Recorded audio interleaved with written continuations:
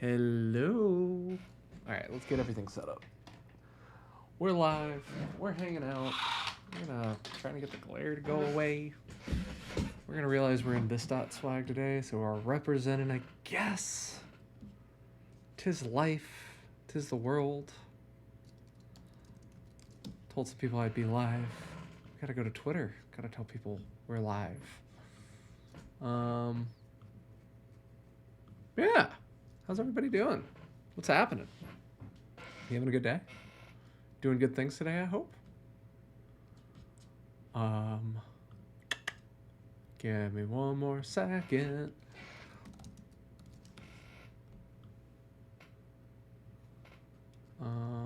We're live.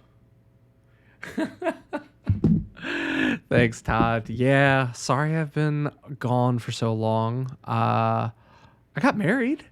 That was super exciting. And then it's just been a little crazy getting back after that.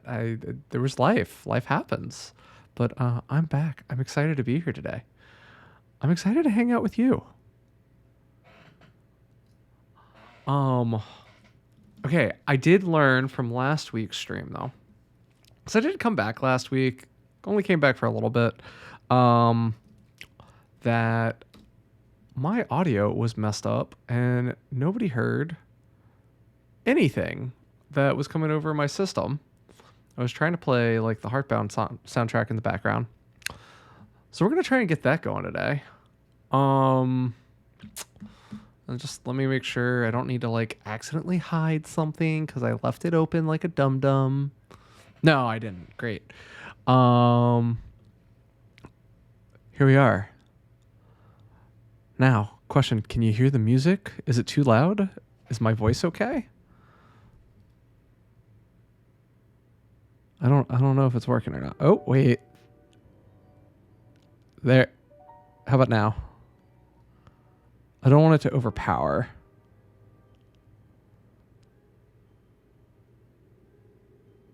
Here, I'm going to just crank it up all the way. It looks like it's capturing. Okay, then maybe you can hear it. But these were settings from like 3 streams ago. So what? 2 months ago? So maybe things have gotten better. So hopefully I'm not overpowering my voice with spooky music. But yeah, if anybody's like, what is this music? What are we listening to today? The Heartbound OST. Pirate Software is amazing. He made the entire soundtrack down a little bit on the music. I'll take it. We'll try it that way. Yeah, so Pirate Software, they made the Heartbound soundtrack completely free and licensed, or free to use, and I won't get DMCA'd for it. So that was cool. He's cool. I don't know. We like free music that we can actually play, listen to, and share with you all. So it's not just like whatever. It might go off every once in a while. We'll just have to remember to turn it back on. But we're gonna start here today. I've been tired of the internet for the last 2 weeks. And I said, I really do just want this. I really do. I'm kind of tired about what we're talking about in the JavaScript ecosystem. Those conversations are just too much right now. So we're going to try and build something hopefully simple this week. Oh yeah. I agree with that, Todd. Although I was on the side that said, well, actually, which one are you talking about? I'm talking about like the Mongo era SQL days of like, you don't need a NoSQL, you just need a good Postgres. Because I was totally on the Postgres side of that argument, and I will continue to remain in that side of that argument. I don't know. We'll see. Oh, got you. We won't talk about that. I understand that one. Well, we're gonna do something I haven't done in a super obnoxious long time at this point.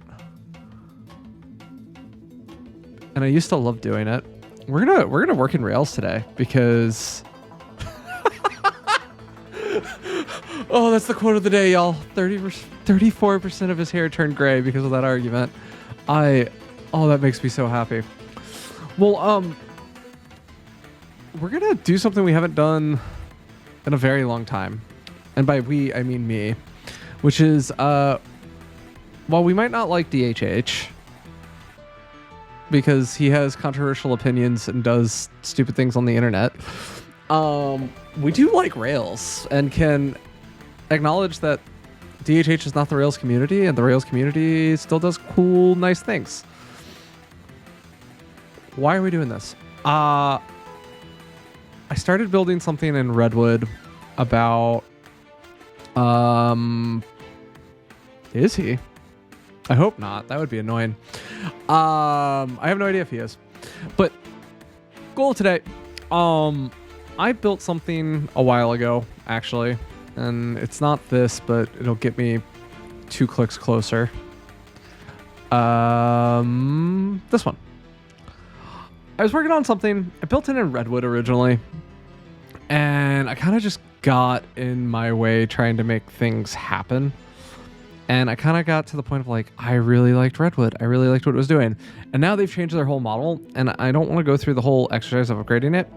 But I also ran into the whole exercise of everything I wanted to do with Redwood wasn't going to be possible.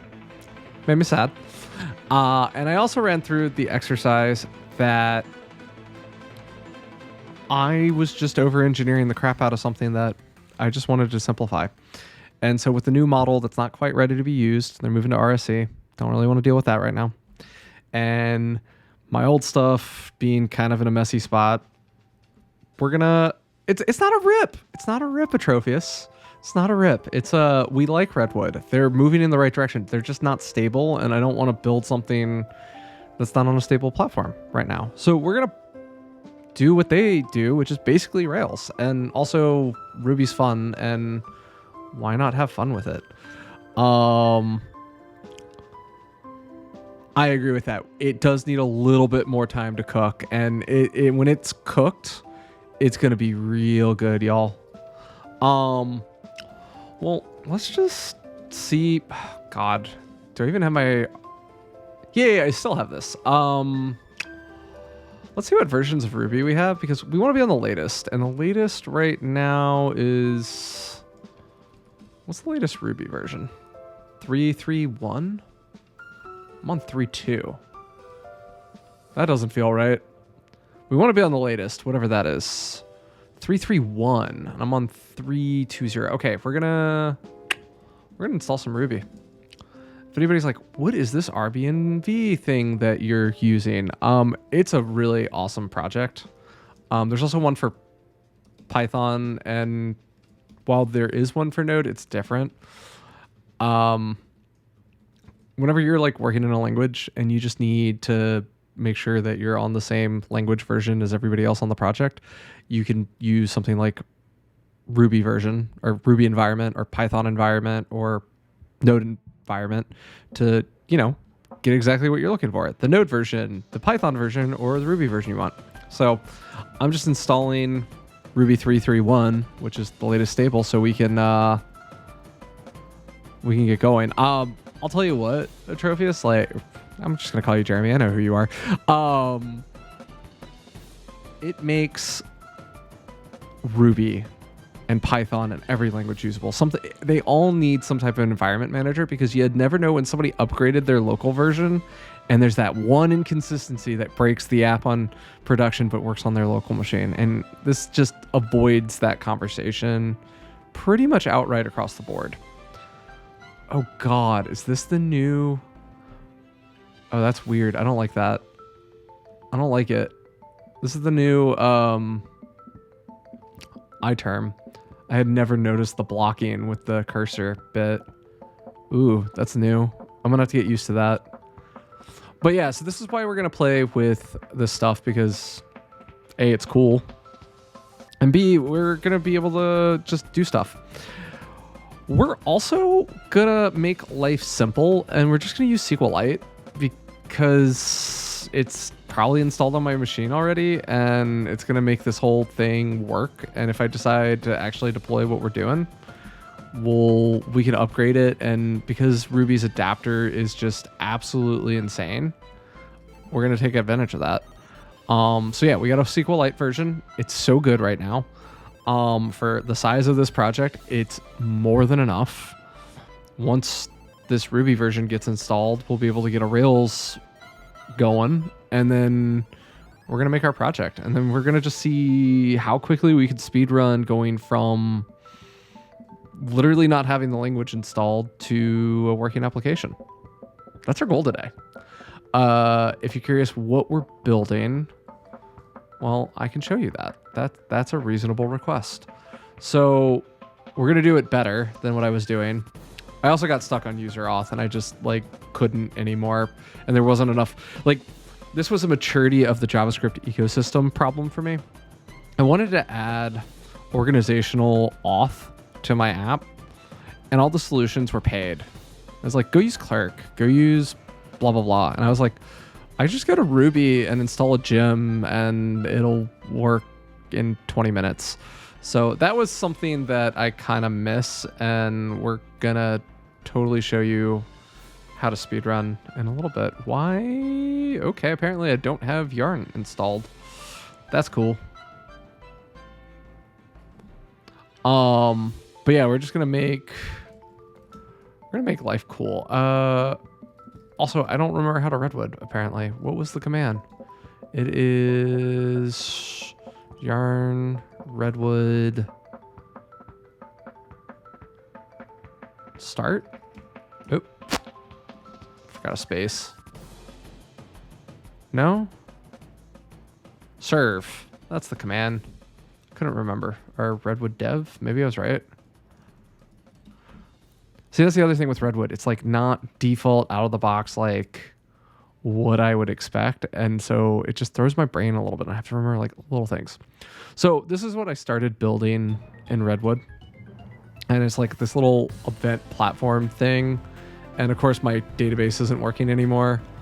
But the idea was, here, we can fix this. Infrastructure. What was the command? It was start. That is literally the command. Try again. So, assuming this works. Oh, I just forgot an R. So, can't even run my thing because I don't have Docker running. See, all the to get this Redwood app running, I'm having to remember 15 little things just to get to restart it after not touching it for 5 months or whatever. And my things hey, your thing doesn't exist anymore. I don't even remember what I was doing. So going back to the meme for a second, because memes exist for a reason, but totally sitting here right now, totally want to be sitting over here. So, no shade, but I would really, really like something to work. Okay. Well, apparently, my thing's broken. I deleted something at some point. Go me. I deleted a container. And it's still down. What? Oh, okay. There we go. I was get out of here. I know this works. So, here's what it would look like if we got it right the first time. And my Connect Tech folks, shout out to you. Best conference ever. We're going to keep doing that. This would be how a conference or an event would manage their details. And they have sessions, they have speakers, assuming I'm in the right event. So right now I just went to the event dashboard and I'm on this 2024 event. I didn't actually put any events on it. And then my accessibility butt forgot how to do things, and I forgot to put all the events. Oops. But yeah, if you go like sessions, like, hey, there's actually sessions in this thing, and like here's Corey's session and how it would show up on the website. And then, you have like speakers, and you can go, show his details if I actually built it, or edit it if I actually built it. And then you also go see like the registrants if I actually built it. So like, this is what we're going to ultimately try to do. And part of like what we're actually doing is kind of cloning this platform. I've had to work with it too many times, and it doesn't work very well. So what they do is they kind of offer this backend CMS system that works, but it's really hard to navigate. People don't understand what's what. It's not very flexible. And then when you try to build like a custom page or platform on top of it, it's near damn impossible. So that's what we're going to try and fix today. Also, I don't know why this is open, so we're going to close that. I don't want Chrome. I'm using this other thing. I'm guessing my terminal just opened Chrome by default. So we're going to go ahead and just stop this. Don't run down on it. And we're going to ignore that for now because that's not what we're actually building. Now, we can borrow the schema from it and do some stuff with it because that'll be cool. But let's just go install Rails. And we can overwrite an executable. That seems fine. I haven't done this in forever. When was the last time I wrote Ruby code? Now, something we are going to do and kind of pay attention to as we're going is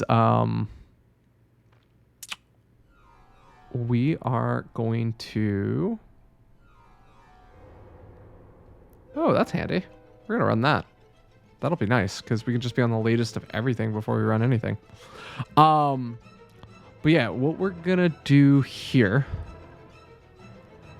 is we're going to just start, we're going to redo the project. Now, we're going to call it Event Platform again because that's what it was called. Because I didn't give it a good, actually, let's not do that. We'll call it Rails. Just so we have a different one. I don't want to override what I was doing. That would have been a bad day. That would have been a very bad day. So what I've just kind of done, just like a npx start project, create project or whatever, did the same with Ruby. Nice and simple. And we can just see what's here. We can go ahead and say, works for me. Because that's all going to be good. And if we open this up, let's look at a few things because kind of worth noting. First, we have our environment all set up. This is all good. We can look at our gems and we can see what's here. I'm probably going to end up deleting most of this eventually because probably not going to stay on just pure Rails. I also don't like turbo Rails. I might do it. Hello, Nacho. Welcome to the stream, buddy. Now, what is kind of cool about Ruby out of the box, and this is one of my favorites, is by default, it gives you this really amazing server config or database connection config. So effectively, this is the default rules that I'm going to be using. And then it uses YAML to say, hey, override these rules so I can do really cool, amazing things. And then I'm just going to use SQLite for everything. So I don't have to do any like crazy connection information. And it's great because I'm basically at a database already and I haven't written a line of code, which is really cool. So I wanted to close that earlier. Okay, so we're here. We can go and just start a Rails server. I guess I should follow the rules.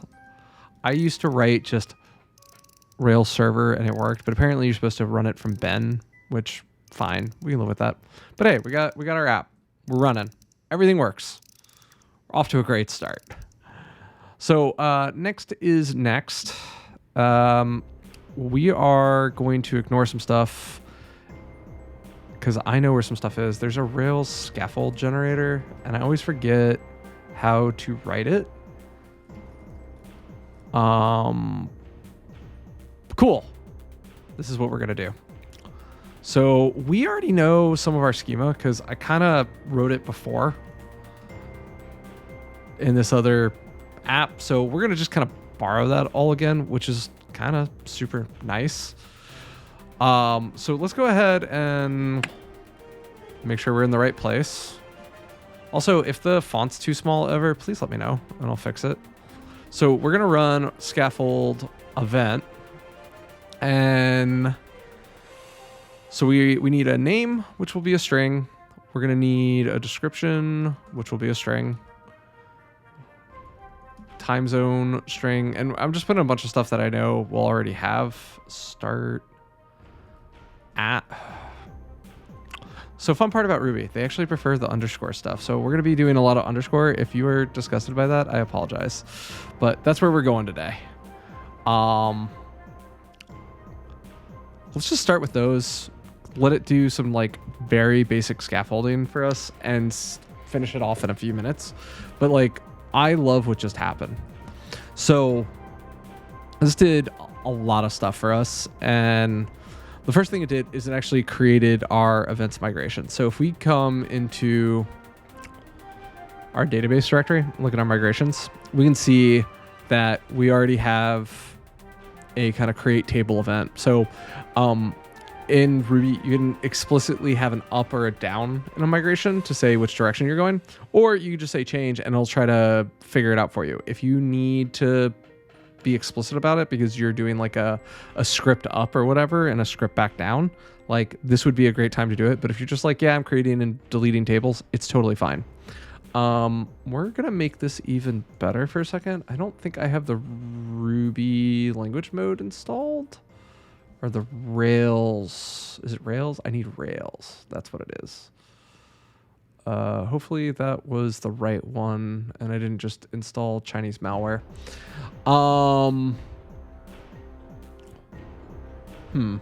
Okay, we'll figure out what happened later.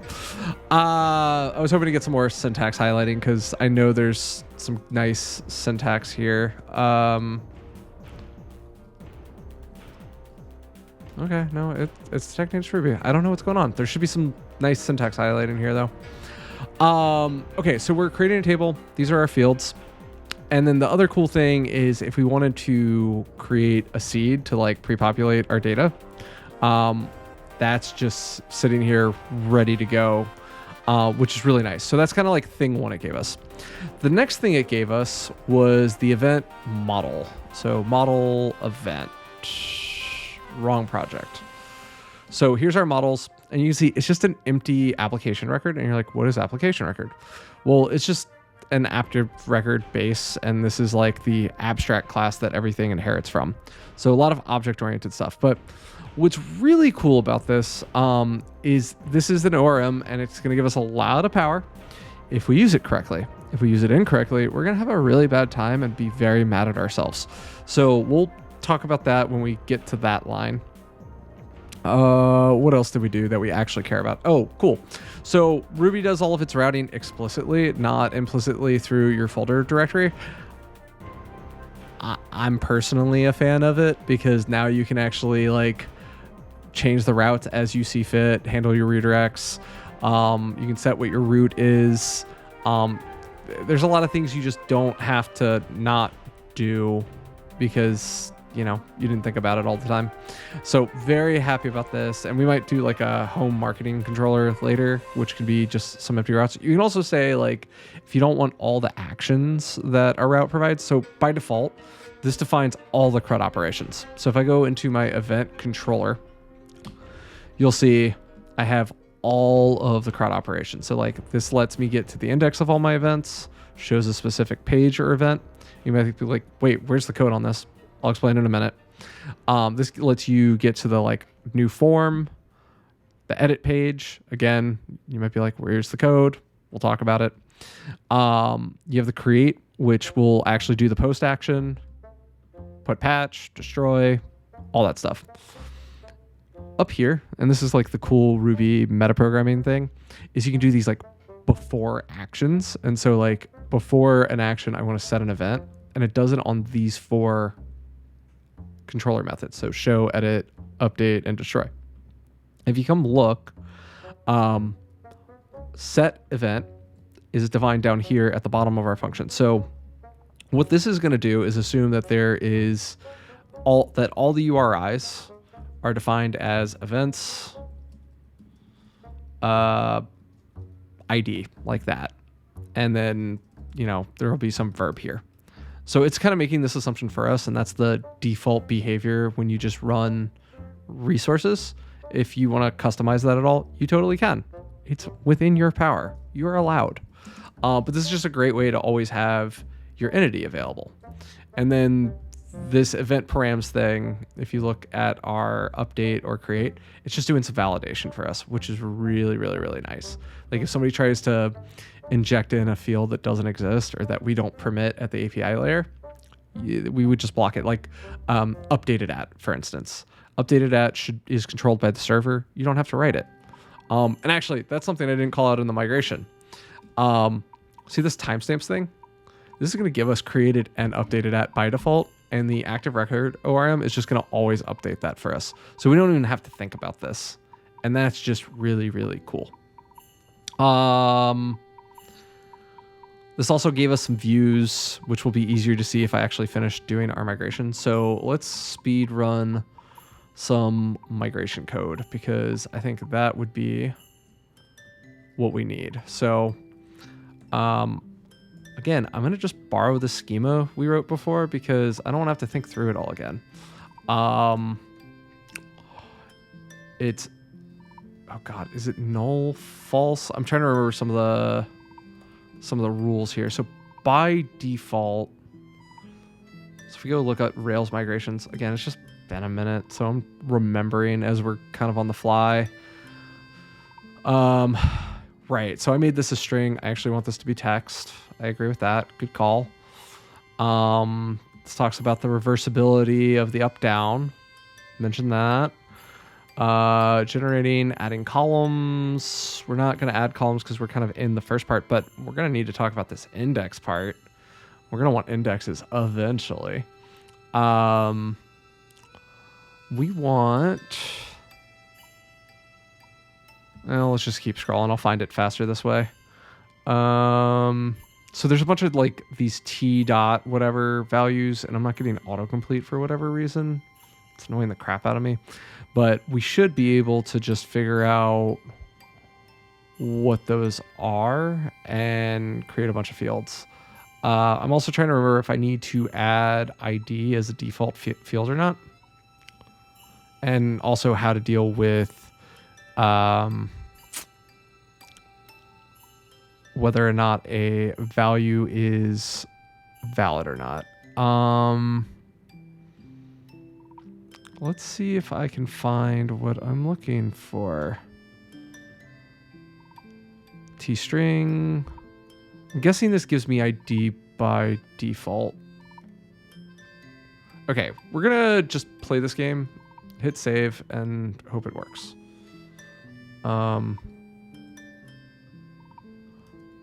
Ow.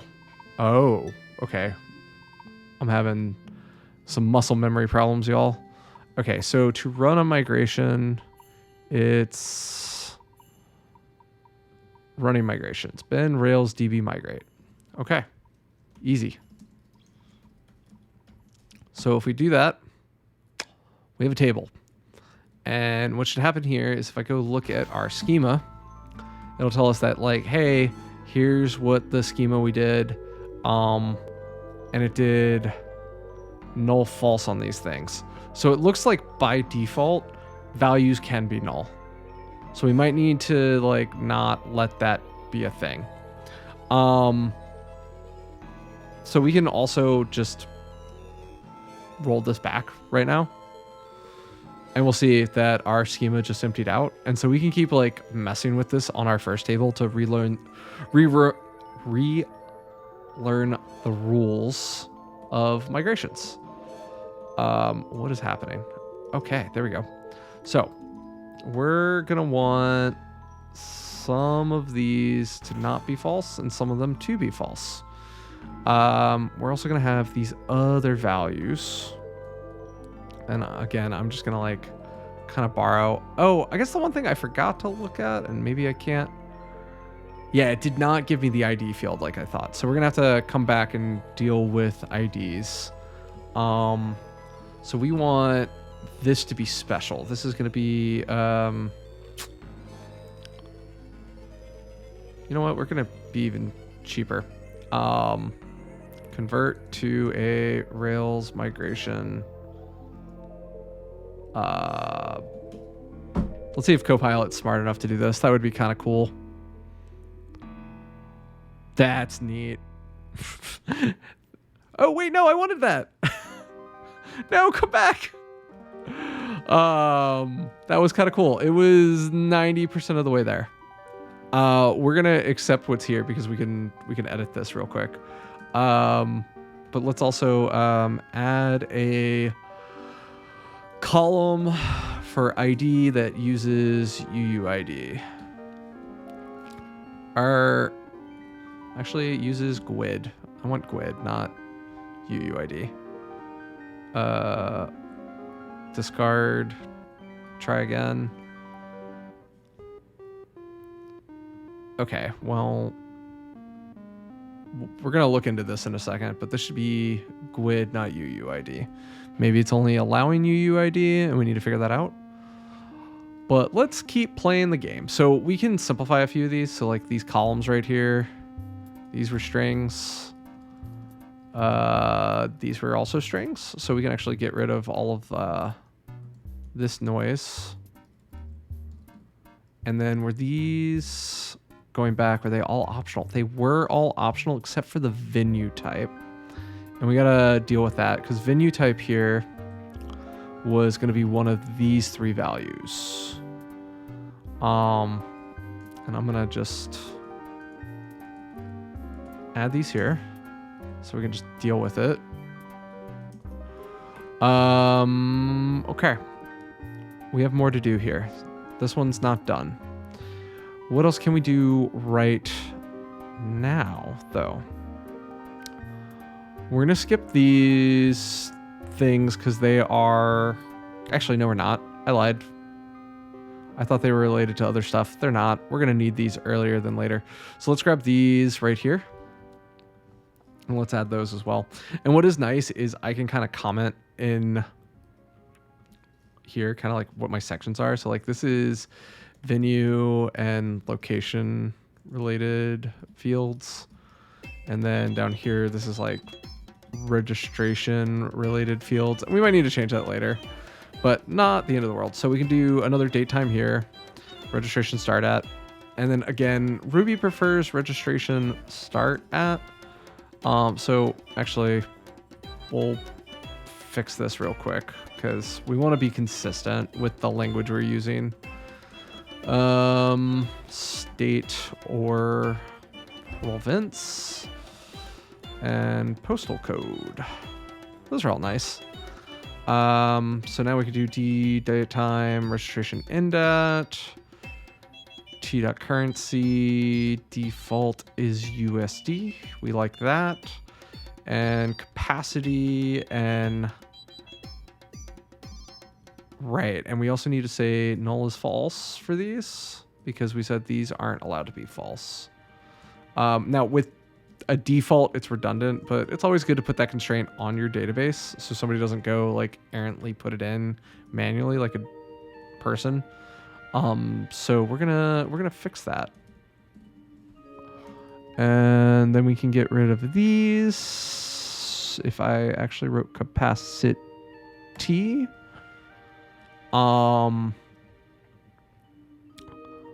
let's see. This can be null. These can be null. That one couldn't be. What am I missing?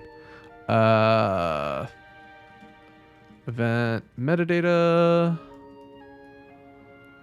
We still need to fix this, and we're going to need to figure out what's going on with this. Okay, so Rails, migrate, ID, GUID.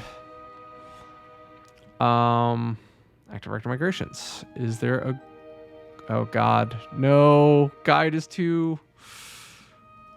Okay. That works. Why can I not... Well, that's annoying. I guess everything's going to be UUID then. I guess that is a con here. Let's see how we can do this quickly. So we're going to go, oops, we'll go back to the migrations. I guess UUID. This is one thing I always hated about Rails, is that their documentation was not the best.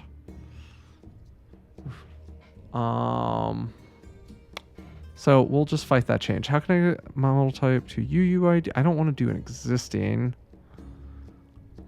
Aha. I don't care about the increasing counter.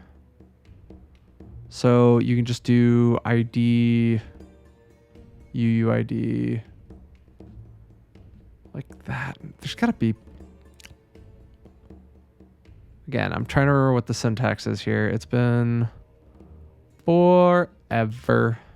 I haven't done this. It looks like you just do ID as UUID, and that's good enough. So let's try that. ID is UUID. And I think that was a symbol. It was a symbol. Ruby uses symbols. Okay, let's see how this goes. Either we got it in one or we missed again. Unknown type UUID for column ID. So that didn't play nice. I'm gonna try it one more time, just make sure I didn't miss something. Nope, still unhappy. So the migration failed. So let's roll it back. And to enable UUID, you need to create the following migration. You can generate UUID with Ruby by running require secure random secure UUID. And to enable UUID in Postgres, that's not what we want. UUID SQLite. Let's see how quickly we can make this happen.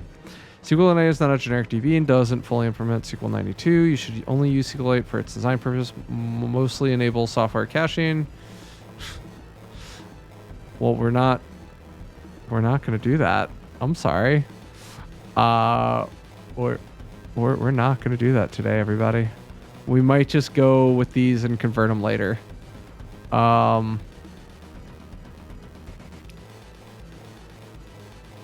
would prefer if we could do UUID. Okay, so there's a cop out here. Is basically before I create things, I can go and just set the UUID myself. So cool Ruby feature, if anybody's never used it, is the Rails console. And I guess that's a Rails feature specifically. It's not a Ruby specific thing. It's just, it's a Rails, it's a Ruby REPL using your app code. So if I wanted to, see if this line of code right here, for instance, would actually work, this is using my existing setup. So every time I run it, I'm getting a unique UUID. Didn't have to install anything because Rails installed it for me, but it would have been that secure library. I'm going to go ahead and do this. This is something we could change later because it wouldn't be hard to change later. So what we're going to do is we're going to just say, we'll do T string ID, primary key is true. Let's actually see if that works. I don't think it will, but it keeps offering that as an idea, and that would be really neat if it just did that. Oops. I didn't save the file before I did that.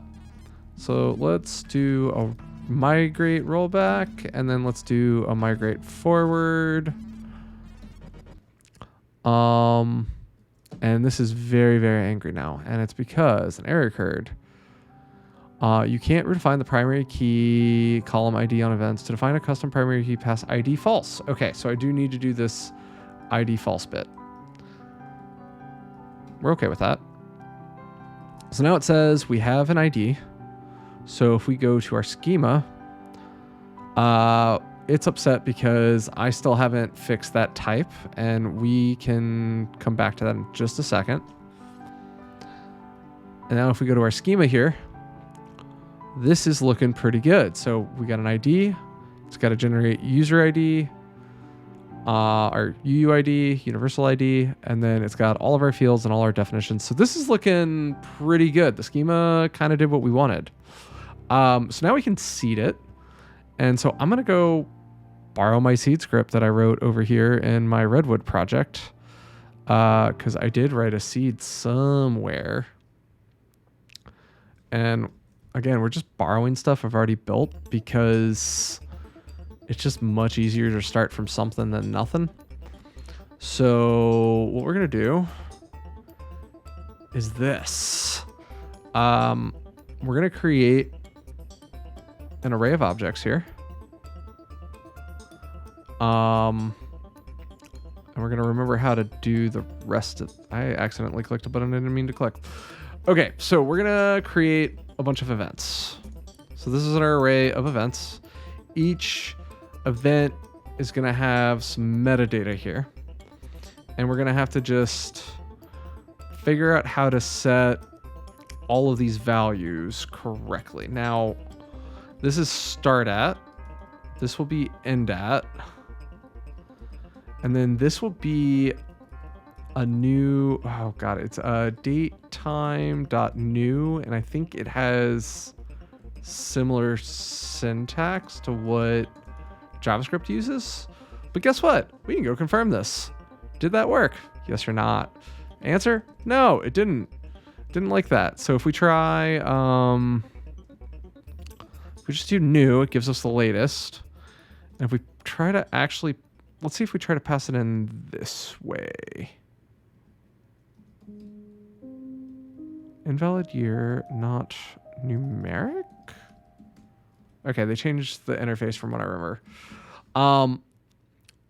Ruby has a saying date time, or it's really Rails has a saying date time object, which is really nice. It allows you to like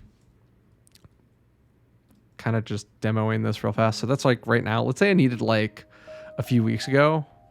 Oh, that's actually kind of nice.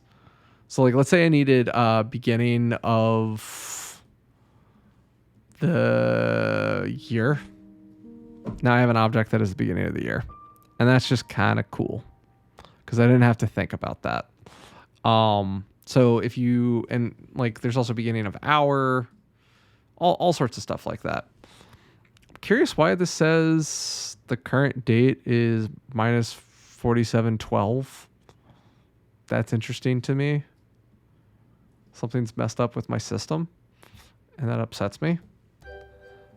But that's okay. We're gonna find the constructor.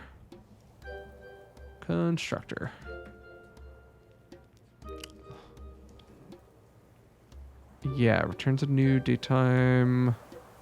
Oh, that's why. I just did the generic, but if I do datetime current or now, that's today, y'all. Check that out. Isn't that nice? That looks a lot nicer. So what we're looking for is from seeing if there's like a, what's a civil from format? Returns datetime with local offset for given year if format is local, else set 0. That's not what we're looking for. We really want like a create from. What am I missing? I'm missing something. Rails datetime from string. Let's see. Datetime parse. I knew I was forgetting something. So if we come back to the original one we put in, if we run parse, that's pretty much what I wanted, y'all. It's not perfect, but we can work with that. And we're happy with it. So Let's change this to datetime parse. And then anytime I wrote new date, do that. Now, this is something I did. I did like a create and update manually. I don't need to do that because this is Ruby and that's not required, which is super cool. The other thing I'll need to do is I'm going to just let Copilot do this.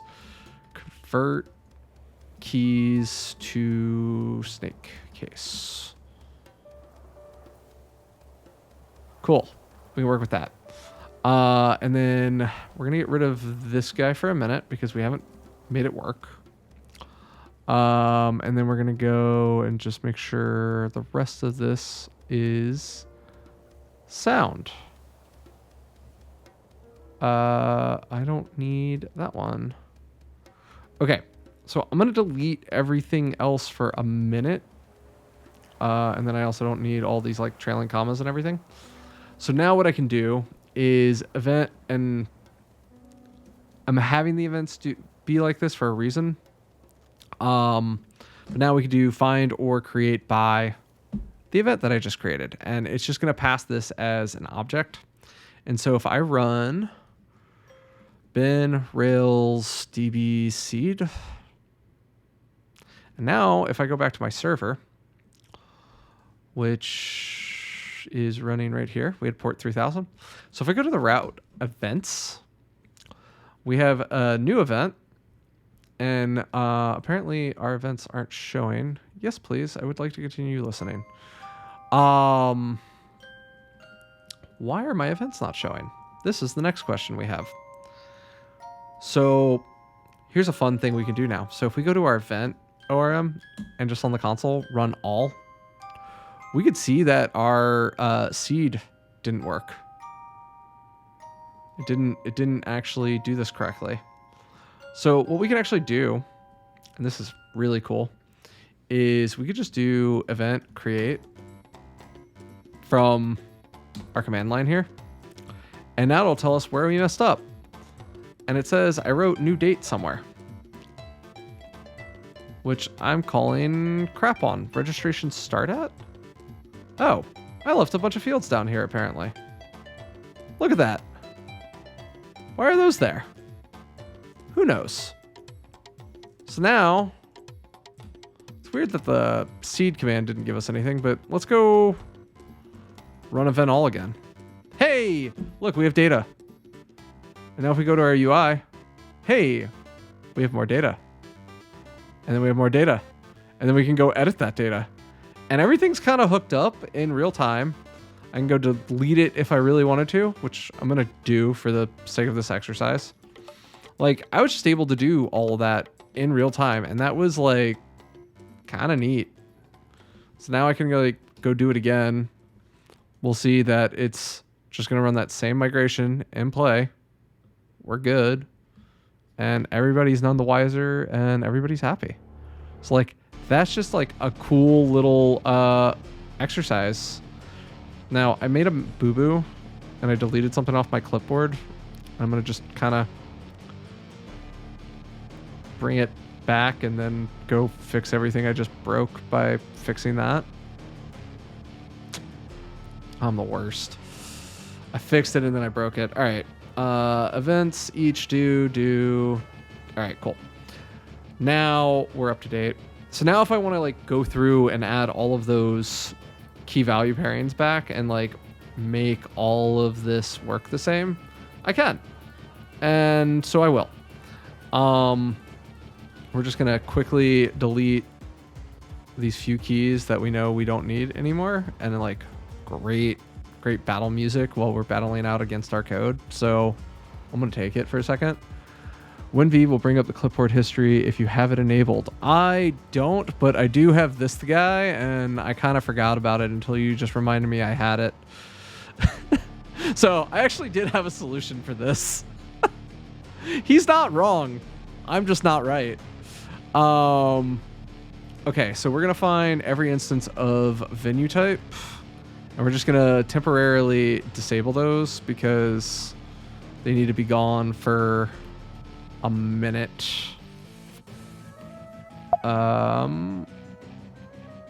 Cool. So those are all gone. And now what we can do is for all of these, convert to snake_case.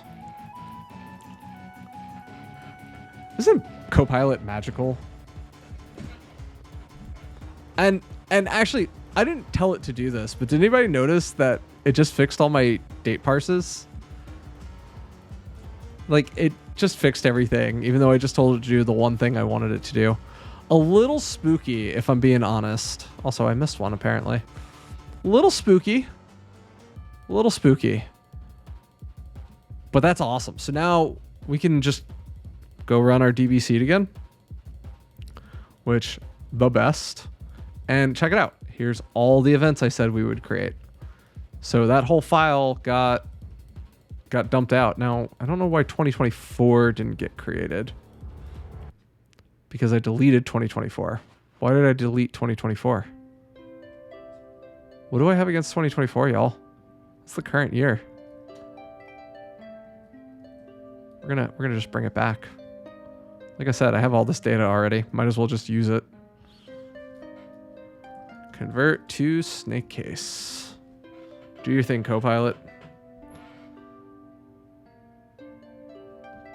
Oh, it might have gotten a little aggressive here. We can accept that. That's not too bad. Is there a format document? Install a formatter? We can do the Ruby formatter. Yes, please. I haven't done this in a while. Oh, apparently I didn't install that correctly. Restart.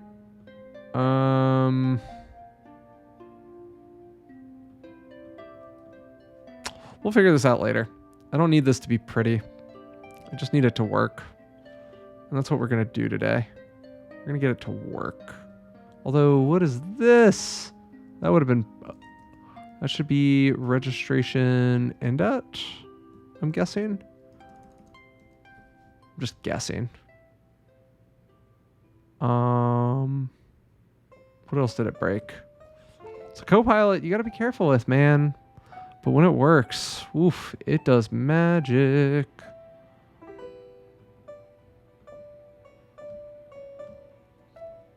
It can be a very, very magical tool.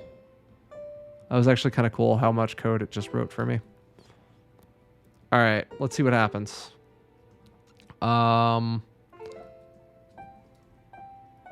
Oh, it's still upset about that venue type because I forgot to get rid of it again. Look at me. Look at me. I'm the worst. All right. 2024 is there. So if we just do like a... This is also a cool thing. Let's say I just want to get rid of everything. I just got rid of my whole table. That was a little Johnny drop tables. You got to be careful with that.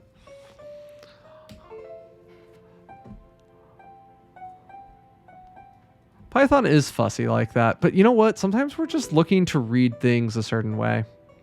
And it just is easier for me as the human, not necessarily my computer. So sometimes it's not about the computer. It's about the human who has to use the computer. But hey, ain't that cool? Like, I've got a database working.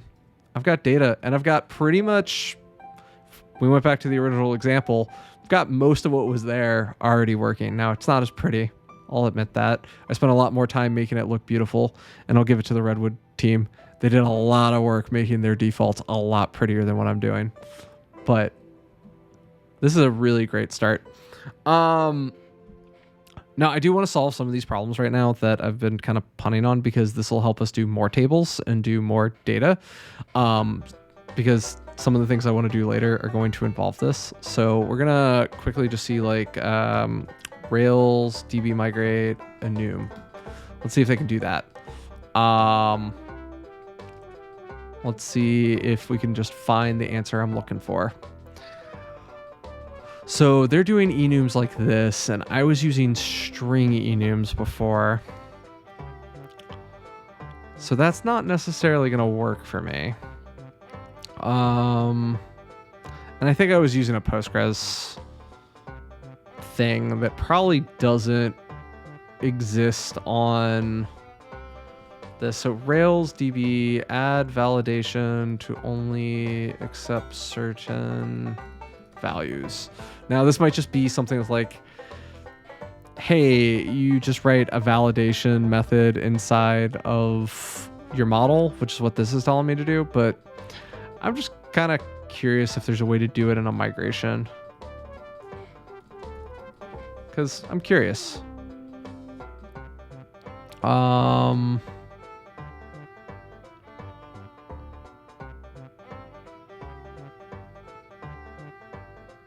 This is actually kind of cool. I kind of want this. We're going to use this. This works for us. So in our case, I'm going to explain what this is doing. So this is saying we're going to create an enum. Laravel's Artisan Tinker. I don't know much about Artisan, but yeah, like the Rails console here is just like really stupid powerful, and I kind of love it. And it just makes me a happy human when I use it. So we're gonna go look at this venue type. So what we're setting is we're saying the venue type is gonna be an enum in our case, and the values we want it to allow, we're gonna use symbols here. This is Ruby's kind of like uniqueness thing. So we're gonna allow in-person, online, and then it's auto-complete into hybrid. That's what I want. So these are gonna be the only 3 fields or values that I'm actually going to allow inside of this field here. So what I'm going to do is I'm going to turn this back to a string. And maybe later in life, I realize, hey, maybe I should have done other things. There's actually cool powers with this, and I'll show you in just a second. But we're going to call this venue type, and the default value we're going to say is in person. And that's just a choice I'm making. So I think we can delete this now. We're going to have to do a DB rollback and a DB migrate, unfortunately. So this is the one downside of what I've been doing. But if we do the migrate, I always forget if it seeds by default. Let's see if it's seeded by default. Because if it did the seed by default, that would have been the coolest, but it didn't. And actually, I kind of didn't want it to. So that also works really nicely. So if now we go to our seed here, and we go back where I said, hey, I don't want to do any of these right now. Well, let's bring them back. I think I said all of them were in person. I made my life easy. So these can all just be the symbol in person. And now if I run my seed script, we have everything. All our data's here. And that was it. All of our data is now written to our database, and we have stuff. Now, why did I want the enum thing? So let's just grab the first record out of the database, right? So this is our event. So our event has a bunch of properties, and we can like to JSON, I think. So like you can see the whole thing is JSON, and like, or you could just do a puts on it, but puts isn't going to do anything good. It's just going to give you the in-memory location of that object. So this is really... Maybe I could do like event to S. Nah, I didn't write that method. Okay. So this is kind of like the handy part. I can now write, if I look at the venue type, remember I set this to, if I actually use the right variable name, you'll see that it's not letting me actually get the value off of it by default. I'm wondering if it's because I need to do a bunch of adders. Or if it even noticed that I had it. All right. See you later, Jeremy. It was good having you, man. Let's see. I swear I did venue underscore. Oh, you know what? I have to restart the console. I didn't get the IntelliSense because I kind of killed it by not actually rerunning my server. So that's interesting. So it doesn't actually know what my should be consistent with variable names. So venue type is null. I didn't want it to be null. I wanted it to be in person. Okay, we're forgetting something. So let's do Rails enum type for Rails DB type for enum. Let's see what this person was trying to tell me before. So they did like a status thing. Status is active. That's what I wanted. Like all that's cool. And that should have worked. But why is my... So I like wrote in person here and I wrote in person there. So let me... Oh, did I forget to destroy all before I did this? Okay, let's try this one more time. Making sure I didn't just like expect one behavior. Let's get to a point where like, yes, this is what we're expecting. This is not what we're expecting. What are we doing wrong? We're doing something wrong. We're going to come back to that because something's not quite right. DB string set. Oh, do I need to set it as a string? I guess. Let's try it. I'm not opposed to trying to fix things. Oops. Okay. Let's try that. Let's see what happens. Sometimes you just got to relearn the language you're using. So if we go get a new first event and we look at that venue type, and the venue type is still blank. Why? If you see the answer, feel free to jump in. I'm watching. But this one is bothering me because I'm like, there's a default. There's a thing. If I go look at my schema, venue type is totally there. It's got this default. Everything's working. But for whatever reason,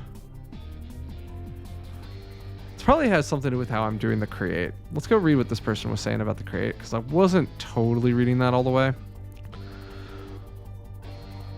So when I do this, you can set the value using the symbolic key like that. And I can also initialize it that way. So if I do event dot, let's try this, in person, false. These should all be true though, because I set online. So this is like one of those fun little things. You also might be like, what did you just do? How did that just work? Yeah, Ruby's just got some cool stuff. You can, it tries to give you the symbolic stuff. So like in JavaScript, right? We would say like event.isOnline, right? And that would be how we would invoke a function and do things. Now in Ruby, we could just say like, we can look at the property and ask a question of it and it tells us true or false. And that's just kind of cool. And that's what the enum was doing to a degree, is like trying to handle that for us. Now I'm doing something wrong, albeit happy to accept that I'm messing up here. The question is how?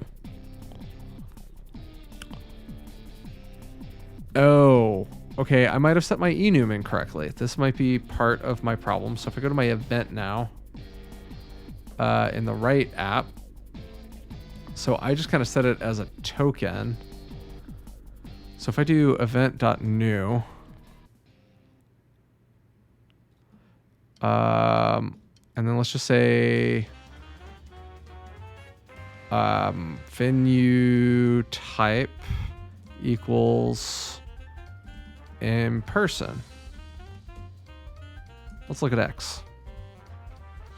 Has the string as in person, and that's what I would expect it to be. Now it's not going to let me save for a variety of reasons, most of which is I'm failing all sorts of validation here. Also, apparently SQLite didn't like that.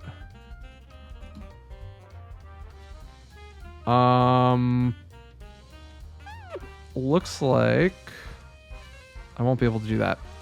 I think I had something for this earlier and I just never actually pulled it because I was being a little lazy. Yeah, here it is.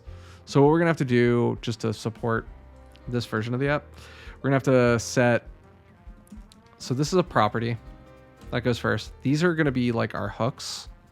And this is gonna say maybe assign ID. So like if ID needs to be assigned, we're good with that. And it's gonna say if the, it's a nice little one-liner, if the ID is empty, blank, nil, any of these falsy values basically. So like JavaScript to this would be like if no ID, same thing, a little more explicit. Then actually a little more verbose than that. It would have been this. Then we say, okay, secure random UUID, set it, and then that'll be good. But we're having a problem still because this isn't working, but this will work. So what is happening that I'm just like messing this up so royally? So let's just we're gonna do this. We're gonna roll back the table for a second, just in case I did something heinous and I'm just not even aware of it. And then we're gonna seed it. And again, we're gonna go just grab the first event out of the table. We're gonna check, is it in person? And it says false. Venue type continues to be false. And so let's go try to make a new event again. Whoa. What am I doing? I did a bad. Let's not do that. Go away. Go away. Cool. I need to be nice to... That's a weird update. I don't like that. That's a little bug. So, all right. X is a new event. And we say the venue type is equal to in person. And then if we do x dot save, it's going to be mad, which is fine. We're okay with it being mad at us because really what we're just looking for is that right there. So I did do this poorly. So I do need to map these this way. And you might be like, hey, why are you making them all capital like that? Like, what's the purpose? Just in case I switch languages later, it's more of a, let's not catch myself sleeping when I'm trying to think about this problem later. So if we do, I think it's just reload. Yeah, reload. I don't even have to restart the thing. It'll just let me get the latest code I just wrote. So venue type is in person now. And if I do save, now we go look at it and we can see venue type is now all caps in person. We have fixed our problem. So what do we need to do? We need to do a rollback. We need to change this to be all caps in person because that's what I decided the string convention would be. We'll grab that. We'll go to our seed file. Fix all those. All right, so now we can migrate. We can seed. And we can go... we can go here, see everything's working.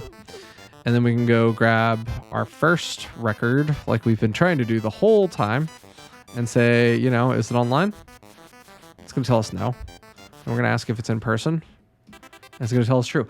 This is going to be really helpful in just a second. Because I wanted to kind of show something kind of neat. So this is working. We are happy. So now what we can do is, because my brain's all over the place. Okay, so we don't change our event index at all.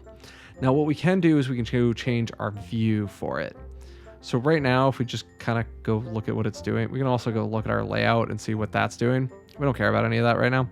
So if we go to the HTML ERB, we'll see that this is how it's writing it. So if we go back to events and do just like a quick inspect here, we can see there's a div, has our ID, and then it's got all of our information. And because it's just like a bunch of P's and divs and all that, like that's what we got.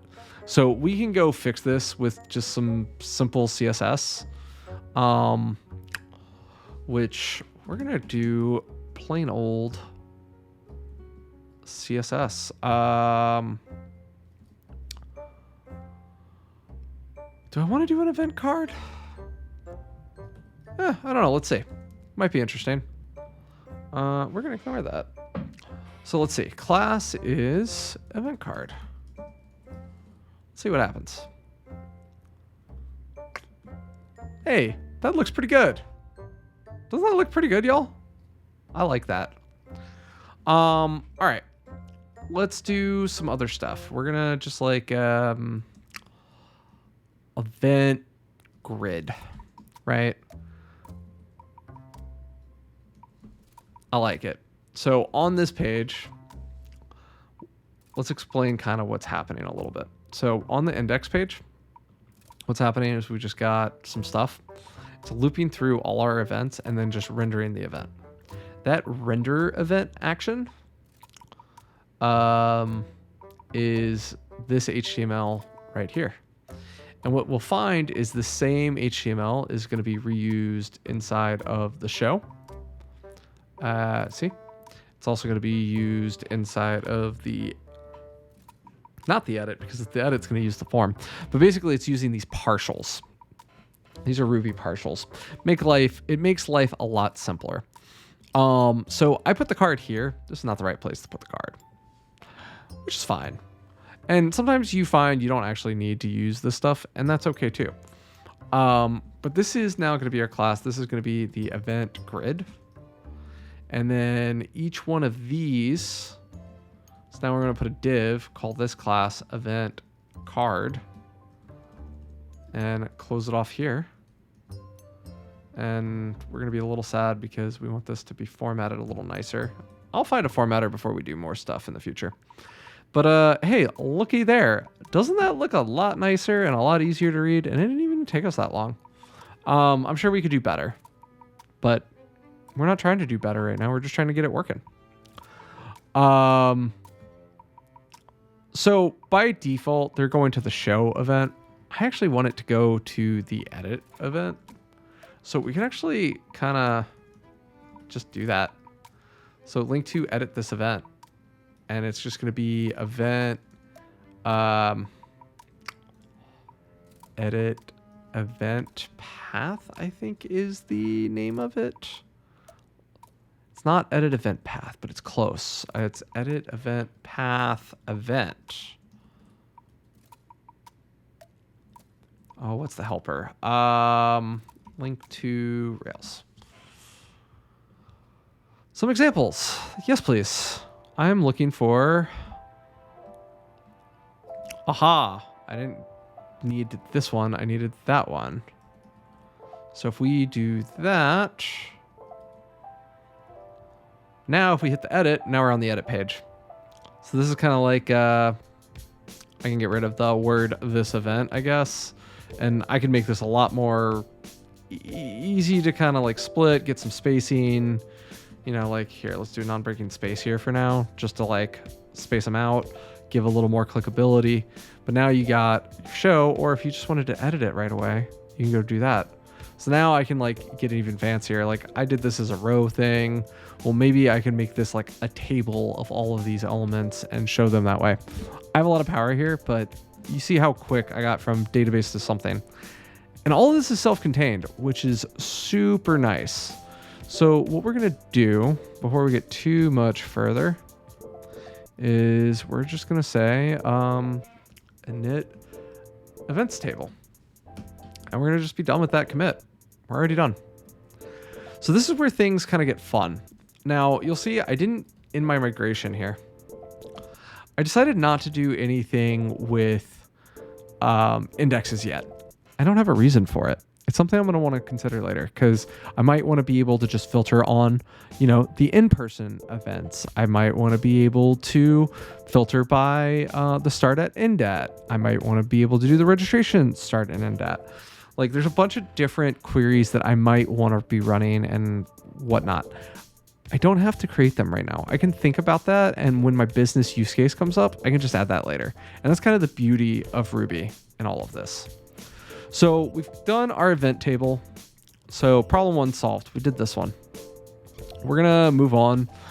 We're going to create sessions and speakers tonight. I'm not going to quite get to registrants because I don't think that's the coolest thing we need for a conversation. Registrants are important. Speakers are important. Everybody's important. So we're not going to discount that, but we are also like trying to get a lot done in a very little amount of time tonight. So if we we're going to go all the way back to this command. If you're like, whoa, I forgot that command existed. Don't worry about it. People forget all the time. So we're going to do an event session. Now, why am I naming this event session and not just session? Session's a super overloaded term in the web. And in Ruby, there's actually something called a session. We use session cookies and pass those around. And so when you go look at libraries and things to do things, you're going to be looking at sessions. And that's going to be really frustrating and annoying if you have to be like, oh, wait, am I looking at an event session or a cookie session? Or is it, some type of other session that this thing might be doing? And that's something we want to leave some space for. So slightly more verbose names makes the code a little more accessible to somebody coming in. So coming back to what do we need? So we're going to need name, description again. We're going to need start at, end at. We are going to need, we don't need a comma there. We're going to need capacity, which is going to be an integer. We're going to need, that's it. Well, that's not it, but we'll talk about what it is. Sounds great, Jessica. Glad you came by to say hi. I hope you have a wonderful trip. Where are you going? Tell us more. Okay, so we should be able to automatically create all of this with just that one command. Except it's probably integer, not int. Go figure.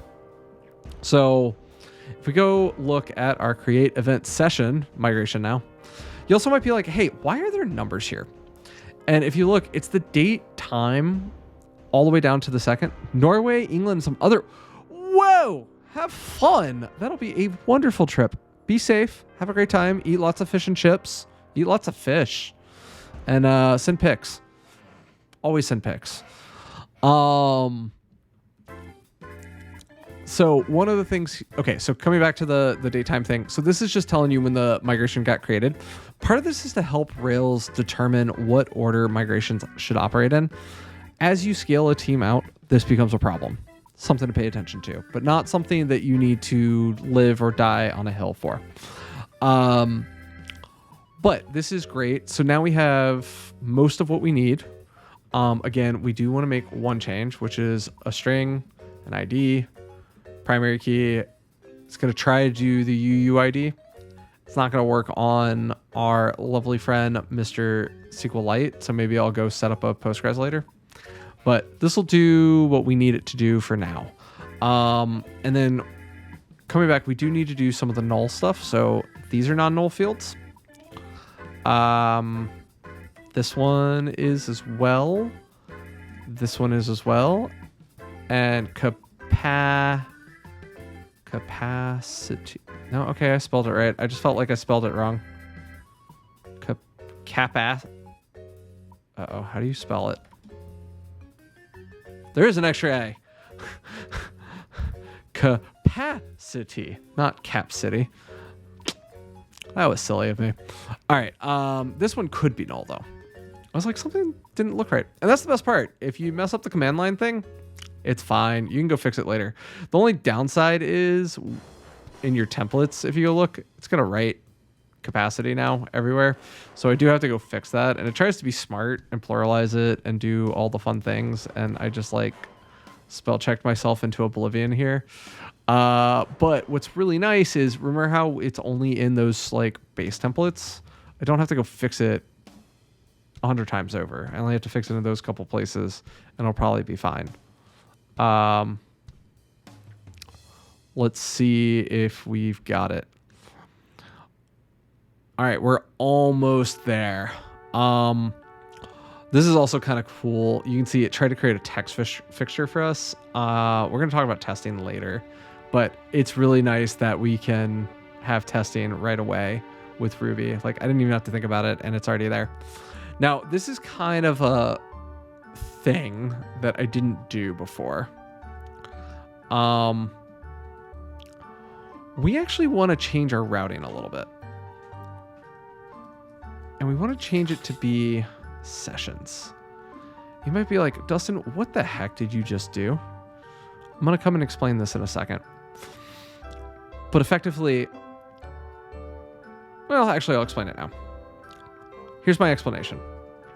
I'm going to have both of these here. So I could have both these routes and they're both valid. This route right here, though, this will turn into /events/sessions.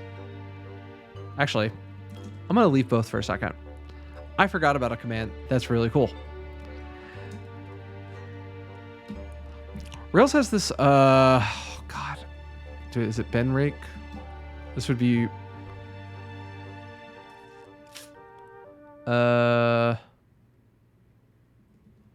Rails used to have a really cool command. What is this? Rake routes command not working. Is it Ben Rails routes maybe? Did they change it? Ah, they changed it. This is cool. I'm used to like legacy Ruby. I'm relearning. So this is a really cool command. This tells you all the routes that your application is building for you and how you can access them.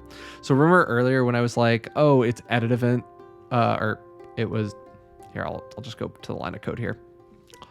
So if we go to the event index, remember how I just said edit event path and like I just magically knew that's what it was called. That's because I know Rails pretty inside out. But what actually happens is, if you look, there is an edit event, and that comes from this file right here, and it just handles it for me, and it tells me what my route would have been. And that's kind of cool. That's a cool feature of Ruby, is you give it this like kind of esoteric, high level thought, and it gives you some really low level how it works. So let's talk about event sessions versus event sessions. If I would have just done event sessions, what this would have done is it would have created routes like event sessions ID edit and event sessions. Everything's just very flat. But event sessions, the way that I'm designing this database and designing this system, sessions belong to an event. So there's not, how do I frame it? There's not this very like hard and fast, like, oh, sessions could just be top level. Now, it might be that, so let's think about sessionize for a minute, and maybe let's go draw this up. So like, let's think of sessionize for a second. I'm a speaker, right? And I wrote, a couple sessions. So here's a session, and then I wrote another one. Let's call it session 2. So like, I own these sessions. And I wrote them at different points in time for different events and whatnot. Well, I want to be able to go and submit these to a conference, right? Well, a conference, so in this case, we have an event, i.e. a conference. We're going to turn our music back on for a second. And we're going to go back to our live stream. Okay, so we have speaker, session, event, conference, right? I want to be able to submit this as part of an RFP to these conferences, right? So maybe there's event 1 and there's a second event. Maybe I am, let me get these attached so we can actually have fun with it. So like here are my different sessions. Maybe I want to submit this session to both conferences, but for whatever reason, there's a restriction on this other conference that says I can submit twice, whereas the other one I can only submit once. Maybe I want to do this. These are proposed sessions. These aren't even the actual sessions of the event yet. At some point, this event has to say, yes, I will take that, or no, I will not take that. And then it becomes part of their catalog of sessions. So an event session here is going to reference these sessions over here. Now we might need to rethink how we've been doing this, because right now I just have an event session and it belongs to an event. So I'm doing this pretty hard tie. And maybe what we eventually want to do is we have speakers and sessions outside of the event context that have the same, maybe have duplicated information. And then when it gets accepted, it gets copied into the conference. And then there's a whole different flow and system for managing that. Something to think about. There's different rules that different conference organizers want to do. So there's like a business rule here that we have to think about. So effectively what we're saying though is we're not worried about this existing for like the RFP flow right now. We only care that as an event, I'm allowed to set what the sessions are. So here's the sessions I want. And then there might be speakers that belong to them. So there's this one to many relationship, and the speaker might belong to this event. So everything's kind of embedded. So everything's within the context of the event that I'm operating on. Eventually there might be a wall that says the left and the right don't talk. That's fine. I'll duplicate the system. But these are now what we're calling our event sessions and speakers, because we want them to be the copies that belong to that event. Because maybe I renamed this session. So like maybe for this one, this is called GraphQL for novices. And like for here, it's called GraphQL for GraphQL 101. Like I just A/B tested it to see how it would sell in different projects, right? So now I've got 2 different projects, 2 different things. So now like I'm gonna have to double and duplicate a lot of the stuff that I just showed y'all. That's kind of cool. It's a neat thing. It's something we're gonna build out. But this is a great place to start for now.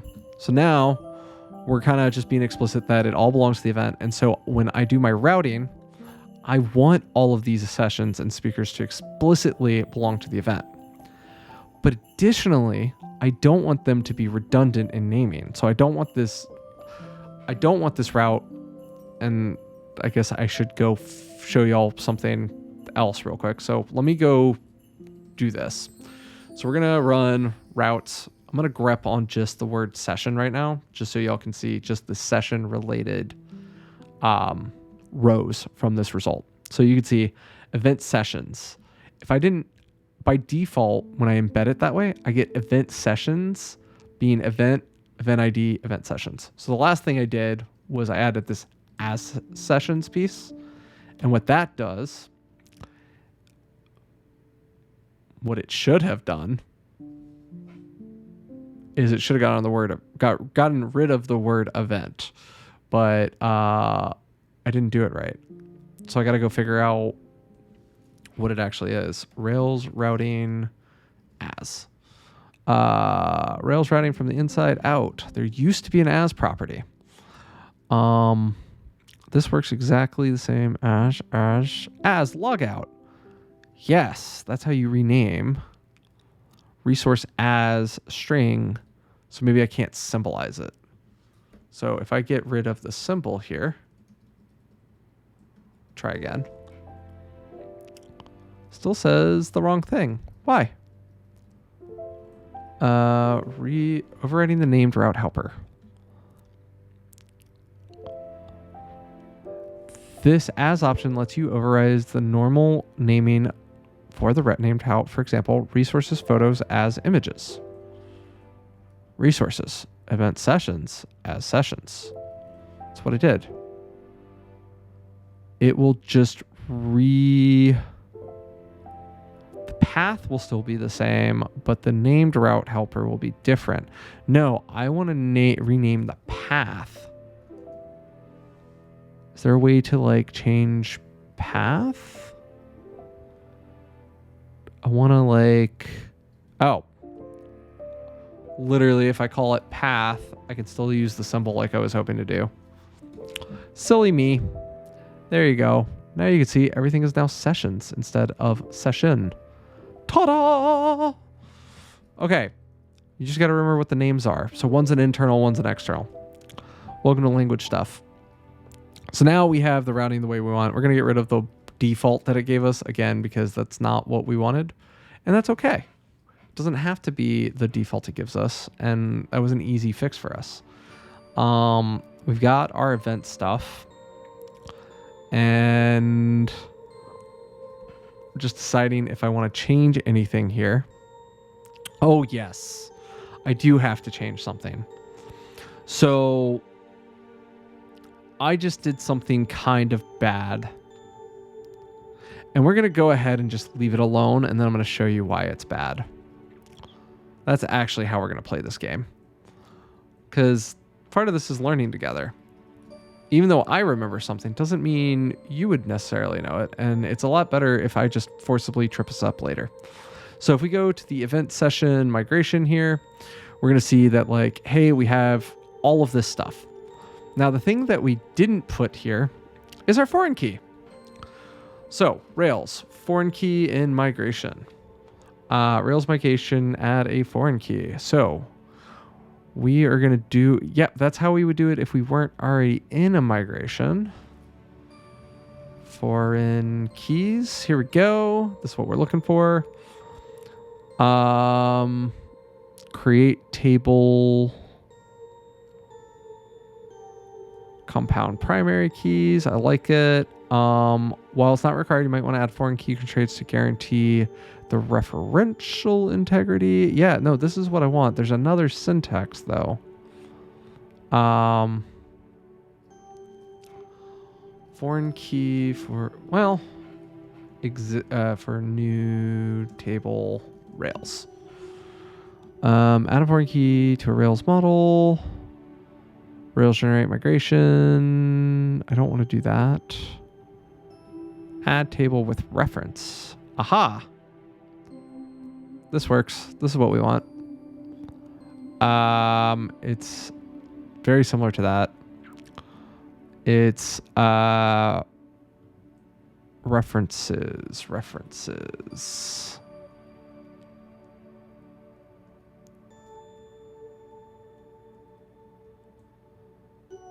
T references event. Okay, let's see what happens when we do this. We're gonna just try it. So we're gonna put relationship to events. So T references an event. The index is true and the foreign key is true. So let's see what happens if we do a Rails DB migrate. Let's see what happens. If we look at our schema now, we shall see that we have an integer called event ID. There's an index on it, so we can look it all up by that. And add foreign key event sessions events. And we can see that this looks like a one-to-many, if I wrote this correctly. So we're going to have to go make one more change here, which is a session in the model. So not too bad. It belongs to an event. We're not going to do the rest of that yet. That's going to come later. So it belongs to an event. So this is telling us that this is the many. And if we go to event, now we can say, and actually we're going to do this lower, has many event sessions, and it'll clean itself up. So have you ever been in a system, especially a JavaScript system, where you like delete a top level record and then it needs to delete a bunch of cascading records and it doesn't do it because somebody forgot? Yeah, that's a one-liner in Ruby. That's cool. So now we have kind of our bidirectional relationship set up. Now we have our controllers kind of working. Everything should be mostly there. Now let's go add some seed data because we've been talking about seed data a lot. And good on me, I wrote some sessions. So we're gonna grab that data And we'll come back to what this stuff is later, because that's going to be the messiest. All right, so we have our events. Now we have our speakers. Here's our speakers. And then if we just say, hey, Copilot, snake case it. Let's see if it's smart.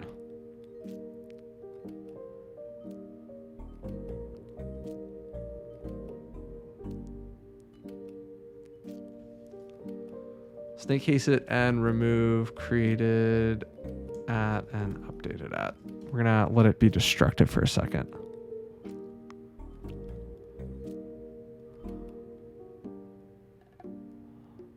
Oh, that's so cool. It did it. Did everything correctly. Check that out. It did everything correctly. We're gonna accept it.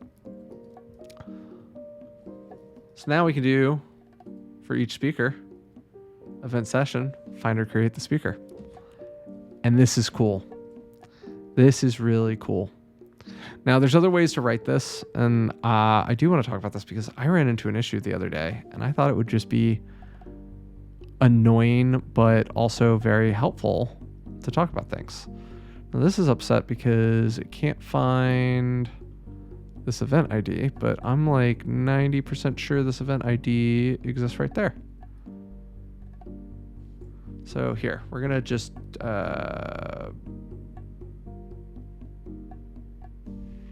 well, actually, yeah, why didn't that work? Schema says it's going to be called event ID. Because we called it an integer. That's not going to work. We're going to do a rollback because it can't be an integer. Can't be an integer. It's gotta be. It's gotta be. Type string. There we go. That's the part I was missing. So if we go to the schema now, we'll see that that's a string type instead of a different type. And that'll match, if we go find where the ID is here, that's also type string. So now, if I go write my seed, we'll find that if I grab our first event, actually we got to reload because we wrote new code. All right, now we got our first event. Now if we say session event sessions, it says there aren't any. And I call bull because event.id is not the one I was looking for. Okay, let's make sure we're grabbing the right event this time. I made a bad assumption in how event first would work. So if we say event is event find, and this find is just like a select by ID limit 1, right? So now we have our event, and now if we do event sessions, now we can see there's a bunch of sessions here, and that's what we wanted. And we can actually see what's the count. I got 4. That's really cool. And you can actually see this is the raw SQL that I would have run. So if you had like a SQL helper or whatever, it could do that for you. Now, I didn't like how much I just had to type just now. So I'm going to go into event. And now we're going to try as sessions and see if we can make this work. So if I reload,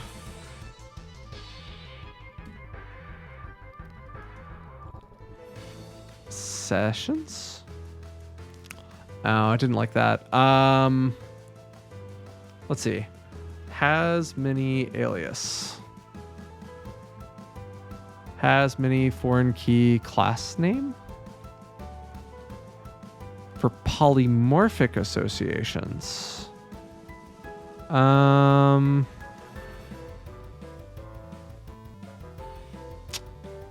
You'd also use an alias attribute. Yeah, I could do that. I'm going to leave it alone, though, because I just realized something. And it's based on something I said to you all earlier. So coming back to our live stream here. Notice I said that these could belong to a speaker eventually. We need to be careful about how we're overloading things, because an event could reference a session that belongs to a speaker outside of itself, or it could belong to many sessions itself. So we're going to keep the arguably verbose naming. So it will be forever event sessions. And we're okay with that. So we have data. So if I now come to our friend, our UI, and remember, I haven't written a lot of UI here. I've just written like backend code. So if I show the event, notice there's no sessions here, right? What I can do now is if I go to the show on the events, and I want to like back to events, let's add one more path here. Let's say link to show sessions, event sessions specifically. This could be event sessions path for the event, right? So now if I go to our show page, and this is mad again because I did a bad probably with the naming. So we're looking for this one. So our naming should have been event sessions path. Okay, we can live with that. That's just the name. Now, remember that as syntax I was looking at and thinking I could use earlier? This is where the as could come in. So I could also do as sessions. And then all of a sudden, it's just event sessions on the left. So I don't have that extra event now. And that's kind of a cool little meta thing. This is something that Redwood doesn't let you not do, but I'm sure they could eventually. So now this is mad because I wrote what? No route matches this. So remember when I said I probably did a bad earlier? Well, remember how I put event sessions inside, it got auto-generated same level? That was the bad. Because now it needs to be, God, I'm trying to think what it is. It's trying to look for event sessions index. Wait, no, that's what I had before. Why are you mad? Because the controller, event sessions, action show, no route matches the show method on the event sessions with this ID. Well, that's because we shouldn't have been going for a show. Did I do edit event sessions for an event? What's this route? The route is events sessions. And then it's mad. Why are you mad? So let's go look at where it says it's mad. It's actually telling me more information than I was giving it credit for, and I was ignoring it. Also, cool thing, there's a terminal right here. That just came out of the box. I can actually go and say, like, what is the event session? Right? It's telling me what I need to know. It's like, that's the session. And that's just kind of cool. But let's see what's going on with this index here. So in here, it says on line 9, the link to event session, render event session.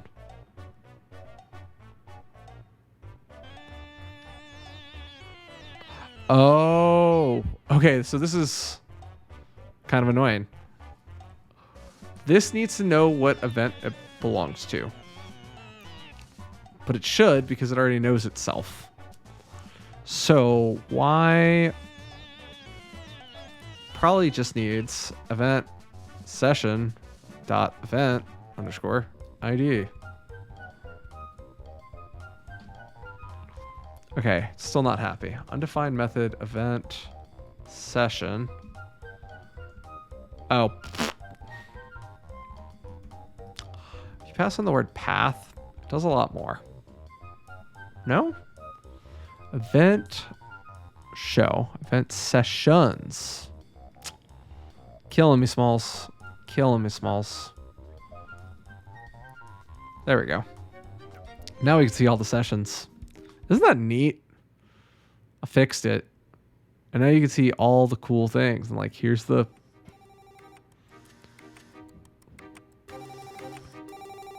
Well, that should have worked. I don't know why that's unhappy. Oh, because it needs both variables. Ha ha, ha ha, ha ha. Event session, event. If I just pass in the event session, can it just figure itself out?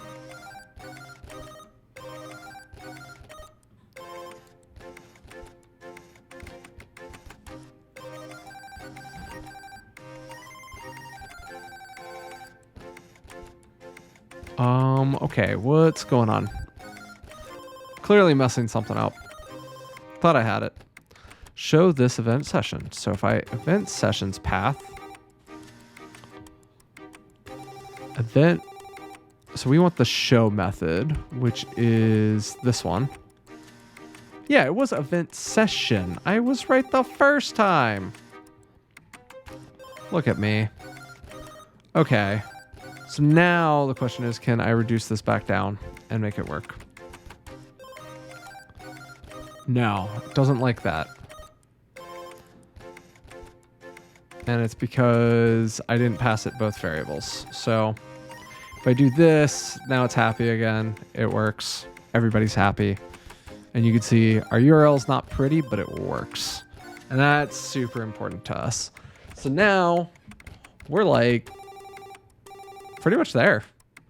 I mean, we're at it.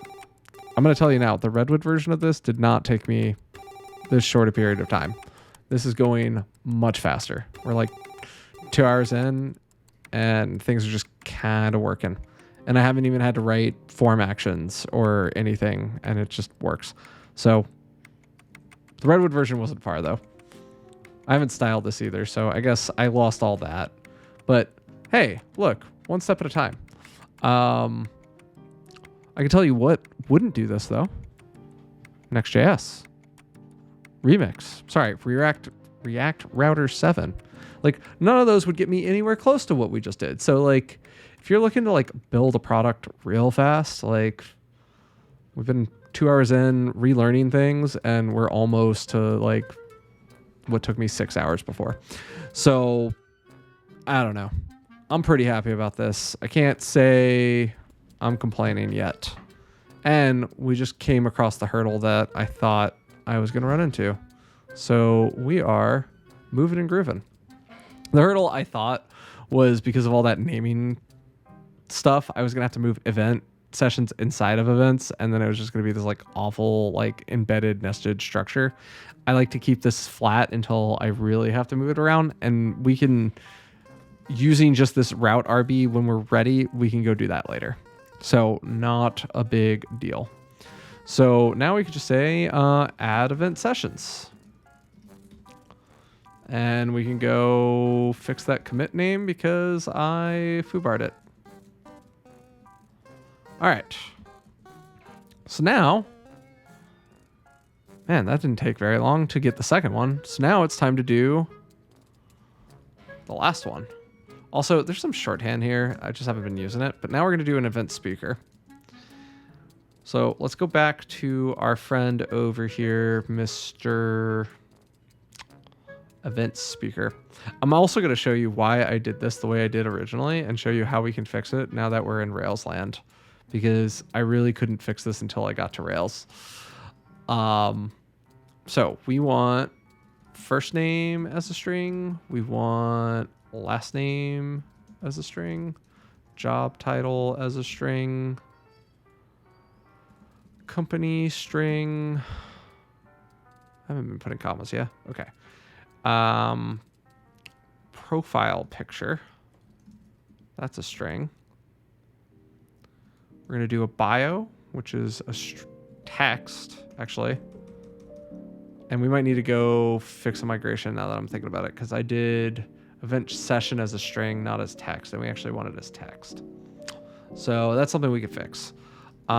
Date of birth. Date time. So we're gonna have to go fix something, unfortunately, but fortunately, it's an easy fix. Okay, now we're adding some security fields. We can talk about this. Security is always super important. Okay. We're gonna just cancel that out for a second. Because what we need to do is we need to do bin rails db rollback. Because we need to go fix the session migration.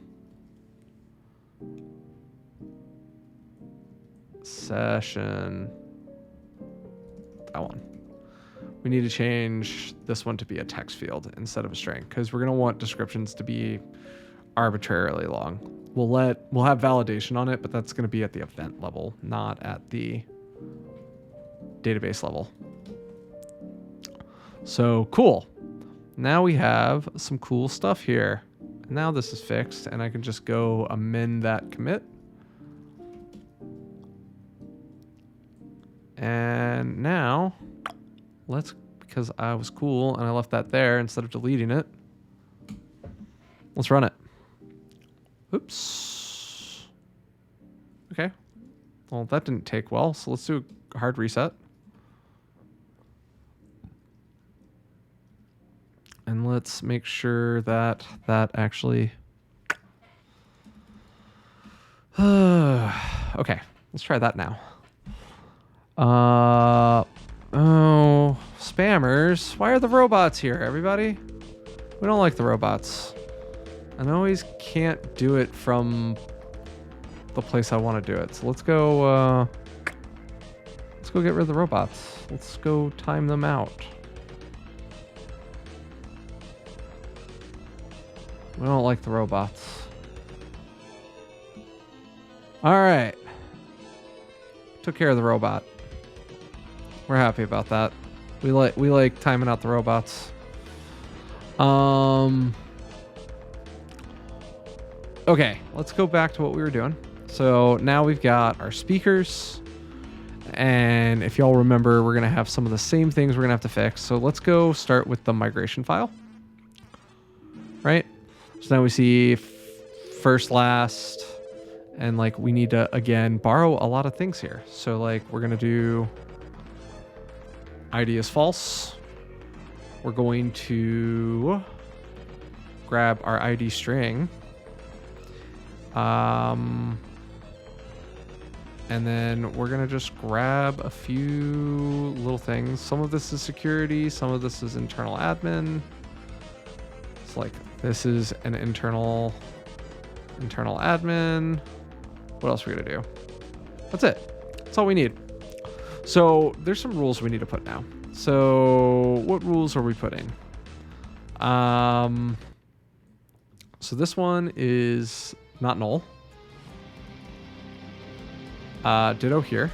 And then we want to do the same on bio, date of birth. Bio, date of birth, and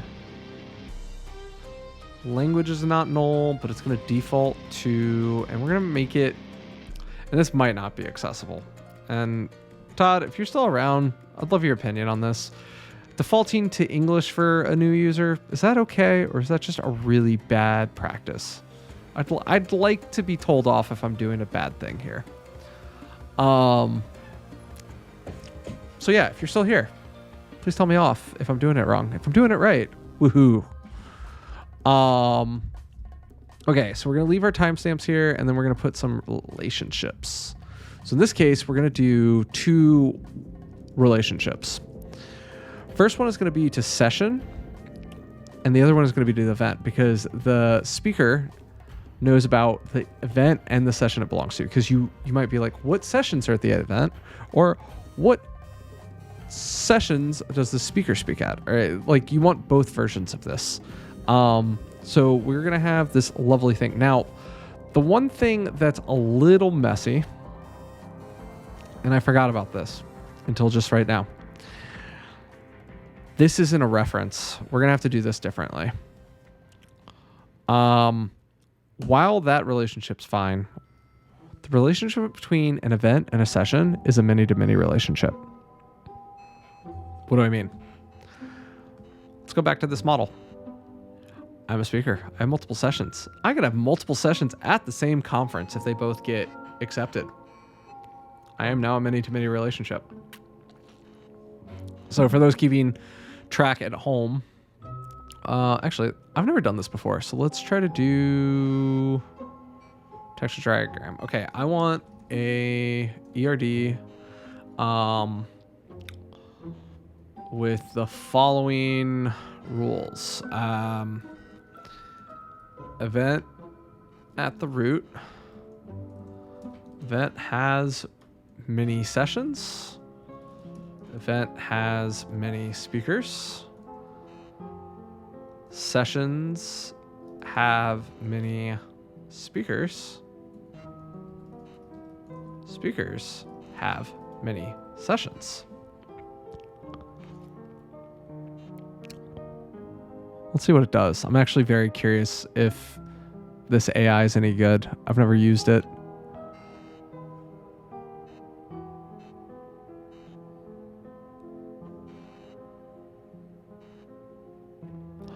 It's close. It didn't quite do what I wanted. I was hoping it would do like reference table, because this is one of those things where this is a many-to-many relationship. Like some conferences have panels. Panels have many speakers on a panel. Those same speakers might have their own sessions. So sessions and speakers are bidirectional mini relationships. So how do we do that in Rails? That is a great question, because I got to remember how I do it. Let's see. So this is going to work for that one direction. Let's try to do many-to-many relationship Rails DB table migrate.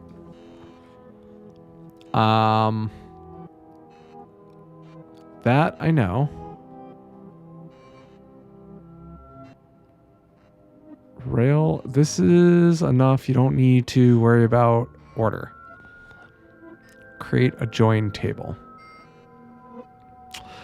Yeah, so we're probably going to just need to put this outside, and that's fine. So we're going to do, in this case, event sessions and event speakers. Now you might be like, whoa, why did you put that there, Dustin? So you have the table migration. So this is doing the table. This is doing an additional like extra step on the outside of it. So what I can do is I do bin Rails DB migrate. What we should have at this point is what I'm hoping we have at this point. So we have this event speakers created correctly. And you can see we have event ID all handled. We have a problem. We're going to have to fix this. So this says event session speakers. So this is saying the event sessions and speakers have a join table. We don't really care about this name necessarily, except that event sessions and speakers and event sessions and event speakers might have a join table later. So we kind of need to make some room for that. So we're going to have to back this out, which, like I've shown you all a bunch of times, easy to do. Just a quick revert. And what we need to do is go look up the documentation, because I don't remember. What is the behavior of create join table? Called without any block, create join table just creates a table with 2 foreign keys referring to the join tables. However, you can actually pass a block when you call the method to do any additional operations, say, do a thing. So, neat. Okay. So what I can do here, I wish I knew the full syntax. Oh, here we go. Here we go. We might have found it. The assemblies, the parts. So I'm like, these are the 2 parts. I like that. That's what we want. I'm curious if we could do it like with a name. Oh, you can actually give it a table name. That's cool. So in this case, what was it? Table name. So I could do table name as event sessions, event speakers, give it an explicit name. Now I could do a table. And this is trying to do some index stuff. I don't actually want to do the index stuff. That's not what I was hoping to do. What I want to do, though, is does not create any indices by default, but you can block it. Note that does not create any indices by default. Yeah, I don't want any indices necessarily by default. I mean, I guess I could do this. So, like, those would be silly indices to buy, to create. It's like, fine where that. No, it's like, I really just want event session ID and an index on event speaker ID, I want to say. But then what I also need to do is T string and T string like that. And let's hope we get what we are actually hoping for. You did not like what I did because do T, I forgot the word end right here. Syntax errors. Gotta love them. You can't define an already defined column. Great. I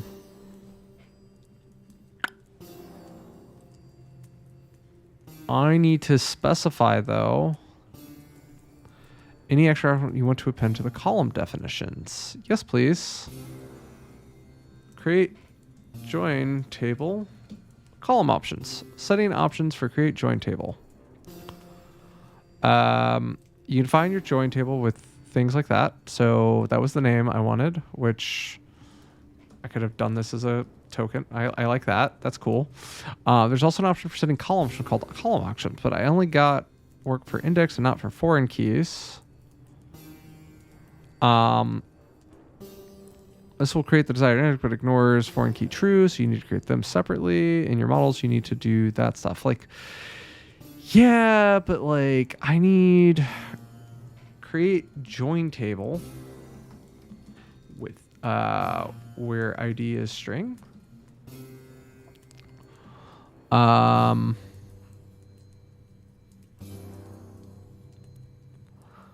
Create join table, adapters, schema statements.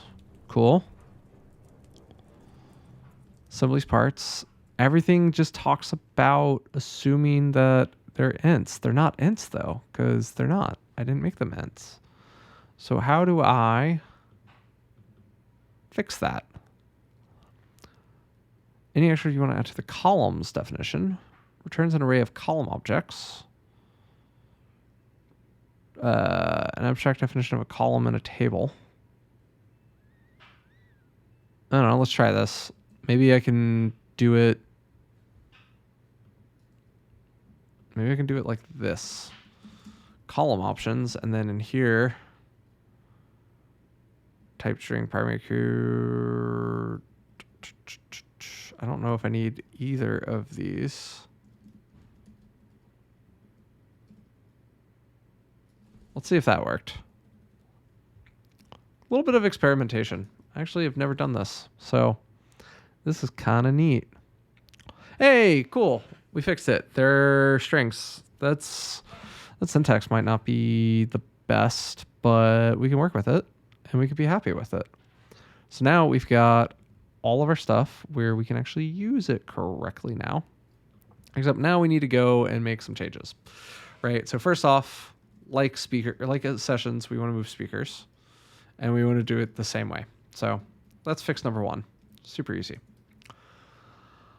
The next thing we want to do is inside of, so we need to open the event model, the speaker model, and the session model, because we're going to need all of them here. So in this case, similar to how event had session had a speaker, we're going to do the same thing here. So has many event speakers as, or actually, I remember trying this. It didn't work the way I wanted it to, and we're okay with that. So we left a little artifact. I forgot to hit save. We're good with it. So now we've got our relationship between A and B working. So super duper happy here, right? So we have our speakers, we have our sessions, everything's working. So the next thing we need to do is create the very difficult relationship, which is, and it was here, has to and belongs to many. That's the relationship name. So has to and belongs to many speakers.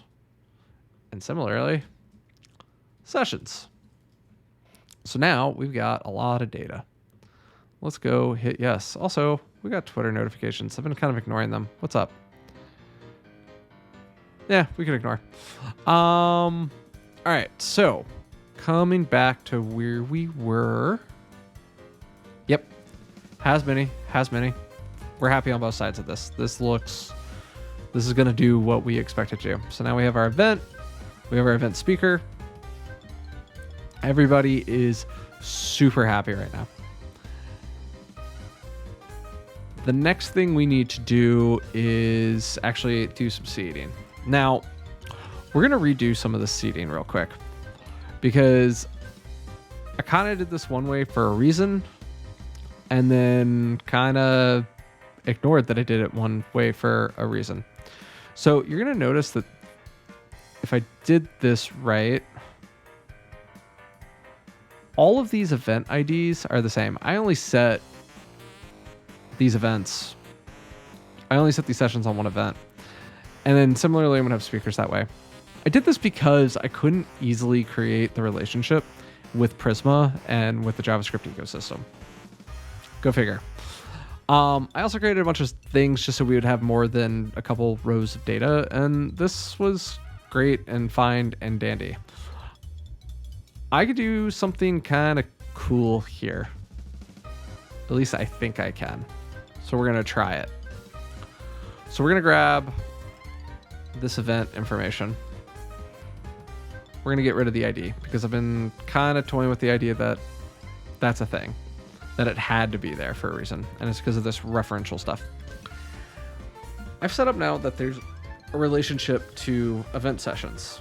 Yeah. So what if I just set that as an array? And then everywhere that I had IDs set, those just kind of got to disappear. Yeah. So I'm going to call this, instead of Connect Tech, I'm going to call it seed demo event, because we're going to just borrow this for a second. So if we come back to our Rails console, right? Let's do a reload. Make sure we have everything. If I set this object to test, so now I have this like giant object that I can go scroll through and see everything. If I say event.new with test, it's saying we're part of the way there. And it's upset because the event session piece of this is not correct.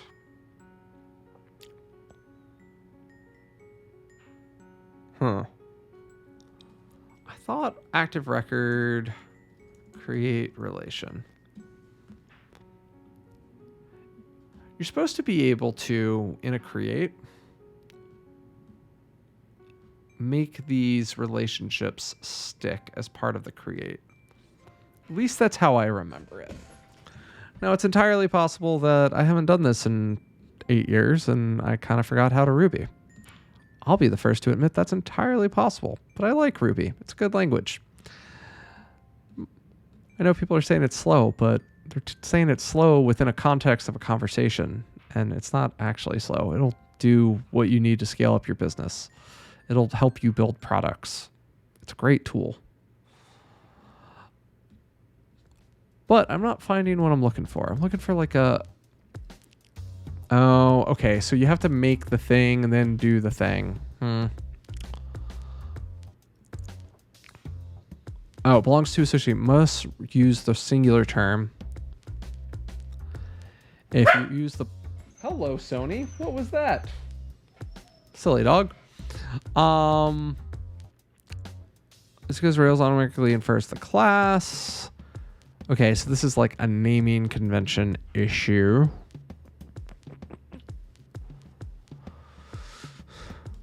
And mine is saying it couldn't do it because it expected an event session instance, but it got this other thing. Huh. Sir, how do you use active record build in a belong? Oh. Could I do build? Is that what I missed? Oh, that wasn't it. Tag new. Build doc. Oh.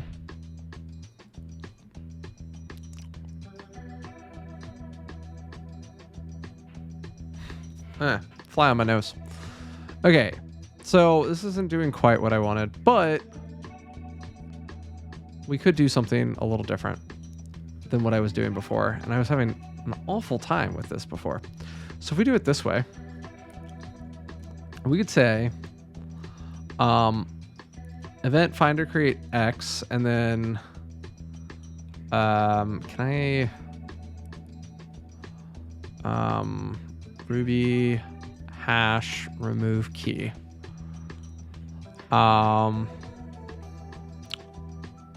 Delete. That's what I'm looking for. So we could probably do delete event sessions. Nope, we don't need all of that. That's too much. Too much. Nice try, Copilot. And then what we should be able to do is this is the event now, and then we should be able to do event. And then what we can do is x dot event sessions for each x. We should be able to do, we're going to call it the event, or no, we're going to call it the session, and that's a session, and this should work.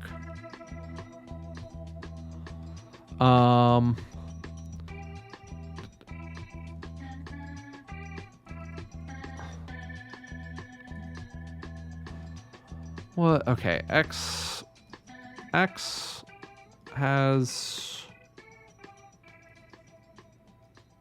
what was X? Oh, did I delete X on accident? Oopsie. All right, let's try again. That's X. And then if we do x.delete event sessions, X is still our original object, right? Yeah. X is still our original object. At least it should be. If I did it correctly.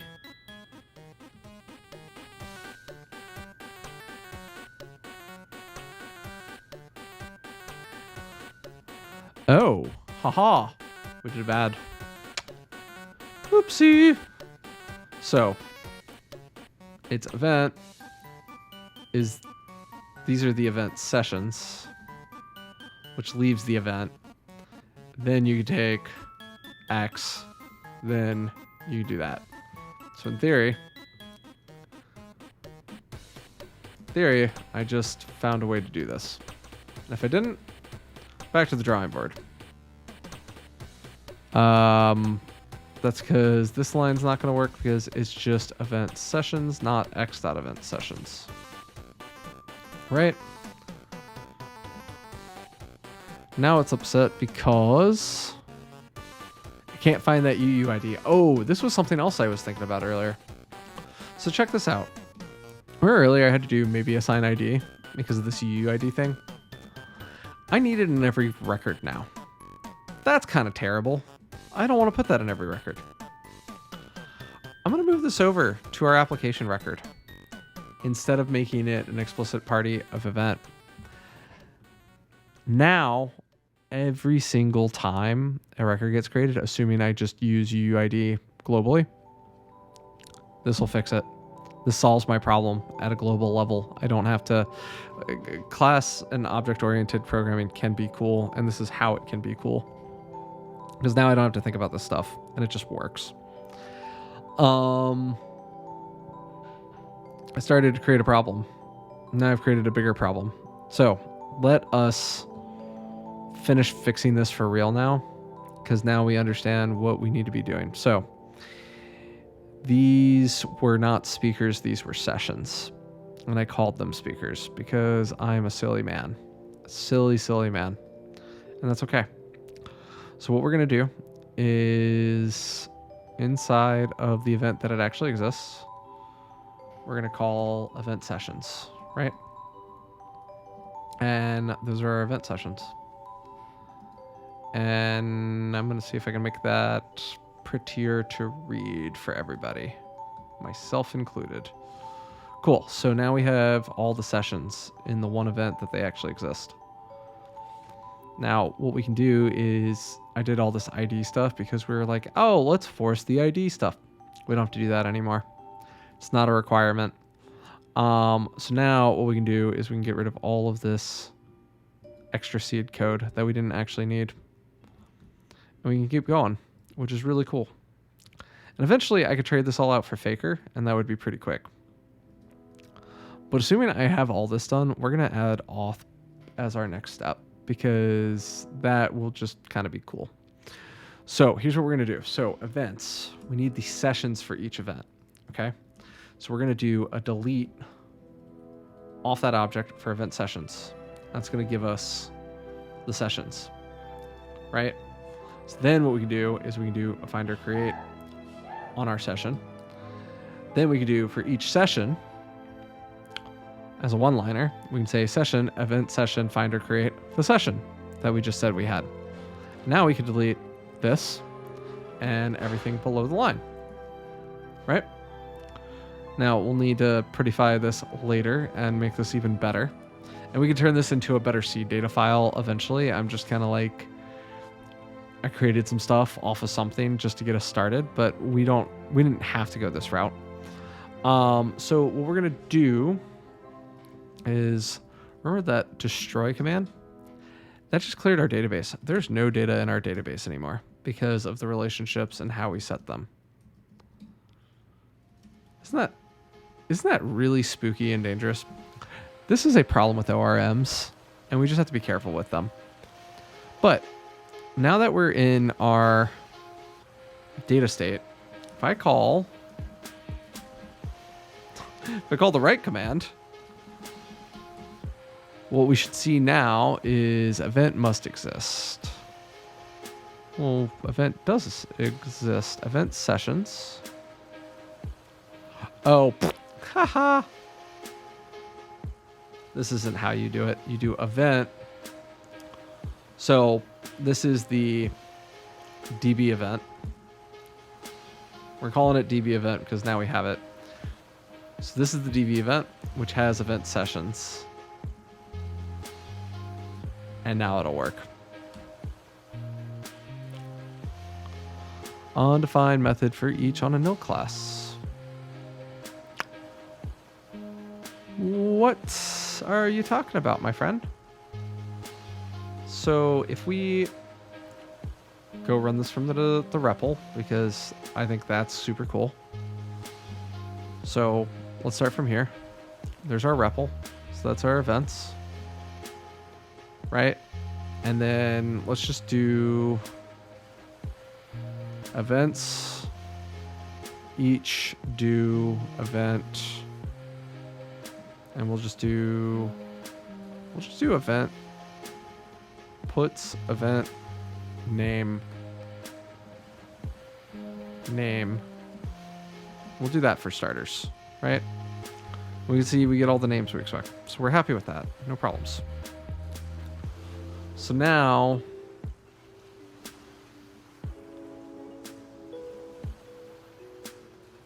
if we put that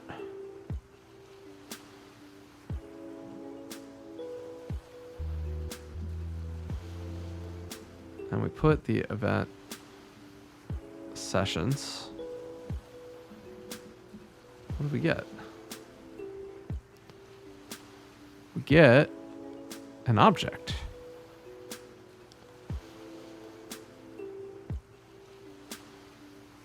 Why do we get an object?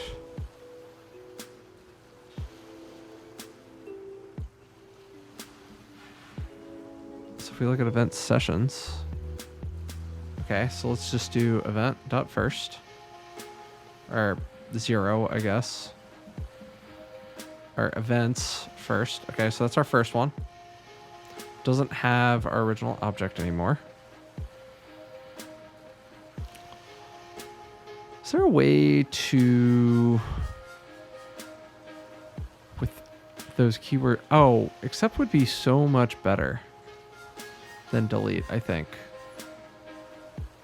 So let's try to fix this a little bit.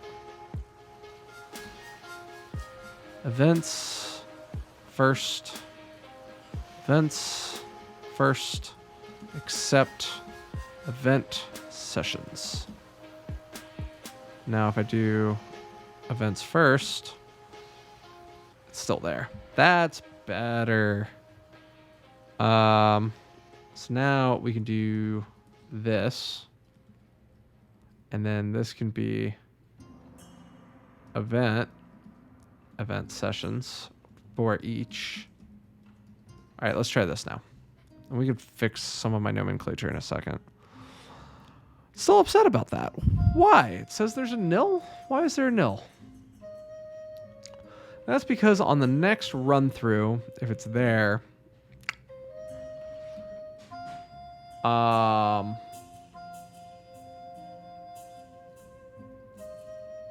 this is an easy fix. So we can write unless it's nil, or better yet, if it's present, run it, otherwise don't. That's been our problem. I just can't read. I might be illiterate. I'm not illiterate. I'm very literate. Okay. So if we're gonna scroll through, our IDs are gonna be different because we built this to not have the same IDs. So I got a bunch of stuff. Don't have duplication, great. If I go and I show each of these, we'll see, cool. If I go show the event sessions, unfortunately, one of these has sessions it shouldn't have, but one of them does. Are they the same? No?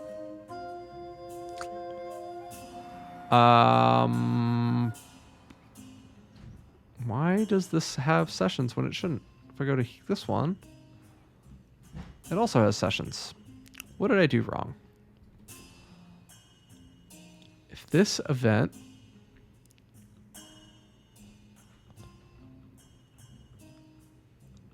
so we can make that EVT, we can make that EVT. If this event has event sessions, do the thing, otherwise don't. Let's just do a quick, again, let's clear our database, right?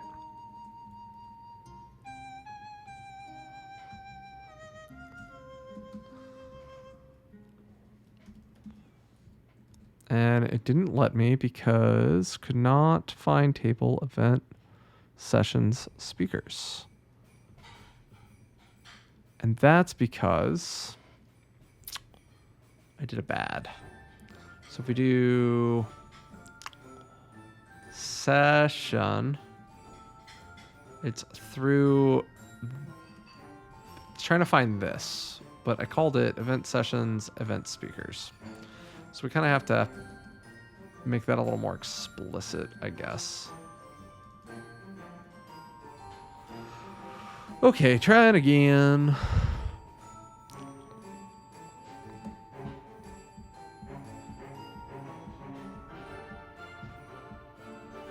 I'm doing something wrong. We're going to get rid of that just for a second, just to clear our database. All right, we're back to nothing. This will get us back to something. And then we're going to show our events, and we're going to see that all... So remember earlier, I said something, and then I didn't listen to myself. We're scoping events and speakers, right? Which means they shouldn't just return all the speakers and all the sessions, right? Right? What it should be is our route is actually event ID, probably event ID. Actually, let's go look and see what it actually is, so I'm not making stuff up as we talk. It is event ID. Session. That's the route. That's our route. This is what I should have done. Which means this is really event find params event ID event sessions. And if I spelled it correctly, just like that, and I refresh, now the thing where all the things were here, and I was like, why are they there? They shouldn't be there. They're gone.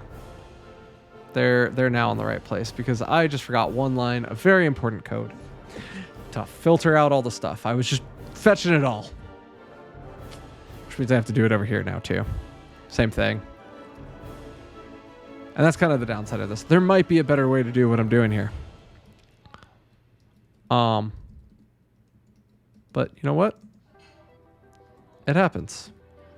So we're gonna just kind of fix that up real quick. And now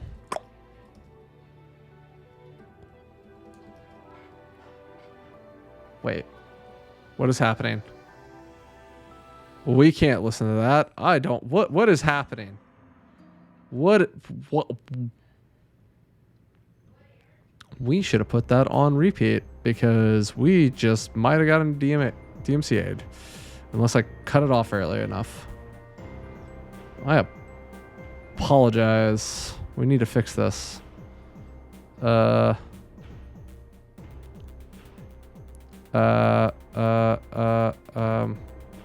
just go find the playlist.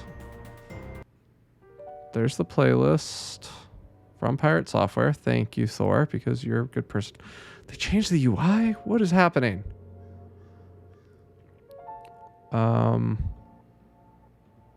You know what? Hopefully this is fine. I want to see the playlist though. Where's my... So this is a playlist. There it is. There it is. And there it is. Okay. Well, we just fixed a pretty important problem. Because we don't want to get DMCA'd. Right? Right? That would have been a bad day for me. It would have been a very bad day for me. Okay. So we're going to have to do a lot more controller work here. We just kind of identified that.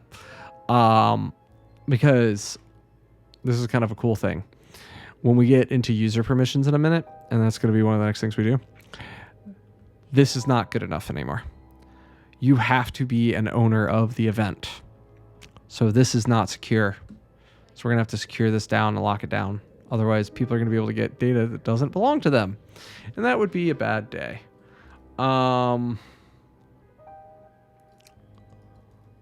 Okay. So we're going to finish the seed file, though, first, because it would be nice to have actual data to play with. So now here are our speakers. Now, I did something with registrants, and I'm not going to do that for this. Because I'm just not going to do anything with this. But we are going to create speakers. Speakers are going to belong to the event. And we're going to have to figure out how to attach the speakers to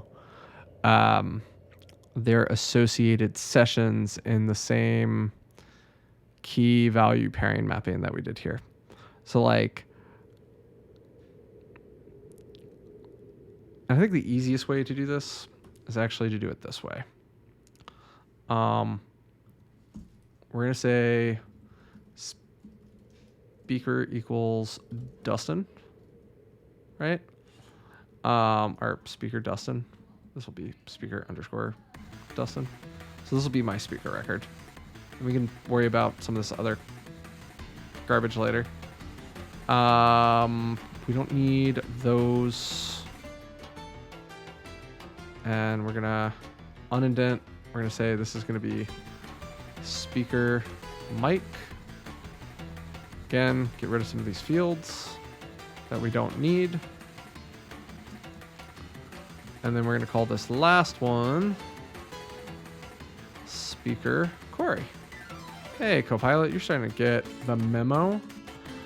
And then we get rid of these. And then we're going to just say snake case. And Copilot's going to know what I'm asking for now because, I don't know, it's kind of smart and I'm not mad at that.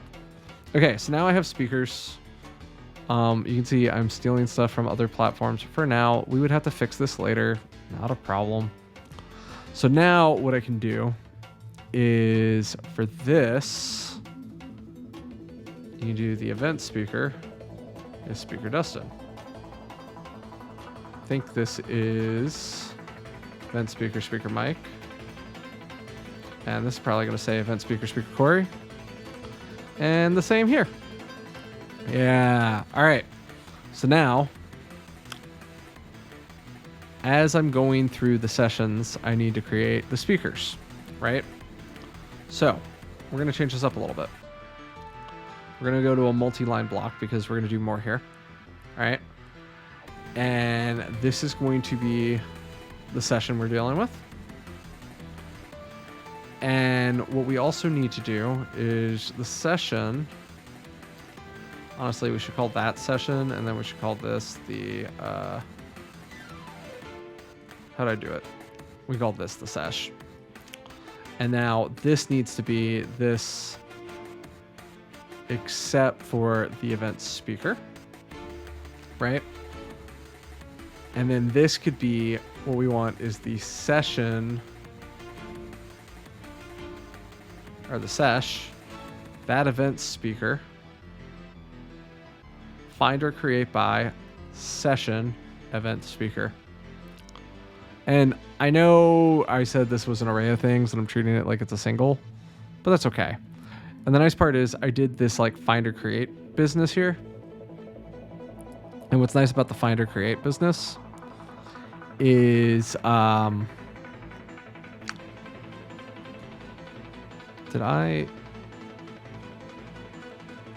going to have to fix this.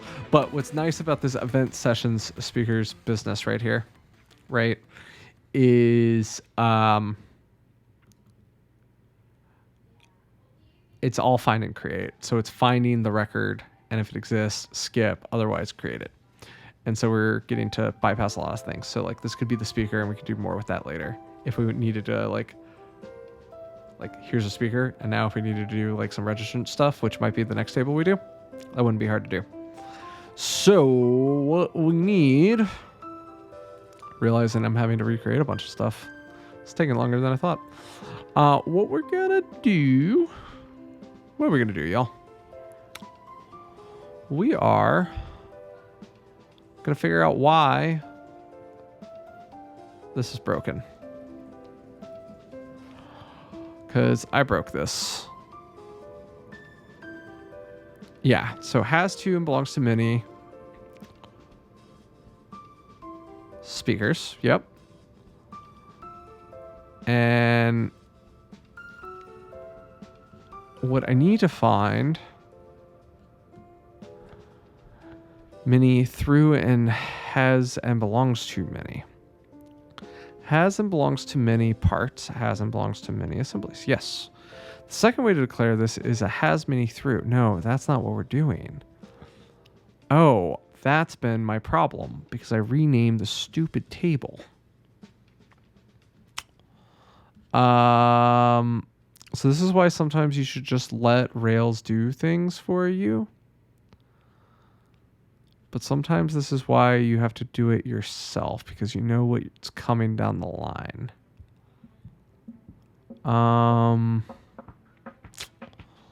What did I actually need to do here?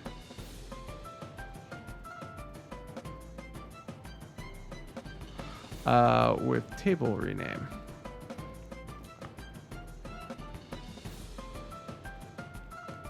Ah, you just specify the join table.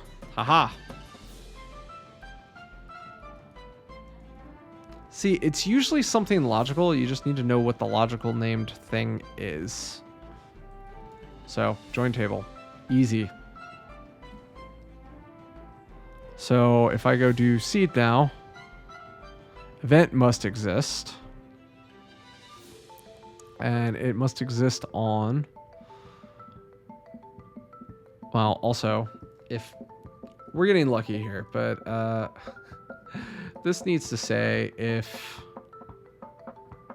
session event speaker is present, because we're kind of making an assumption, but it's not a good assumption. So we're saying this session, its event speakers, find or create this session.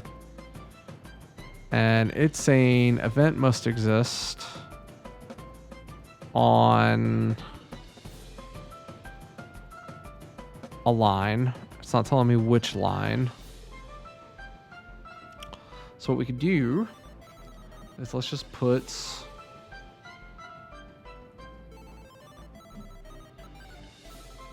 creating it for me. So it's saying right here I don't have the event ID, which, okay.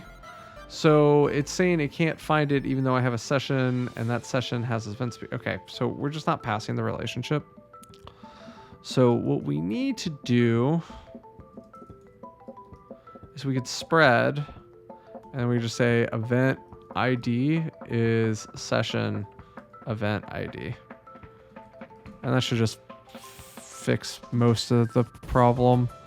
Unexpected syntax.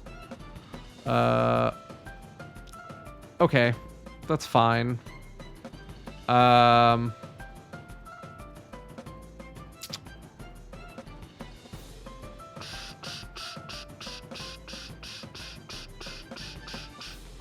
Oh, here's what we could do.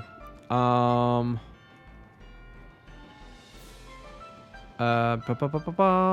gonna do event speaker like this. And we're gonna just say the event ID is going to be, well, it could just be the, is it the EVT ID? Yeah, the EVT ID works. That's good enough. So this is gonna be our new object. And then we could just go roll this back to where we were, right? I think that's correct. Cool. Yay, that worked. So now if I actually go do a reload here, if I do event speaker, that count, I'm hoping I only get 3. I got 4. Why do I got 4? I got Mike, I've got Mike, and did it make Corey twice? It did make Corey twice. So it's interesting it did it twice, because it's literally the same record both times. Like verbatim, the same record twice.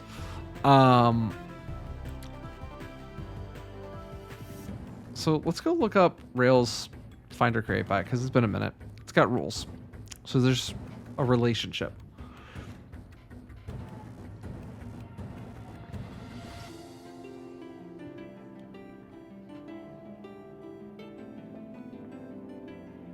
What is up with developers and picking on Scarlett Joe? I really do have that question. Like, I listened to the Vercel keynote today, and they made 5 different mentions to the OpenAI Scarlett Joe thing, and then they did the OpenAI guy was there, and then there's the whole OpenAI Scarlett Joe thing. Like, What's up with us, folks? Like, why are we like this? Yeah, I'm judging us a little bit, but it's okay. So I think I've just been doing this the hard way, which is our creator find is not as safe as I've been making it out to be, and we need to do more here. So I'm gonna accept my mea culpa here. We're gonna do a destroy all again, and we're gonna do this the right way now. So it's really, we want to find or create an event by name. So it's really how do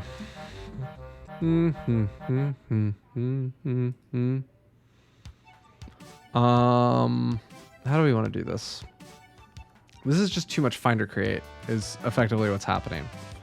So what we really want to do is get it down to just some like create logic, and then for each attribute we want to set our entity here. So let's try it this way, because it's probably going to be a little easier to start from scratch here.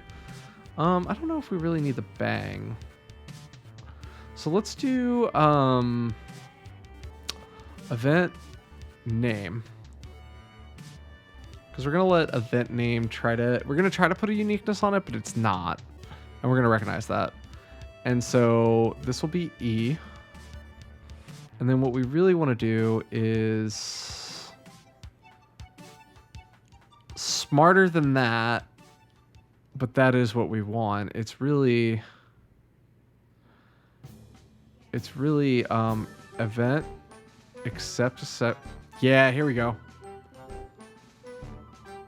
That's what we want. That should do it. This is now our friend that's doing all this, but better. And now what we can say is, okay, now we have our event. So now we're happy to here.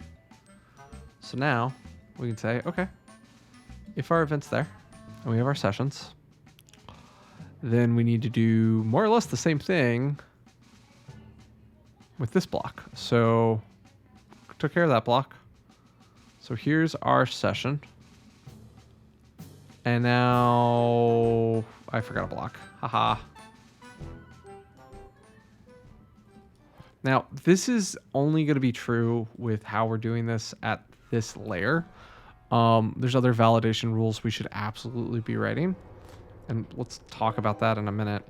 But what we can do now is we can say, okay, session is going to be event sessions, find or create, but it's not this part. That's not true anymore. It's going to be, we're going to just use session name for now. So name is this, and then it's actually name is that. That's how we have to fix that. So now this could be using terrible syntax, but it'll work. S is value. End. And now we just fixed our event duplication issue. And now we can go talk about session speaker stuff. So sesh is now going to be our thing. But we can do that at this layer, right? Now this is trying to be smarter than me. And I'll give it credit. It might be. Oh, you know what we could do? We could do event ID, because we want this to be unique by event ID. So event ID name. That'll give us a little bit of uniqueness at this layer. And then down here, this can also be event ID. And then this could be first name is going to be the session speaker first name. And then the last name. And that's enough uniqueness, I think, for us. And now what we can do this part. Okay. Let's see if I did this correctly. This will be an awesome little verification. We messed up. Nice. It's upset because I did do.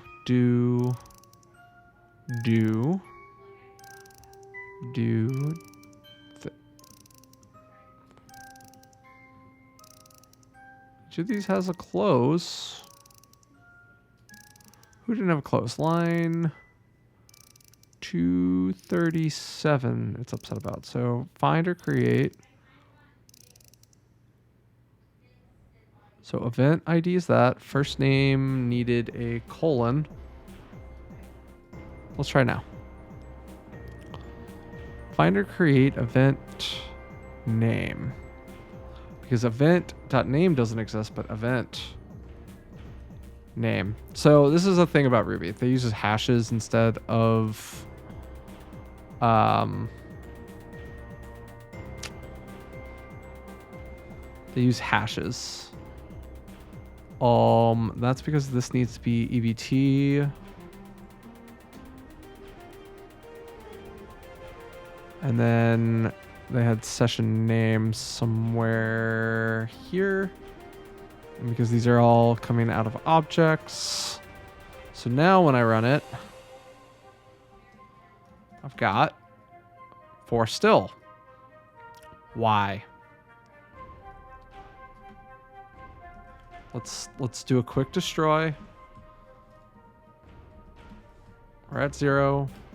We seeded it. We got 4. It's because Corey's in here twice again somehow. So if last name from the session event speaker.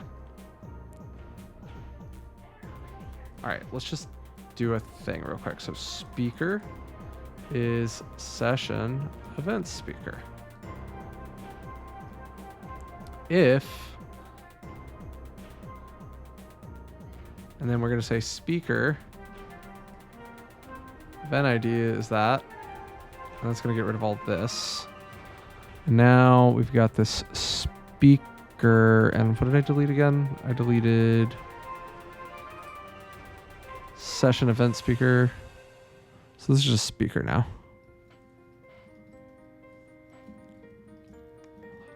If I could spell, these should just be speaker first, last. We're good. I'm going to go ahead and make sure that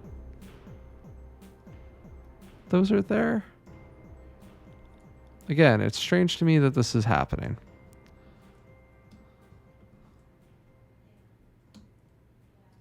Still 4. So find or create. So session, event speakers. All right. It's because it's for a different session. This is why I have messed up. So really what I need to do is this actually needs to be at the event level. So event speakers, and instead of the event ID, this is the session ID. Event session ID. That's where I messed up, y'all. Sometimes it's just a logic problem that needs to be solved correctly. And now I really messed up. No such column, event speakers. Event speakers. That should be fine. And then a speaker.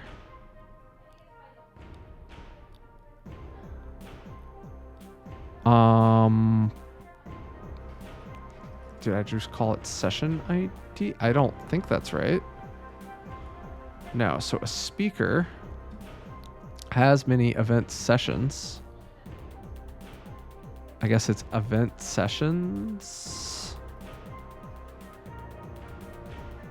Maybe we could just pass in the session. It's probably not going to like that because it's expecting an array. Oh, I don't even need to put that there. In the event, find first or last name. And then I also need this to... I don't even need this at this point because I am doing it at that level. And then for the session, I need to set that. And then... So this is the speaker. .each key value. Set the speaker value. And then speaker.event sessions is equal to the array of sessions, I guess. Speaker event dot sessions can be this, I guess. Kiss my buns. Now, if I did this correctly, we have 3 speakers finally. Because logic. Yay. All right. So now we have a seed that's not God terrible. Okay. We have enough to be pretty dangerous at this point, but we should do a couple things just to make sure we didn't like foobar this thing to all holy hell at this point. So if we come here, no, we want to come to the event HTML. No, it's the show for the event. We just need to be able to see show event speakers and show event sessions. So now we have speakers. And if I come here, show event speakers. Remember earlier we were going to have a problem here because I did something terrible? Yeah, I got to fix that now. So if we go to the speakers controller, remember when I called it that? It's actually that. And now remember our link to issue we fixed earlier too, inside of the other one, but now this one's the event. So this is the speakers index. So this is not an event speaker like that, but now it's an event speaker. So this should be the event ID. And this should be the event speaker ID. Now, hey, there's my information. There's Mike's information. And there's Corey's information. And I can go look at all of our information and it'll all be good. So now I can just keep going back and back and back until, you know, we actually create a site navigation at some point. So like now we can go sessions, we can go speakers, everything works. Ta-da! So this is a really great spot to be in now, because now we have all of our base data. So now we can add our speakers, or add event speakers is what we did. So now we have almost everything we need to make kind of the V1 of this app. What we're going to do now, see how quickly we can do it. We're going to try to speedrun Rails auth, right? Rails auth with organizations. There's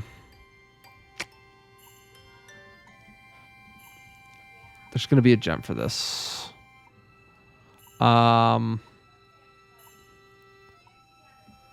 Actually, yeah, this is a good question. Rails Authentication gem.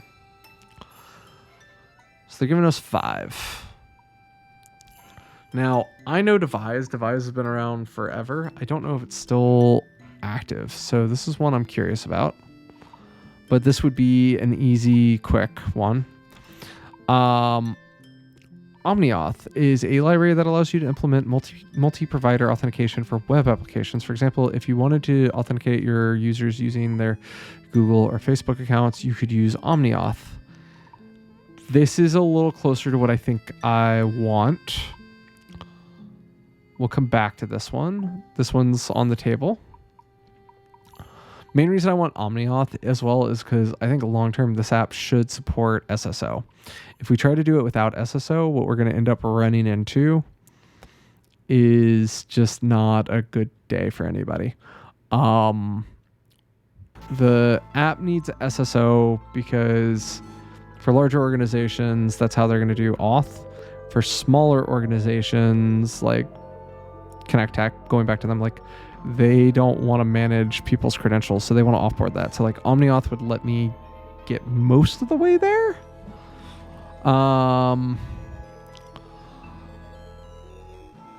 I don't want to be the maintainer.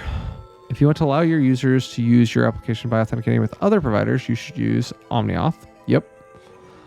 I want OmniAuth. Great. That answered my question. We're actually going to go for OmniAuth. This is great. This is going to be super duper simple. Now, we'll have to figure out all the other stuff in a minute. But the other gems that we need to talk about is authorization. And this was the other one that I wasn't sure about. I remember using Pundit.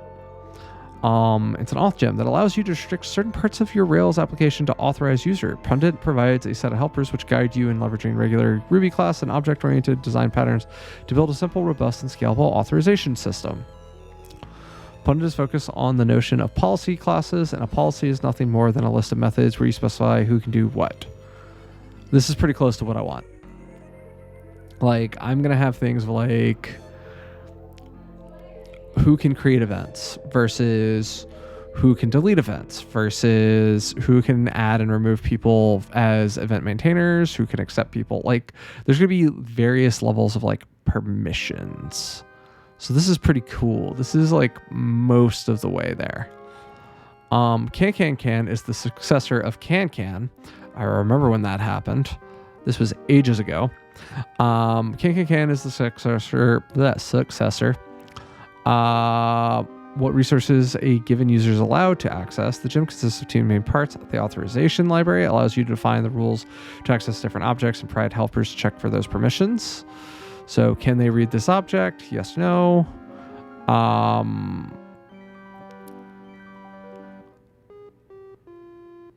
Okay. And the Rails helper simplify the code in Rails controllers by automatically loading and checking the permissions of models and reducing duplicated code. Similarly to Pundit, Can provides a new concept called ability. An ability is a class where you can manage all authorizations. If you think about the post example from above in Can, you will define an ability such as an ability. Cool. So in this case, can read a post is public. Return unless user is present.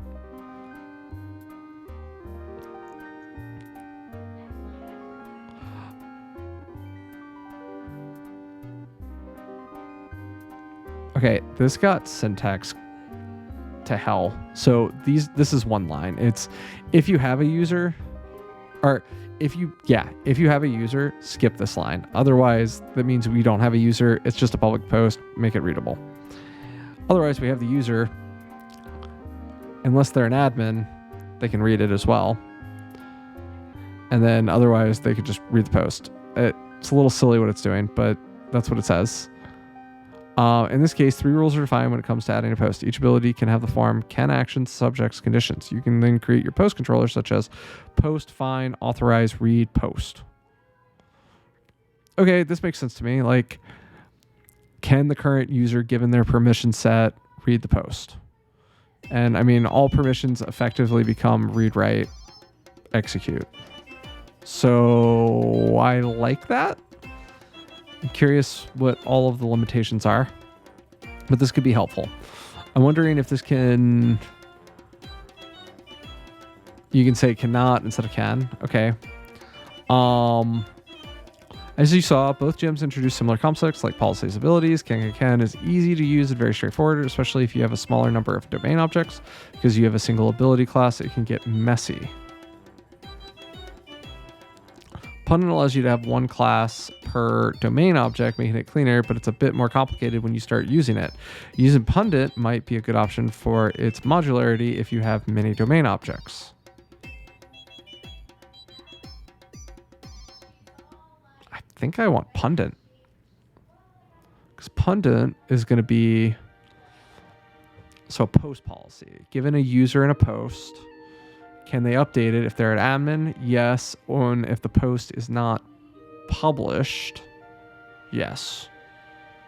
So in your code, you can say post update, redirect to render. So post, and then you just call authorize.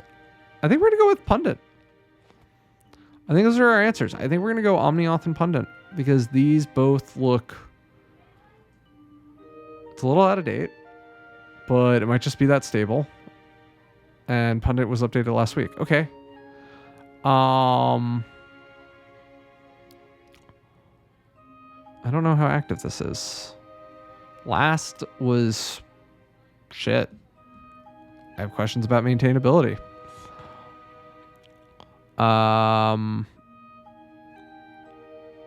Rails looks okay.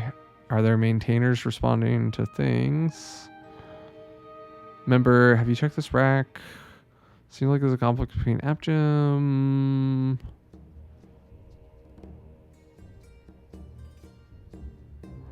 Okay, it does look like OmniAuth is still supported and is probably stable, which that makes me a happy little clam. We like stability. We do.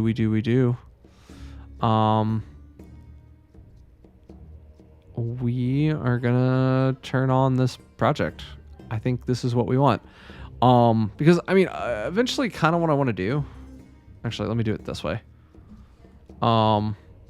Heck, even there, I don't really... So sessionize, right? Like, you want to log in. This is how they decided to solve this, right? And this is really good for them as like a kind of like public version of this.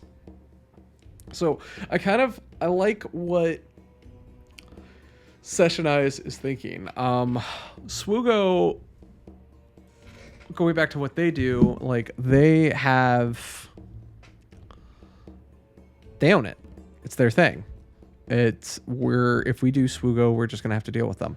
We don't want to deal with Swoogo that way. We don't like having to have our own login. There's also some other like account sharing if you price the product per tier thing that comes into owning your own accounts and doing that type of stuff. So like I kind of prefer this method. Now the last one, and this is the area where I'm like, do I want to do this? How do I want to describe this? It's StartGG. I want to see what they do. Because when they got acquired, I don't remember what they did. Looks like they just have sign in with Microsoft, log in, and they try to like own their own registration. I'm not in love with this. But I think I want to be closer to the sessionized model. Now, you might be like, Dustin, why are you looking at StartGG? Also, why are you looking at Sessionize? Well, StartGG, like, they're really good at handling a slice of life. Also, I mean, just to, like, pull a couple other, like, there's this, there's Battlefy, there's Challenge. Like, what does a login or sign up look like? Discord, Facebook. So they're using third-party providers. You have Battlefy, and they're doing a bunch of third-party stuff. They don't want to own your stuff. You have a bunch of accounts. Go ahead and use them. Faceit says to create an account, they want your email and password. So, like,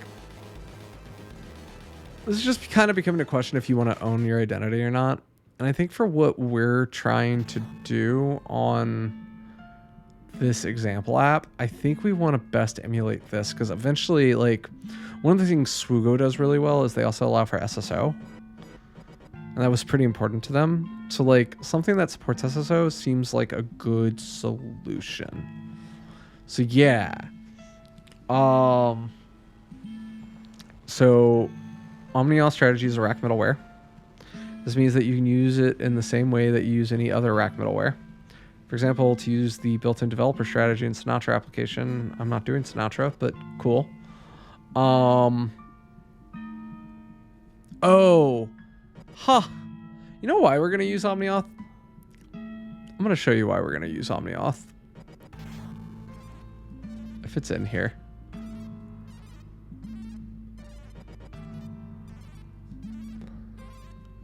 This is why we're going to use OmniAuth.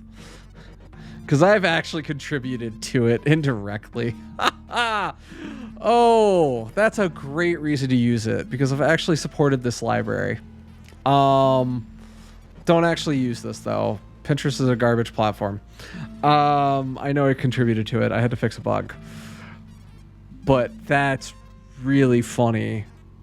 And this makes me smile. Because look at all these, like, third parties that I could integrate with. Like, GitHub. That's awesome. Like, Google Reads and Bloom. Khan Academy. I'm guessing, like... Let's see, is Battle... okay, Blizzard's not here. Is Steam on here? Yeah, like, I could do Steam. I could do TaskRabbit. We could do TikTok. We won't do TikTok. But yeah, like, look at this list. This is an incredible list. We're absolutely going to use this. Because it's going to solve all our problems. And I'm just, like, so appreciative of that. So yeah, we're gonna go this way. Okay, because OmniAuth is built for multi-provider application, you may want to leave room to run multiple strategies. Yes. For this, the built-in OmniAuth Builder class gives you an easy way to specify specific strategies. Cool. Note that there is no difference between the following code and using each strategy individually as middleware. This is an example that you might put into your Rails initializer. Neat. Guess what? This is what we're doing. This is totally what we're going to do. OmniAuth is an extremely low touch library. It is designed to be a black box. Yep. This makes OmniAuth incredibly easy where providers, the name of the strategy, for example, developer or Twitter. From there, OmniAuth will take over and take the user through the necessary steps to authenticate a chosen strategy. I love it. Once the user has authenticated, what do you do next? OmniAuth simply sets a special hash called the authentication hash on the rack environment to this thing. The hash, yes, this is totally right. Okay, we are totally not going to use devise. So this is what we need to do. So step one is we go into our gem file. And inside our gem file, we need to add all this OmniAuth stuff, which we can just go ahead and put here. So this is going to be authentication and authorization. We'll put pundit and all that stuff here later. All right, next we need to insert the middleware. So we're going to create OmniAuth RB inside of initializers. OmniAuth RB. Cool. Done. So this is kind of cool. So it's saying if we're in development mode, give me the developer rule, which that's neat. All right, and then additional providers could be added in the future. Next, we will wire it all up. Okay, so I did install some stuff, so I'm going to kill my server real quick, and I'm going to run bundle install. If you're like, Dustin, what is bundler? Bundler is NPM if you're a JavaScript developer. If you're not a JavaScript developer, or like, what the heck is NPM? I needed a package, a library, if you will. I added it to my library. And I said, this is what I'm going to use. And then I just said, install it. And it just handled everything for me. So then I don't have to think about this stuff. So this is great. Now I have a working OmniAuth. Well, not a fully working OmniAuth, but we're going to go ahead and go do some configuration. So if we go into our routes, this wants us to create a provider callback. And it also wants us to get a login to a controller called sessions. That means we have to make a sessions controller. Easy enough. And we're happy copying and pasting this code because we're familiar with kind of what it does. It's been probably 10 or so years since I've used it, but I did write something like this at one point in time. So yeah, render will give us the new, create will give us the session creation, and this will help us manage sessions, which will be super great. We're gonna have to deal with this, and I'll figure it out in a minute. But let's go ahead and just create an app view like it's saying. It wants app views, sessions, new, .html.erb. And now if you visit the login screen when I start my app, so if we go back to Ben Rails S or server, and we go back to our application. So if we come to the root, there's nothing. And if we go to login, there's something. Now when I hit login, I think I could just put test, and then it's like, hey, you got to do something with this, and I'm okay with that. So we'll kind of move on with that now that we know it's there. Now if you visit login, click the button OmniAuth. That should now display the OmniAuth details available to integrate into your own user management. If you want out-of-the-box user management, you should consider using OmniAuth through device. See, I was hoping to get away from that, but I'm okay with this. This isn't actually all that upsetting to me.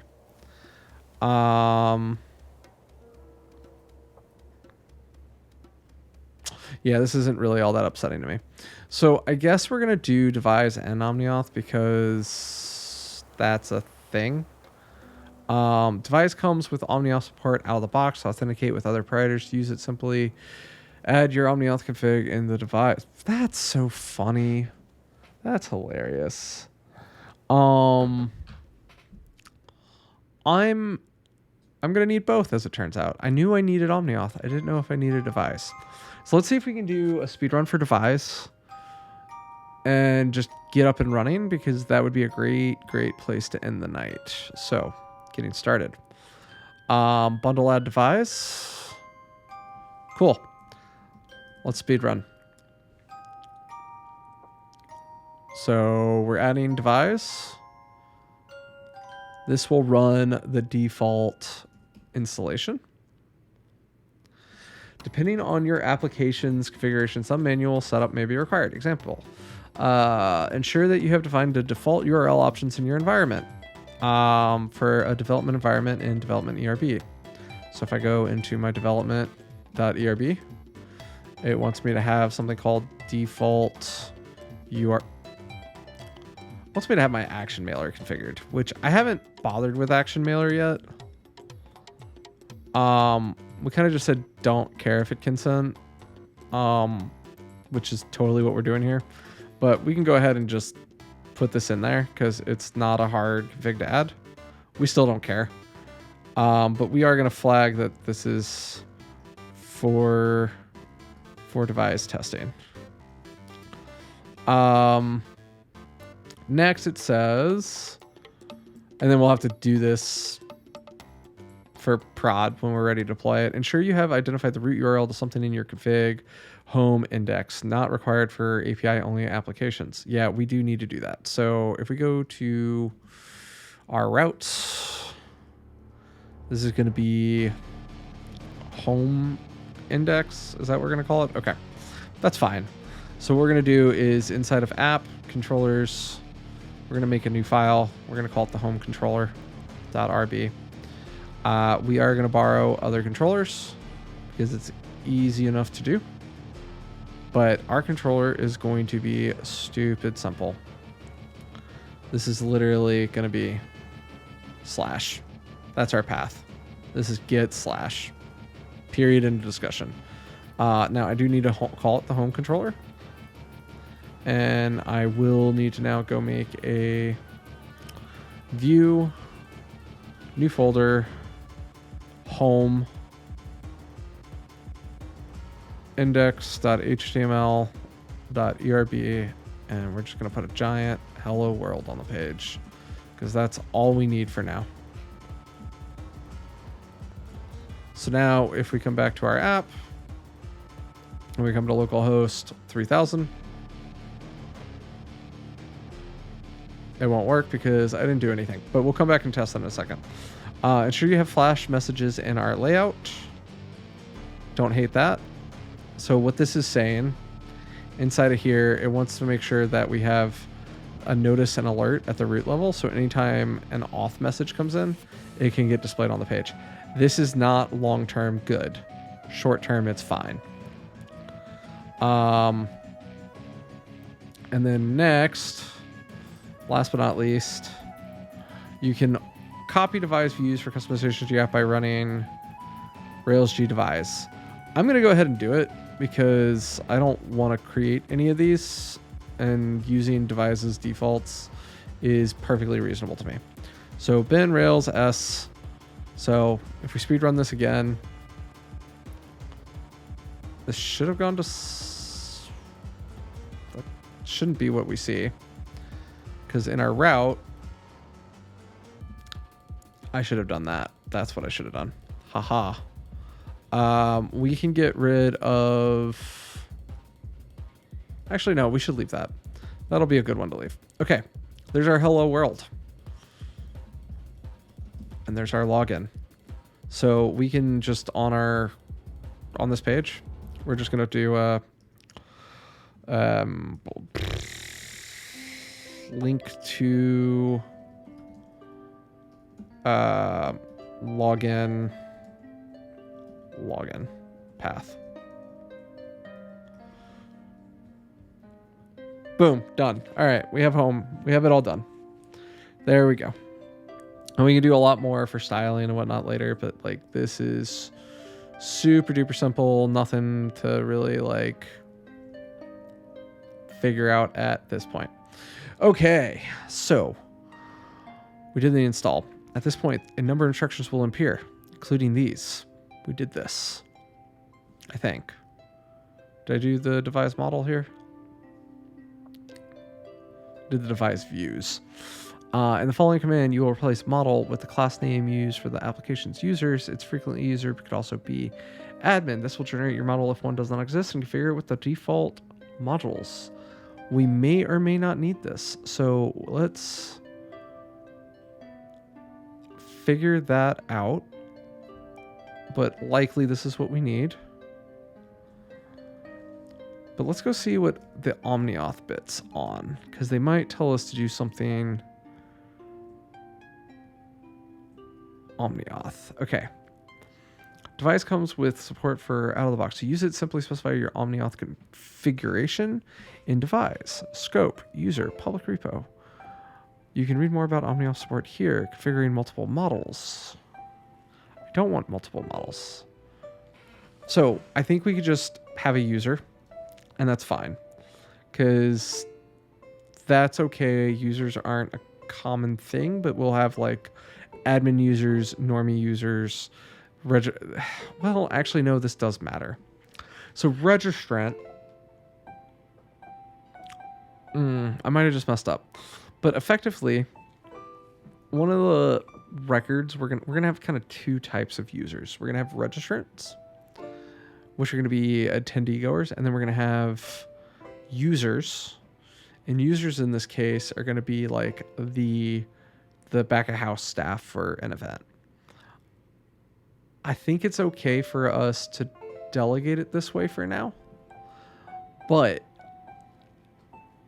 we're going to just need to be careful with this. So we're going to have to just figure this out for now. And I think when we're doing this, we'll just want to remember that as a next step for when we do registrants. This is also why I skipped registrants today.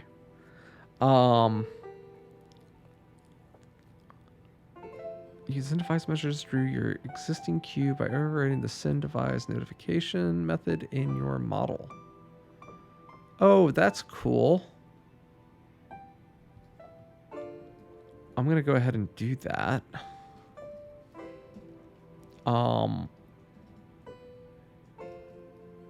So if you're like, what is that, Dustin? What are you doing? What is active job? Why are you doing this? So something that a lot of JavaScript people do, and it drives me nuts. So we'll write a form and send an email from that form. That's horrible for your server. You really should defer it to a job worker, and that's all this is saying it's going to do, is post this to a job later. This is actually kind of a really neat library when you look at it this way. Okay, so we did the model. Let's do a Ben Rails DB migrate, because we really don't care about the migration table, if we're being completely honest about this. Like, this is stuff we will care about and we'll need to enable at some point, but these aren't things we care about now. Oh my god, I forgot about uniqueness factors. I totally forgot about uniqueness factors. I don't think we'll have those. I don't think any of our existing stuff needs to have that. Names aren't necessarily unique, but that might be something we might want to enforce. We'll need to... You know what? We'll figure that out, but that's probably a good call. We'll come back to that. We can also add some of that stuff later. Anyway, so we devise model, then we run migrate. You should restart your application. So we would have to kill our server, which we've already done. And then devise will help create some helpers. So now we can, like, before action, authenticate user. For Rails 5, note that protect from forgery is no longer appended to the before action chain. So if you have set authenticate user before protect from forgery, your request rules often can't verify CSRF. Good to know.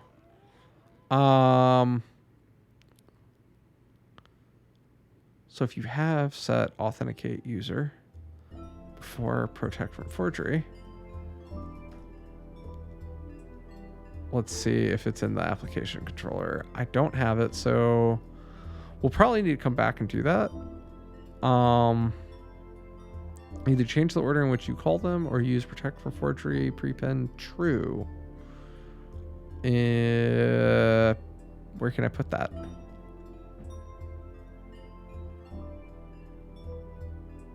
Oh, we can just write, it's literally saying to do, I understand what it's saying. It's saying to do this, which we will do. So that's fine. Okay.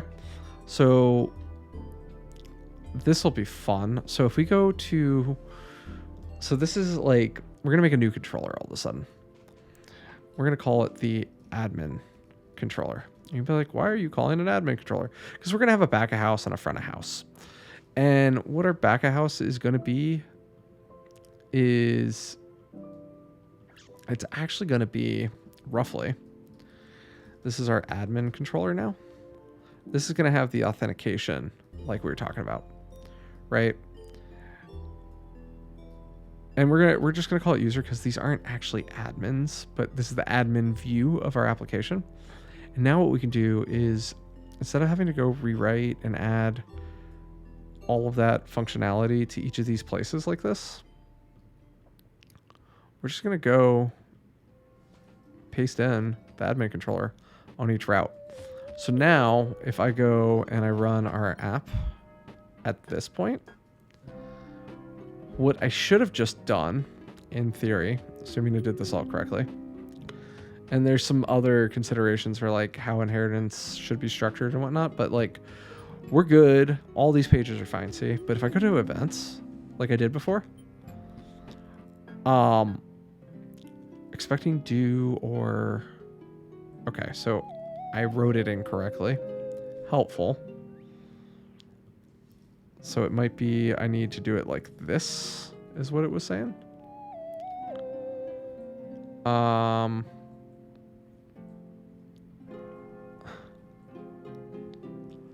Oh, or we could just, maybe that's all it was trying to say.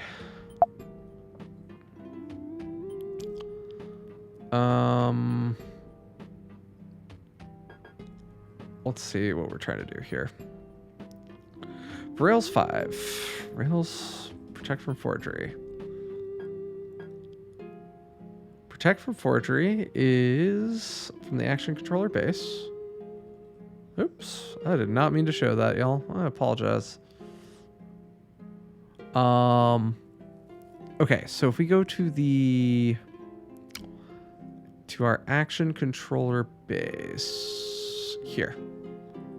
So application controller inherits from application controller, which comes from action controller base. So like, so far so good there. We can do protect from forgery, turn on requests forgery. Bear in mind that git and aha. All right, I see what happened. I just don't know how to type and what it's really trying to tell us to do. And this is some of the weirdness with Ruby, is that's what it was trying to tell us to do the whole time. So now if I come here, brought us to our login page. Cool, right? Neat, right? Now we're gonna actually want it to go to that login page instead. So we're gonna have to do some reconfiguration here. But that is what was missing from our app. And so now people can't log into our app without having an account. And now we can go through the whole OmniAuth integration bits, which this feels great. And then you can do some other helpers, which is really nice once you're in this flow. So like, is the user authenticated? Do you have it? Let me get their session. And remember when I said I needed to be careful with the word session? Bada bing, bada boom. All right, so we have all of this. Notice that if device is called member instead of user, then everything becomes based off of member, not user. Yeah, we're good with that. And again, we might want to rename what we did things. These are the models and modules that we have. We're going to want to turn a lot of this on in all likelihood, but we're also not. And this is where I'm struggling a little bit, because what we want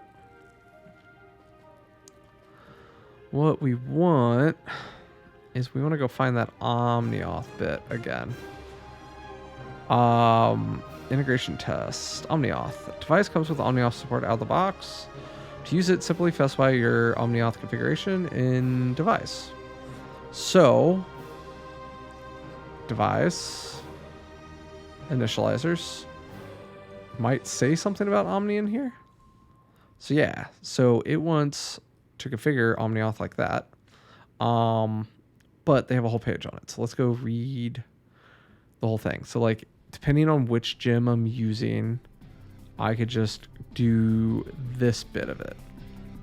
So I think if we go back to the OmniAuth page, where it's just like, hey, for like your very, very basic, like getting started, like just do provider developer. I think I can do that. I think I lose some stuff doing it this way, but so I think config developer. I don't know if that'll work, but add a new OmniAuth prayer, check the wiki or more for information setting up your models and hooks. So Rails without device is this, but that's not where we are. So this is talking about Facebook, user controllers. What are we trying to do? We want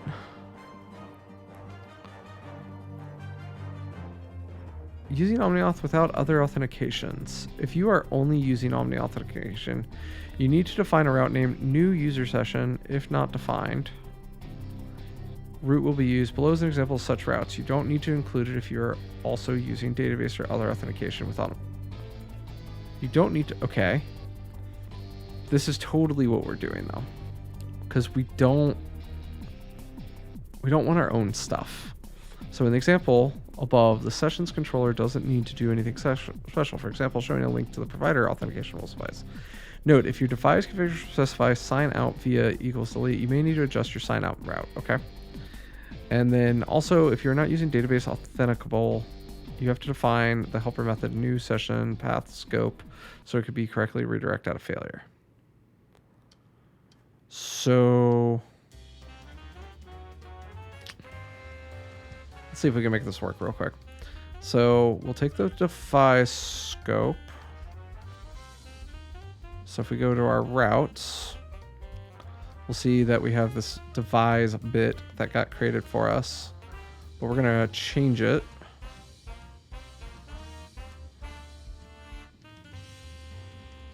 And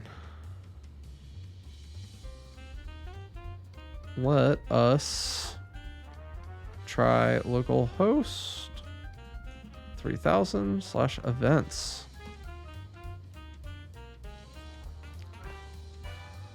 Please add devise omni-authable to the user model. Aha, I forgot a step.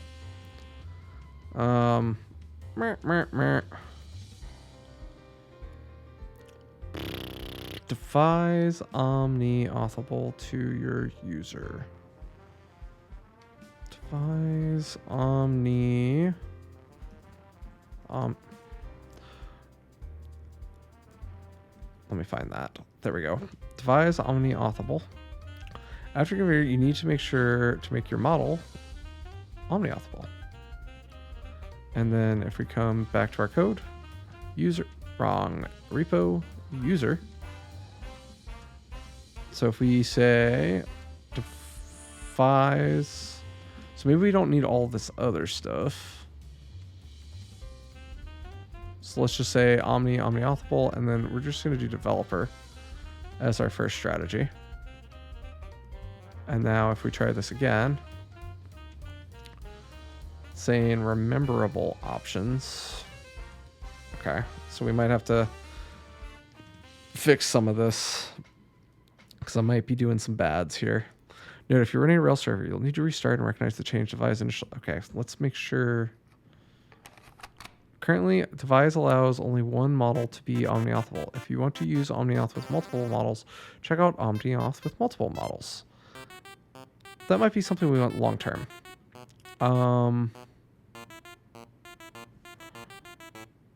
Okay, now this is very angry. Because it didn't like the developer thing that I did in our devise.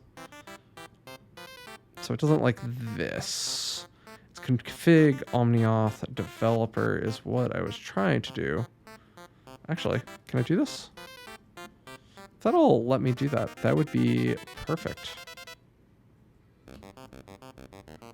That works. Okay, and then my sessions path from... I need to go delete some stuff now. So we're going to go back to the route where I set up this stuff. We don't need that anymore. And then we also need to go fix our homepage because that link's no bueno anymore.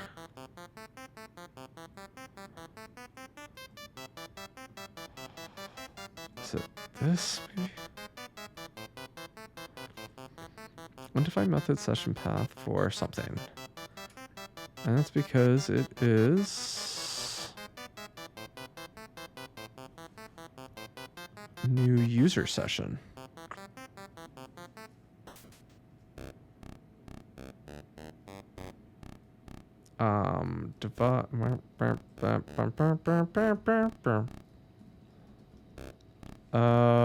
I'm trying to find something very specific here. Sessions new. Where am I trying to look? I'm trying to look in session path and sessions new. We can close this. We're not going to use that anymore tonight. Shared link new. What? It's in the form. New HTML. New HTML. No, give me that new. Form 4. Session path.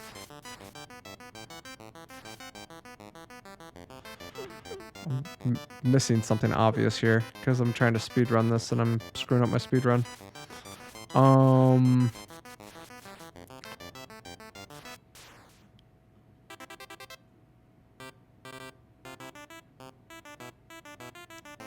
Okay, there's a whole way to do this, and I'll deal with that later.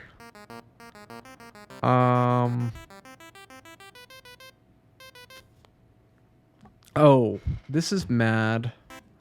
I'm understanding now.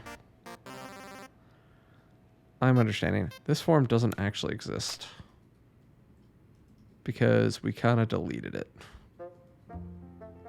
Yeah. So if we go to events, redirects to sign in, which I don't think it should. No, yep, that's what it does. That's the devise. So that redirects here, which goes to our login, which does our thing, which is...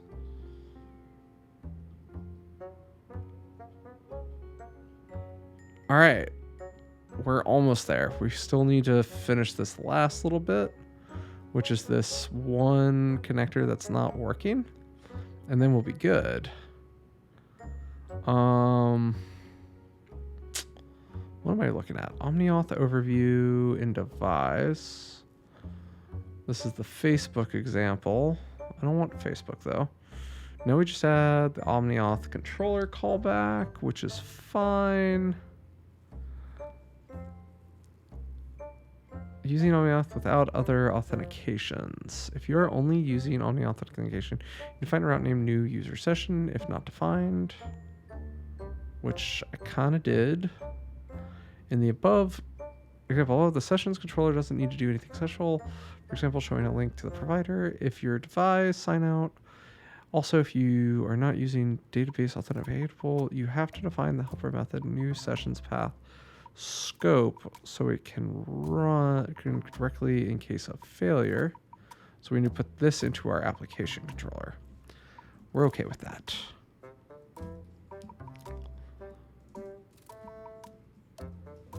Okay. Closer and closer.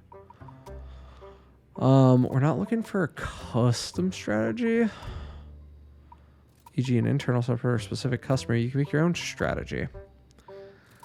First read, strategy contribution. Request phase initiated doesn't trigger. Okay, let's try this. Devise plus develop OmniAuth developer strategy. What am I missing? Because OmniAuth, create a local OmniAuth strategy for Slack. OmniAuth with devise, a generic. Let's see if anybody can give me like my speed run here. Nope. So this is the developer strategy. So name, email, request, form, UID options. So what does this do? The developer strategy is a very simple strategy that can be used as a placeholder in your application until a different authentication strategy is swapped in. It has zero security and should never be used in production. Yes. Usage. To use the developer strategy, all you need to do is put it in like any other strategy. This will create a strategy that when the user visits auth developer, they will be presented a form that prompts for, by default, their name and email address. The auth hash will be populated with these fields, and the UID will simply be set to the provided email. So in theory, this should have worked. So like, let's do this. My name's Dustin, and we're just going to d@test.com. Sign in. Uninitialized constant users.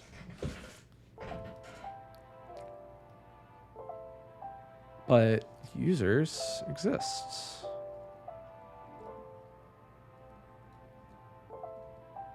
So somewhere somebody wrote users.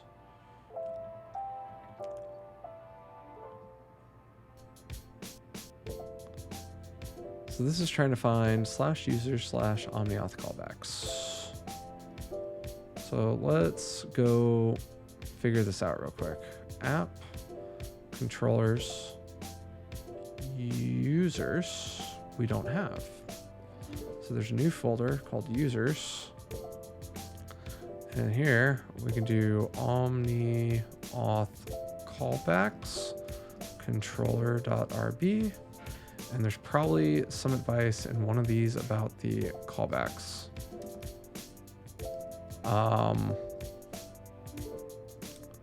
So now we just add app users omniauth. Okay, so I misnamed it, but I was close. Or no, I did name it correctly. Neat. Yeah, I did name it correctly. And now in here,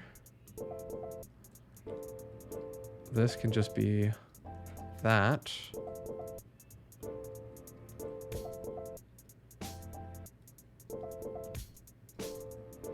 Okay, closer. I think we're like one step from being done. Devise omniauth skip before verify only Facebook. So we come to the strategy here. So use omniauth builder for provider developer, which we did. So what are we supposed to do here? Man, it's been forever. So what we need to do is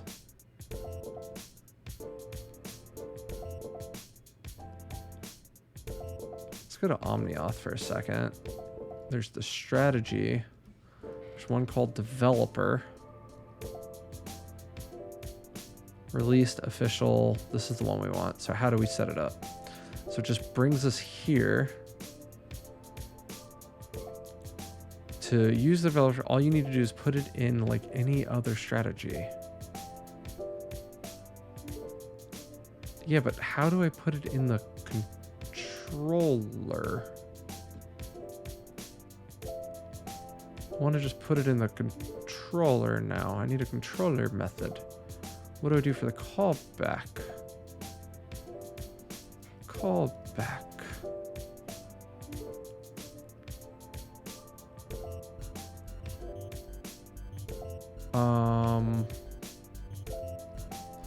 OmniAuth developer strategy callback.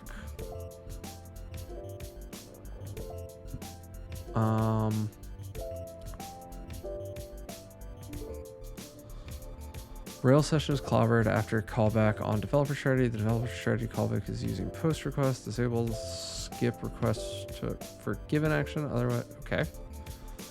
So skip before action verify authentic. Okay, let's try it. I don't think that's right, but users omniauth control. Okay. On developer, maybe?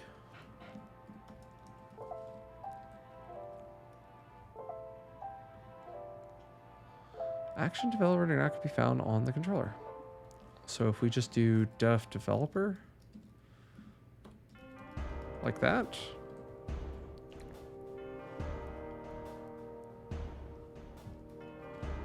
What happens if we just redirect to events URL?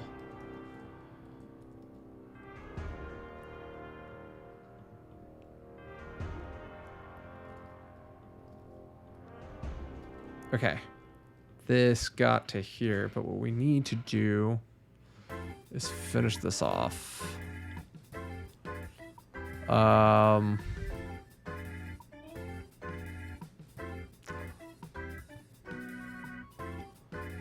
We're gonna borrow. Gem file includes OmniAuth, OmniAuth GitHub, OmniAuth Facebook, routes to create, begin, authenticator, disallow session user ID of session. When successful using other providers or in test mode, callback should be provided with valid token. They've just got a request forgery issue, different than what I'm seeing.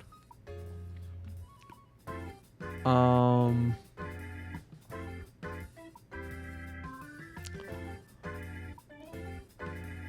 just Making sure I'm not missing something super duper obvious.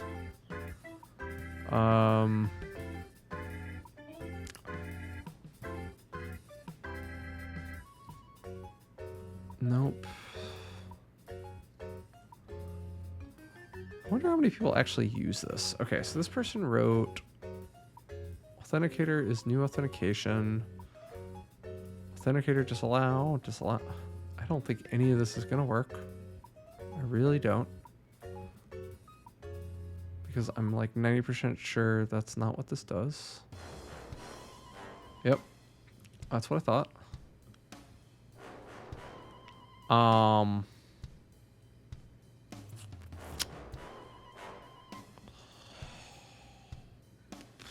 What we could do, let's go look at the other examples for a second. So now if I initialize it, these values will automatically be set. This is the OmniAuth form from OmniAuth overview. In Devises wiki. Okay, so the callback. So Facebook says like from OmniAuth request. Okay. Hold on. I think I know what we need to do. We're not going to do Facebook because that's silly. But what we can do is do things like it. So in this case, user is going to be user from OmniAuth, and that's going to be our request maybe. Let's see if we can do stuff for a second. This will be very, very interesting. Did it work? Oh, that's awesome. So that worked exactly as I would hope. Oh, that worked exactly as I would hope. So OmniAuth dot auth. Does that give me anything? Yes, this gives me so much. Yay. Yay, yay, yay. We can do a lot with this. We can do so much with this now. Okay, so this thing right here, that's what it looks like. So I don't know what that's going to do verbatim. So that's actually a cool question to ask ourselves. Actually, let's do a reload. Reload. Restart the whole thing because it wasn't in the initializer. All right, there's your provider. And if we say user from OmniAuth X, user from OmniAuth.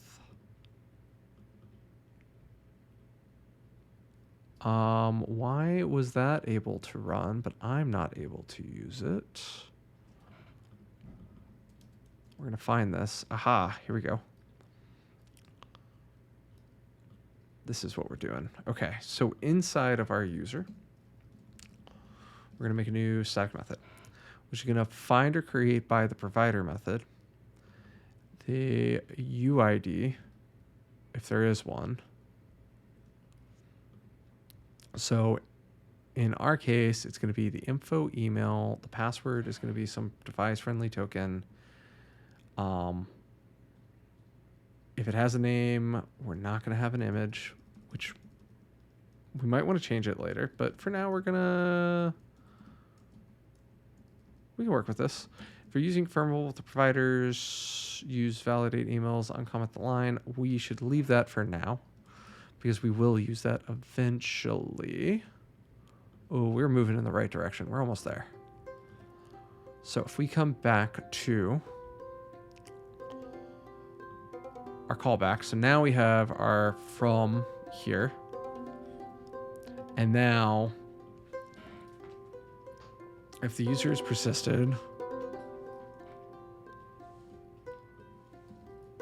oh, we can do so much with this now. Okay. So in our case, sign in and redirect user to the event authentication. And then we can set flash notice, kind, developer.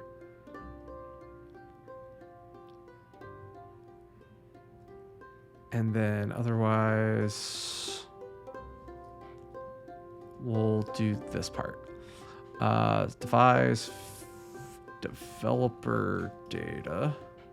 Request OmniAuth, accept extras, redirect to new registration, kill, and we might be... Thank you, wife. My wife's amazing. Have I ever told you all that? She continues to be an amazing soul. If I left a debugger there, I should remove it for a minute. Okay, so check this out. Oh, now we are cooking. We are cooking. So if we go events, sign in with developer, we're gonna just put in some BS info. Now it's like, hey, no such column users.provider. Okay. So user model, if it had a provider, because if we go look at the devise user create, we didn't do provider at all. So now what we need to do is tstring provider.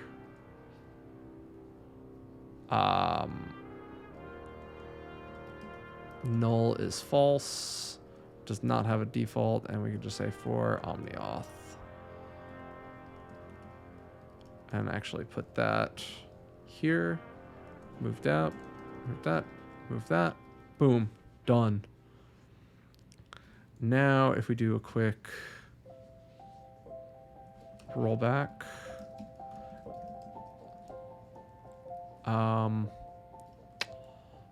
probably need to comment that out for a second, because you can't roll back something that's not there and then comment it back in to actually migrate it. That would have been smart of me. Unexpected variable somewhere. T-string provider null false.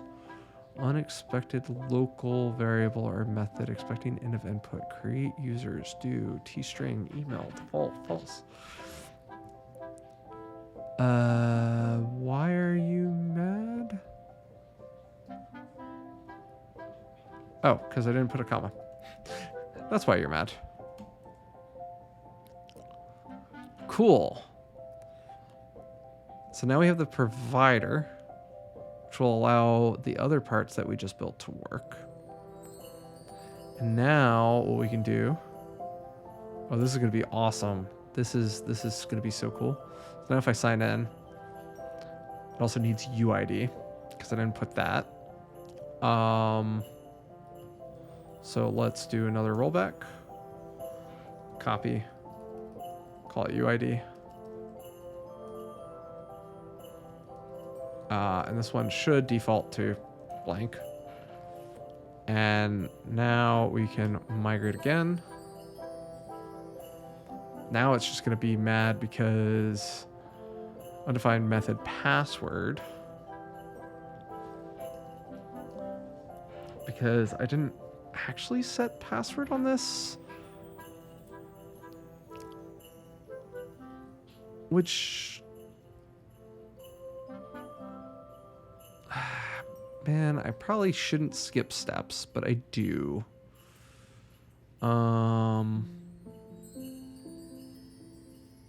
It's not this one, it's here. Okay, so devise for users before you sign in, do stuff.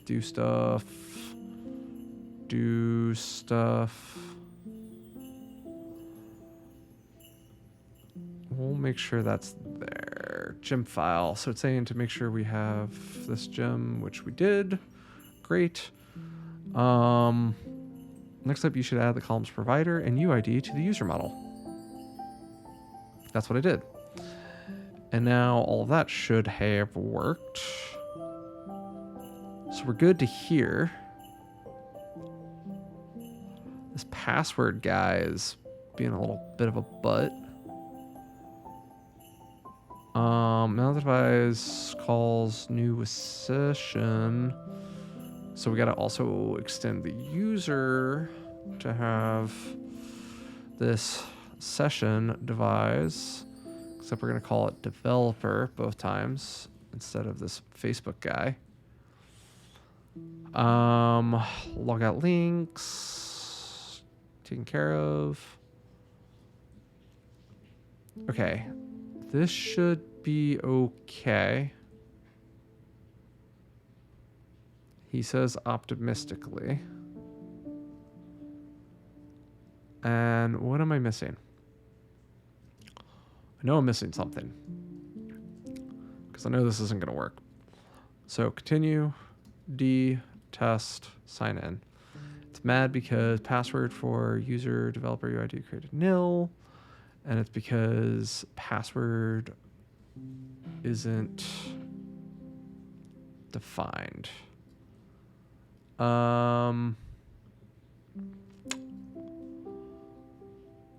OmniAuth does a lot of stuff. This is Defi. Okay, Defi also does a lot of stuff. This is what I was looking for, though. Database authenticatable, maybe?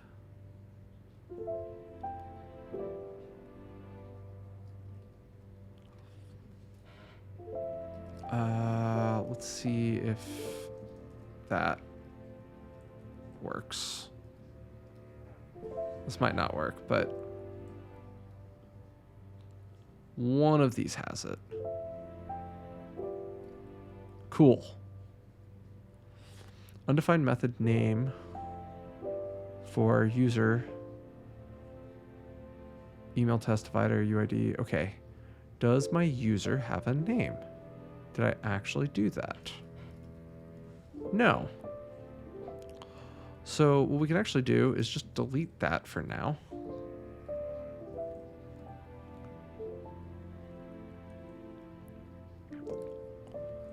So localhost, no route matches / events. That's a lie.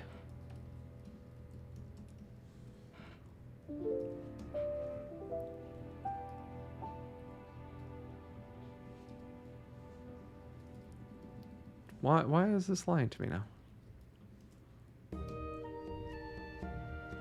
Because I've screwed something up, that's why. Invalid route name already in use. Invalid route name already in use.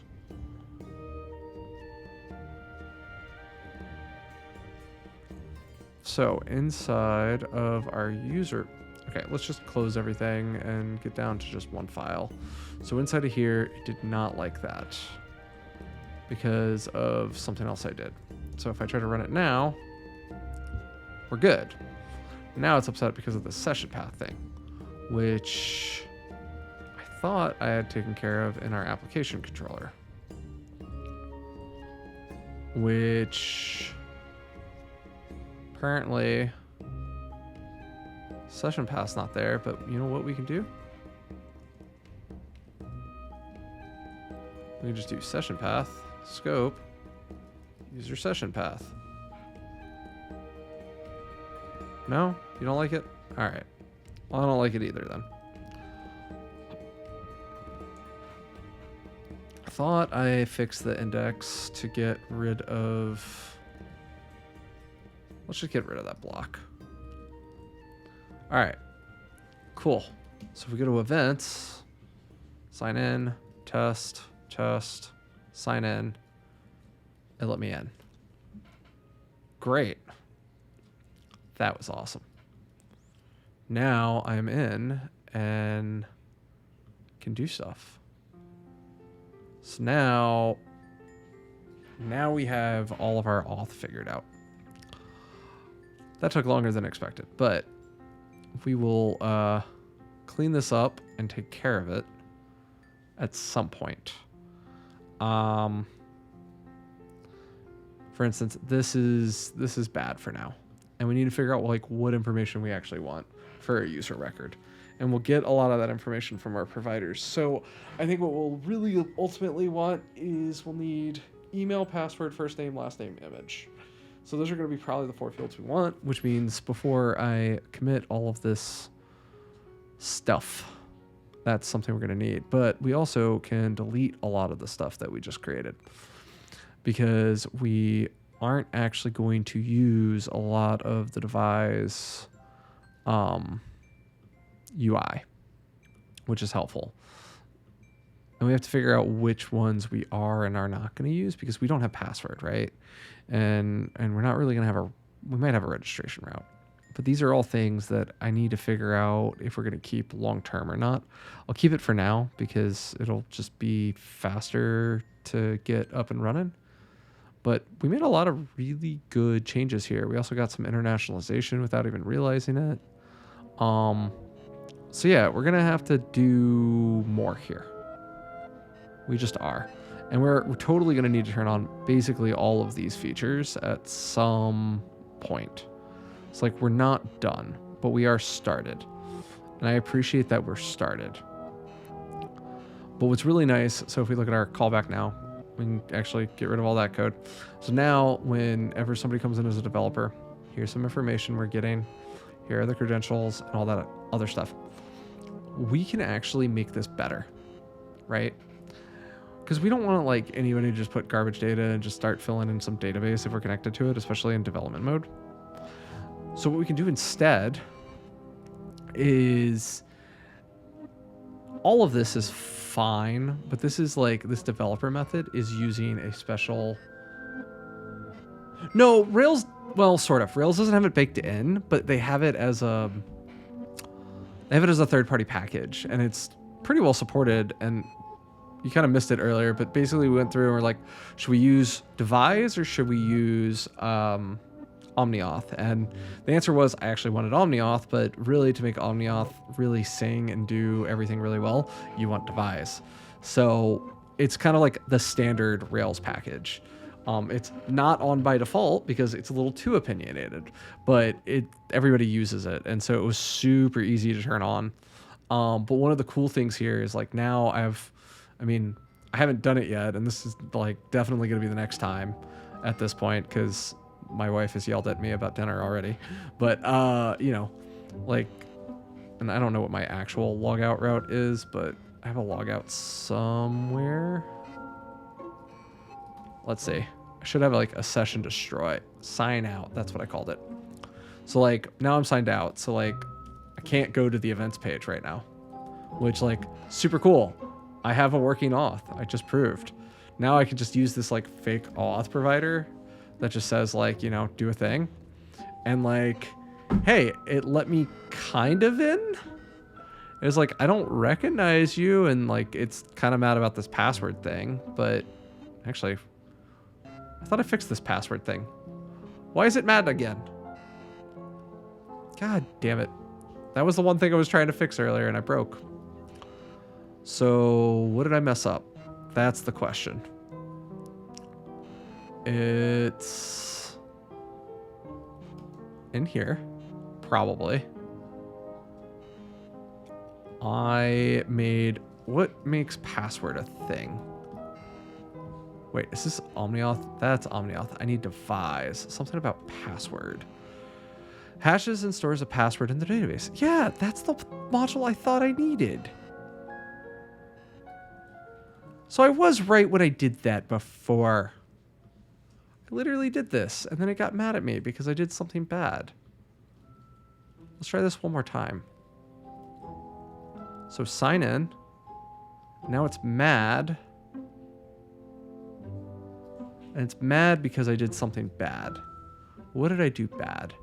Invalid route name already in use. Invalid route name already in use. New user session. New user session path. Config, new user session. I did a bad. It's this line of code needs to go away. Is that what you're telling me? That's probably what you're telling me. No? What did I do wrong? You may have defined two routes that go to the same place.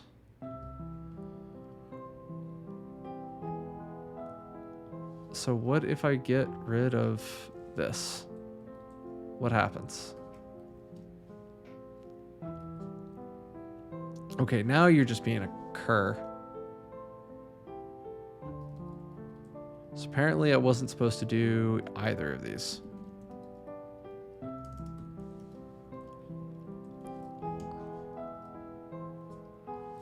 Come on.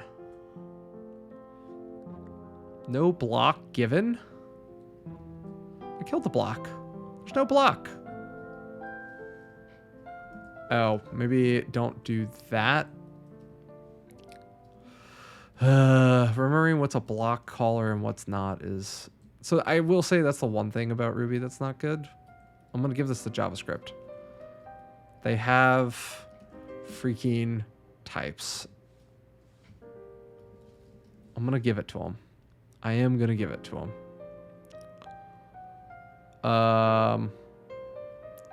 Users... Oh, it's users sign out. What? User? I do miss autocomplete to some degree. Okay, so if I go to events here, how do I sign out?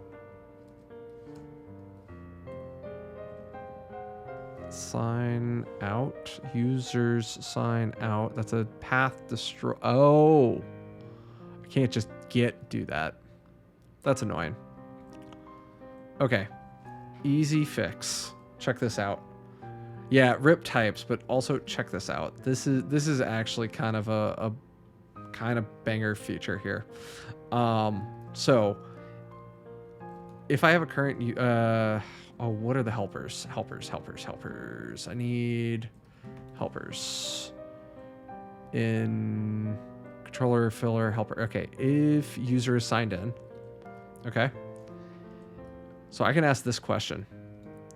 All right. So if the user is signed in, I can do a link to, and then it's, where's the grep? We can do that. The one called sign out, destroy user session, just like that. Sign out, comma, boom. So in theory, I just did this correctly.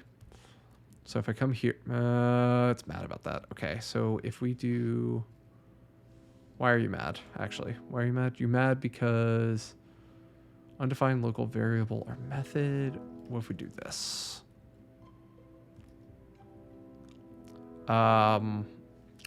Method delete.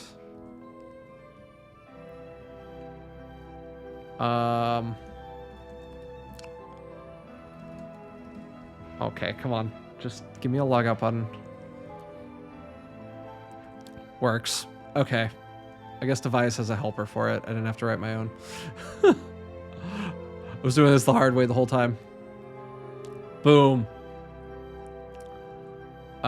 Except I guess I wanted it here like this. So I'm not signed in. I don't see a button. I am signed in. I'll see a button. So like I could probably do button to log in now. Log in, sign in. Bunch of garbage. Okay, I was very upset by that. Let's at least give it a value. And now I'm in. And now I can get to my routes. And then if I log out, proving that it works, I get signed back in. We have working auth. Boom shakalaka. So yeah, so it's the little things. We'll have to keep working on this. This is definitely like a user experience thing. I'm going to give points to Laravel for this one. Full featured auth in Laravel is Artisan Breeze install or Artisan Jetstream install. So you kind of missed part of the conversation, and that might be why you're kind of not giving Rails some credit here. And it's because I'm doing this hard mode, which is if I just wanted to like 0 to 60 log in and own auth, all I would have done in full is this command, db migrate, Rails server, done. But I'm opting it because I'm deciding I don't want to own authorization or authentication. Like I want to use OAuth for everything. I'm offsetting it. Like that's literally what's going on right now. I'm just like, I don't want it, so it's going elsewhere. And therefore I'm doing this hard mode. And so I'm also like combining Devise, which is the out of the box solution, with OmniAuth, which is like, hey, I could do Facebook, I could do Google, I could do Battle.net. And what's really cool, and I'll share this one more time because you're back and I could show this and be a little guy, but like these are all the different auth providers I now have because I did all that setup just now. And these take like 30 to 45 seconds to set up now, which is super cool. And then the thing, and this is my little like, this is why we're also using it moment, was I was like, oh yeah, I forgot about 8 years ago now. 8 years ago. Look who's there. Yeah, buddy. Yeah, buddy. That's me. I did that 8 years ago. I remembered as soon as I opened it, I was like, oh, you know what? I've actually worked on this project before, and I really hate this project. But I actually had to fix a bug in it 8 years ago. So yeah, that's why we're going to OmniAuth though, because I'm effectively like part of this project is like trying to recreate Sessionize to some degree. But also like looking, I mean, I looked at Battlefy, I looked at StartGG, I looked at Faceit. Like I'm kind of looking at how each of the, I looked at Challenge. You know, I'm kind of curious how each of them was dealing with sign up, and like Battlefy was like, yeah, use your own stuff, and SmashGG, StartGG was like, yeah, we'll own it, or you could go do Microsoft. Faceit was like, it's its own messed up, but they own it. And then Challenge was, you know, you could sign up with stuff, or you could just create the thing with us, and that works. And I was like, okay, all three of these are kind of nice, but I feel like most people don't want to sign up for these things. They like, I have a Google account, I have a Discord, like just sign me up. And so that's what I'm going to do long term, is just like make it so people don't have to have an email password for this platform, because who needs an email password anymore? So that's kind of where you're walking in, and why this was harder than it should have been. But what's also cool is like this version of it out of the box, like, yeah, that's fair. What is nice though is like I got this like local developer setup thing, and the one thing I kind of want to change, again, because I think this would be just better, is like right now I wrote this OmniAuth thing, right? This is kind of crap. What this should do, if it was good, and it is good, is instead of this, what I'm going to do is I can do a user find by name and well, literally this. And we'll make it 2 lines to make it more readable. But if we find by this and we have this record, right? So we have our user by email and name. Like if that exists, then do the rest of this like little setup stuff from here, right? So like I can do at user, and then if the user is persisted, then we can do the sign in and direct, well, if user actually is what we want. We don't even need the password on this one, because what we're gonna do is now what we can do is in our seed file, here we go, is we can just say user equals user finder create, and then the email is going to be we can just do name email, which is going to be local, and the email is going to be local@test.com, right? Now we can do like a do user. We can set the password to password because we don't care about any of it. And then the only other things we need to make sure are there are the provider and the UID, which provider here is developer, and the UID is going to be an empty string. So like now, instead of letting any so right now, if I go look at my user table, I've got a bunch of garbage records because I don't want garbage records, right? Well, okay, fine. Go away, garbage records. Like, yeah, right? You got to think about all this stuff. So if I did that correctly, I just deleted a bunch of users. So I should have no users in my table. Done. And then if I come back in and I try to do a sign in, it's not going to work anymore because it could be like, yeah, I don't know who you are, right? It's like, nope. And then apparently I forgot something. What did I call that? Oh, okay. So it's not name. I was doing email and how did I do name? Why did I? Okay, apparently I need to add name to this. Go figure. We can just ignore name though, right? So I don't even need this. I'll pass the info. We'll find user by email if it's there, which probably means we should index by email, which I have. Now I have all this. Trying again. So if we come back, test. Went to the wrong place. Not a big deal, but it errored like I expected. I can go fix the other piece of it. And now in my seed, if I go run my seed, and then just, what was it? Local host. Oh, that failed because that's not going to exist. So just create by that one field, not null users dot provider. Oh, haha. You have to type words sometimes, just sometimes though. Okay, so now if I come in and I just, as long as this is there, right? That could be any garbage value, and this is local test. I'm authed, and now like there's this baked in, you seed, you log in, you put it in the README, move on with your life, and now you have local development working.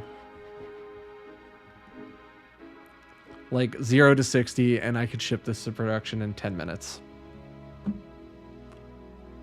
Now I gotta fix some of these things because I got some double dipping on my Flash messages, but that's user error, not framework error. Do I have a local OAuth provider? Not yet, but like what I can do. So probably one of the OAuths I'm going to use is like GitHub, right? And I'll have to go set up a GitHub app and everything, but I can go set that up, set up the secrets, and then run it against this. Now, if I can't run it directly because localhost isn't allowed by the provider, like Facebook does that garbage, ngrok, and I could just back tunnel to my device and I'm done.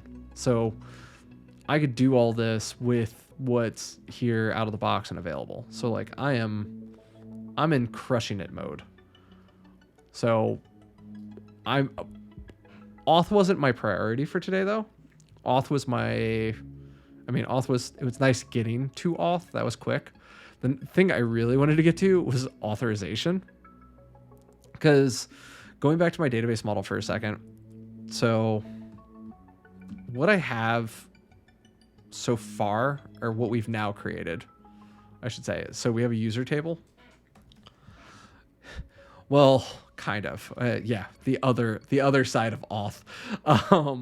But yeah, so we have these tables right now. Event sessions and event speakers. And there's more tables I need to build long term, but right now the way my database is kind of structured, it kind of looks like this is this is a one, this is a mini, this is a one, this is a mini, and then these are minis. So there's an N and there's another N. So like this is most of my table. And now I just have this thing over here that's like, yeah, you have a user. What I want to do long term is, so this is how SmashGG did it. And I can just speak to this out loud because it's kind of public knowledge at this point. But really, events belong to a user in SmashGG. So the direction's really this. And this created a lot of problems, like when organizers disappeared or other behavior. And this is a problem with like other, like the nicer platforms do this as well. So really what I want to do is I want to create like an organization record. And users belong to an organization and events belong to an organization. And I want to delete that line. And that way, when people are interfacing with models and records, this is what we're playing with. So you log in, you access your organization. You can have many organizations. And when you're in the context of that organization, you have multiple events. I'm thinking, you know who I'm thinking of? I'm thinking of Justin Paper Fairy Mills when I say this. Like, the man is in every Smash-related, Brawlhalla-related TO organization that you can think of, right? Like, the man needs we love Paper Fairy. He's the best. There's nobody better than Paper Fairy in this world. But because of that, we really need a way to make his life better. So like when he's focused on Brawlhalla, we want him to look at the Brawlhalla organization. When he's focused on Smash, do that. When he's on CEO, do that. When he's on Evo, do that. Like, let him have his organizations, but make this a maintainable, scalable thing for him. And then like events can be ordered intentionally within that. And then, you know, you have these sessions and speakers. This is if you're doing like a conference or a congress, right? But let's say we're doing like a gaming event. Like, session doesn't make sense. All of a sudden, an event needs a tournament.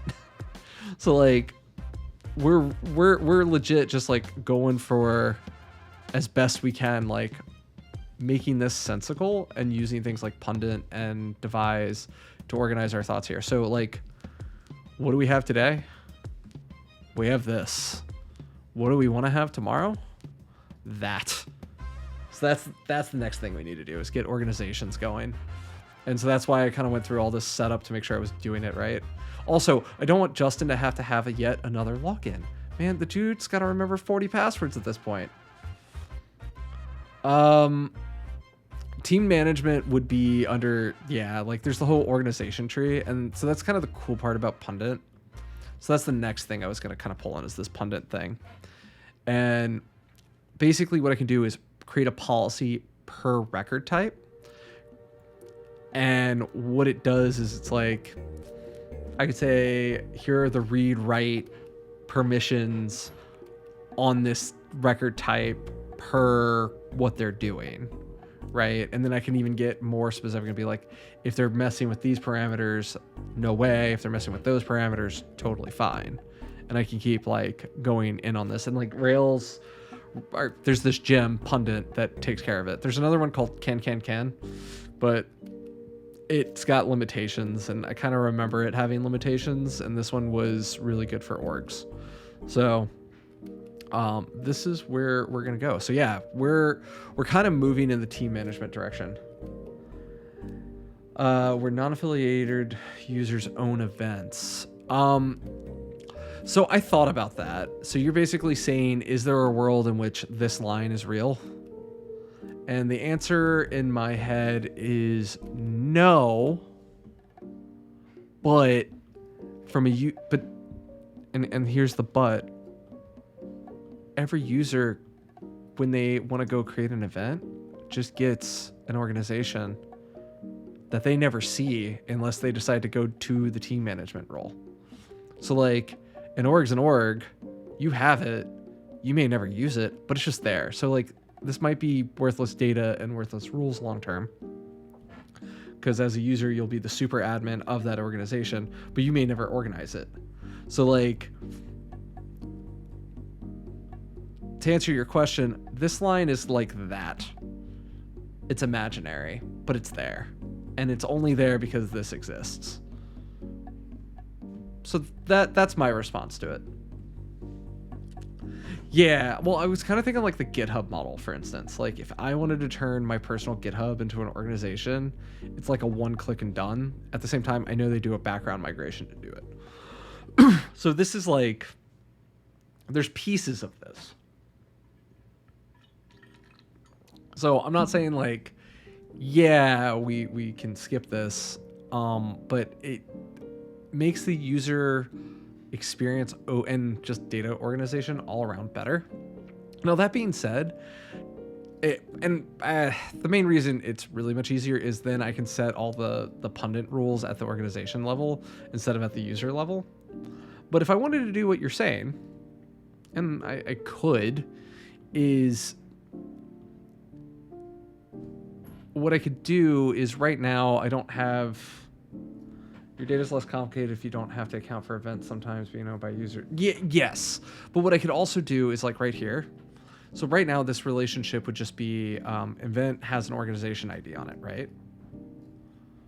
Well, I could just say entity type, entity ID. And then all of a sudden this line looks a little bit more like that. Because then when I go to look for the relationship, who's the owner, and now on my, like, going to the Rails code for a second. I mean, it's additional complexity, but let me show you how easy in Rails this would be, right?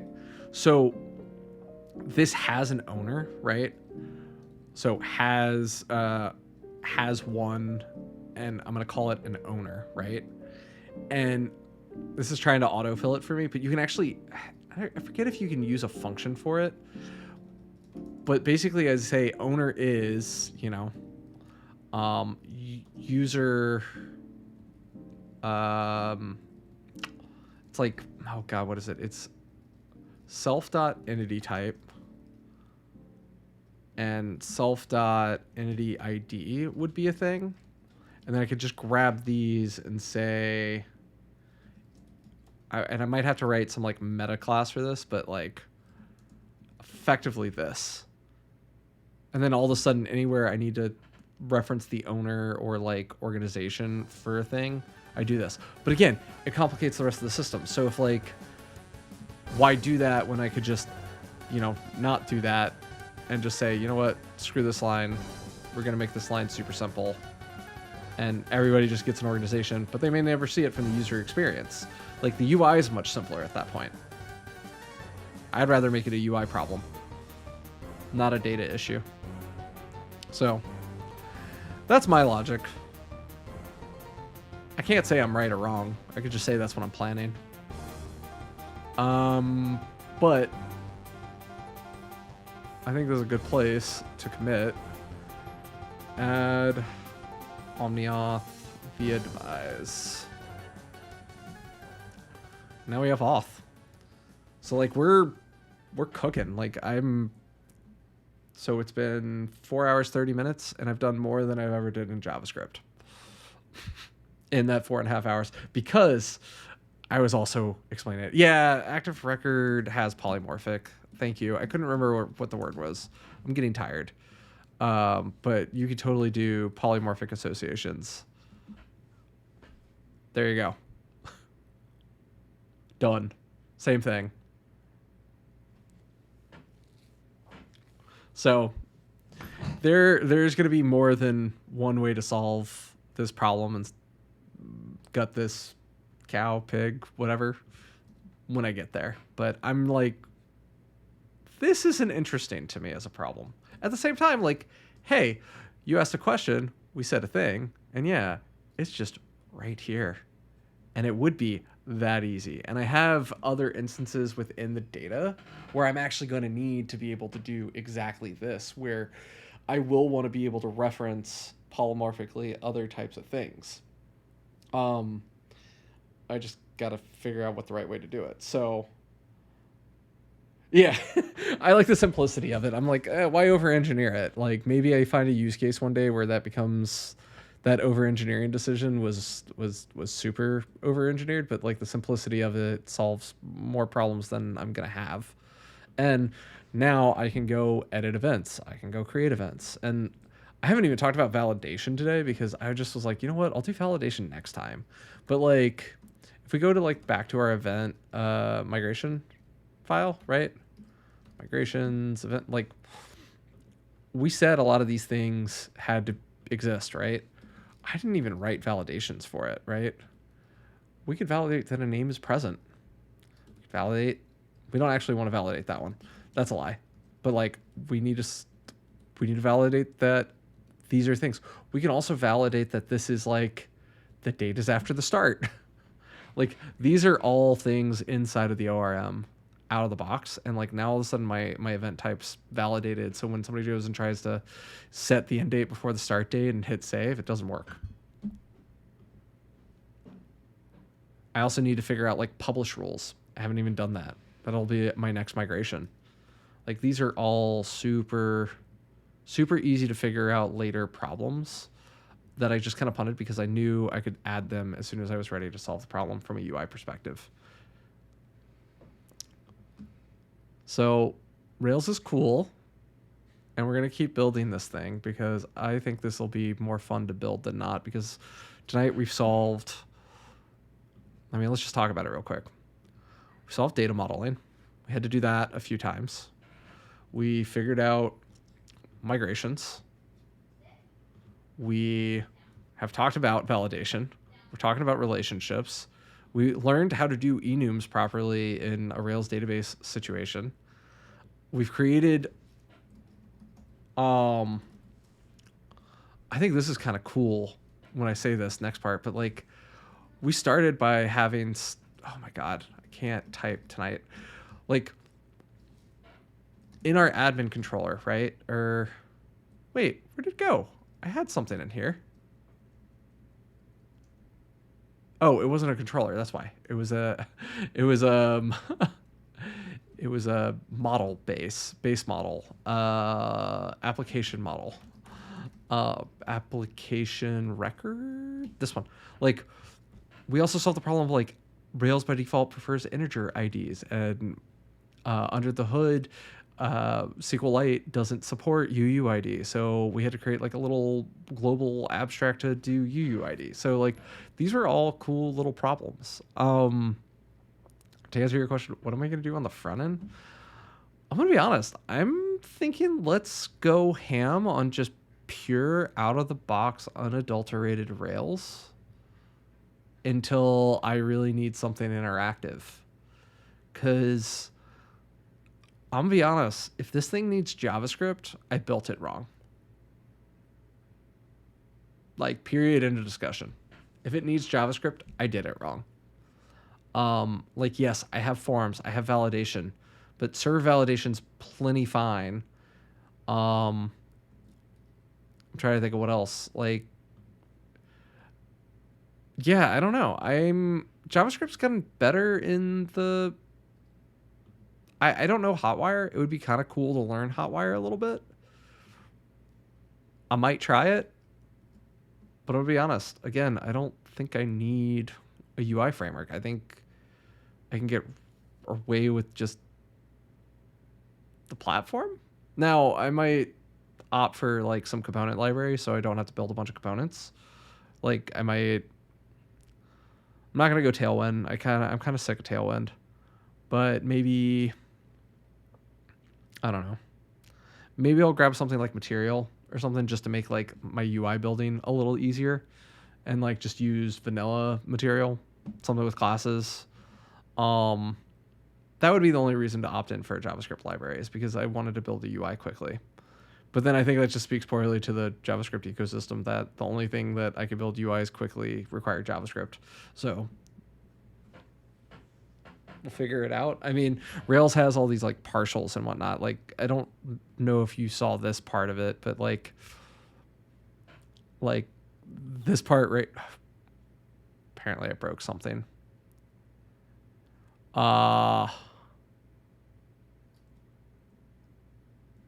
What? No, this is literally the only place that would exist. I'm now angry because I didn't make the change. What? Do I need to... Hold on. I literally didn't change anything in here. That was weird. But like this right here, if you look at this data and you look at this data, they're using the same partial. to render. So like Rails has a lot of like component element type building engines out of the box. I mean, they're, I'll be honest, not my favorite, but you can do a lot with them. Like if I go look just to show you, like here's this event partial, and this is what's rendering on both pages. And like on this page, I put it inside of some CSS. On the other page, it's just rendering flat. Like I could go, put this in a div called event card, close it out, and then all of a sudden when I come to this page, it doesn't look terrible anymore. I mean, it still looks pretty terrible, but you can see where the boundaries are, if you know what I'm saying. So like I can do, and then so like all of a sudden it's like, oh, well, we don't really care if a time, well, actually now we care for most of this, like, but most people don't need to see description at the top level, right? They just need to see like when, where, how, like boom, done. PHP does this. I mean, I think every language supports this behavior. So like this isn't anything canonical, but like, hey, server component. It's all on the server. It's a server component. Hey, I have server components. Okay, now I'm getting cheesy. Now I'm getting real cheesy. But that's the point. Like I have data, I can move around, I can manipulate, I can get data, I can build a UI now and not think twice about it. I can make all these drop downs and things work. Like it just kind of works, which is not, I mean, I'm not going to say this is the best UI in the world by anybody's standard, but like that's not bad for the default web platform, like there's a reason it made it to the web platform. So I don't know. We're gonna keep playing this game until it stops working. And when it stops working, then we'll talk about what we're gonna pull. I can tell you what we're not gonna use. I can tell you for sure what we're not gonna use. We're not gonna use Next.js. We're not gonna use Remix. We might use React, but we might use Angular. I'm not sure. I haven't decided. So whatever's going to be the most performant for what I need, and I think what I'm going to need is just like slices of standalone, like quick interactability. So Quick's got some appeal to this stack. Solid's got some intrigue just because I've always wanted to try it. I think Vue could fit nicely into this. So yeah, I'm not sure. It's a lot of questions. I think I'm leaning towards something lighter weight though. So we'll see where we end up. But this is cool. We got stuff that works, and that's kind of what we wanted. So I think I'm going to call it here tonight, y'all. I think this is where the party ends. But we learned a lot. Oh, I'm going to be remiss because this is literally the this is the whole reason I wanted to go down this path tonight, and then I never did it.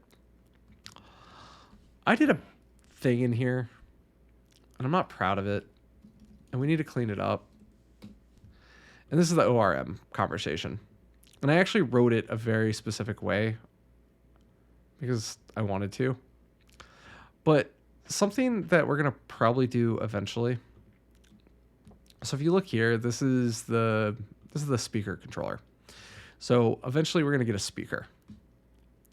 And right now the event speaker is just set to a variable, but sometimes for a speaker, you're going to want to see what sessions they're speaking at, right?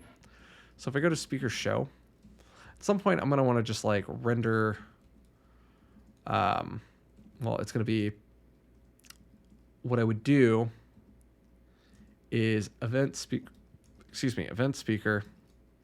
event sessions dot each do session, and then this would get closed off at some point down the line, right? This is the whole reason I started down this journey, because this type of nonsense bit me in the butt the other day. Let's say you accidentally put this in the partial. For every speaker You got a +1 query. Here's your n+1. This is a query. This does a database operation. So part of the reason I wanted to do this, just as an example, is I wanted to show this page. And what I really like about Rails, yeah, the eager loading thing. Now, that was a .NET specific problem when I described it to you the other day.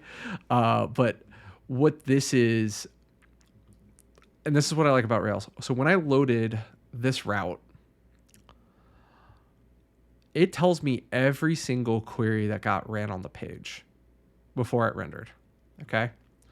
So it had to do a user load because I had to figure out what user I am, because you have to be auth to use the page.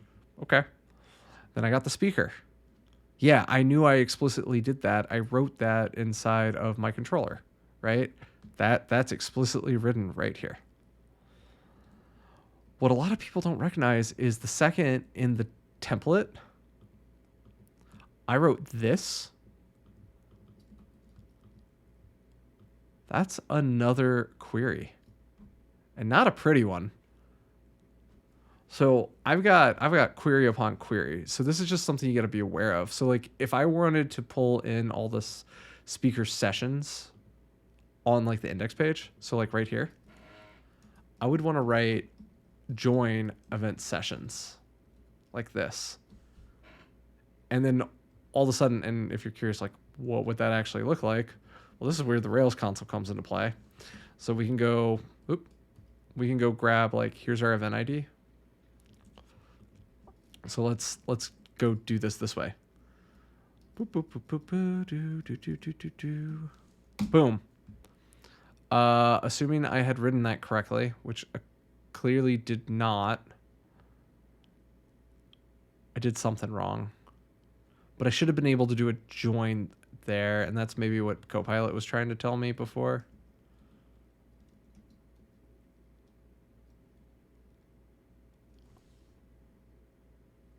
No, that wouldn't work. That's not right. There's a join that I could write, and I always forget how to do it, but active record join. Because I do it so infrequently. It's important. So I could write it explicitly, or I could write it that way. Oh.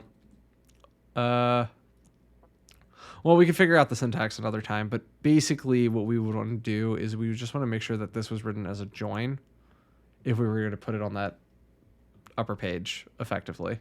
Like, up to here is fine, but the second you want sessions, if you were to have put this inside of a partial, like, you just screwed your performance pretty badly. I'm also curious why this isn't showing on this page. Sorry, now I'm like actually kind of curious. There should be like a sessions.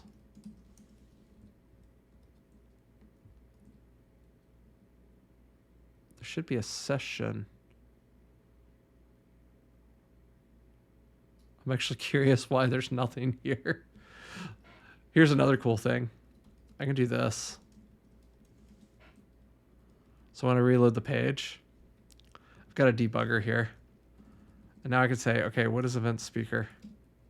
And it says, okay, there's your event speaker. And now I could be like, okay, I said there were sessions. It gave me no sessions. Apparently I did a bad and my speaker record has no sessions. Go figure. I'm curious why, because there should be event session.all.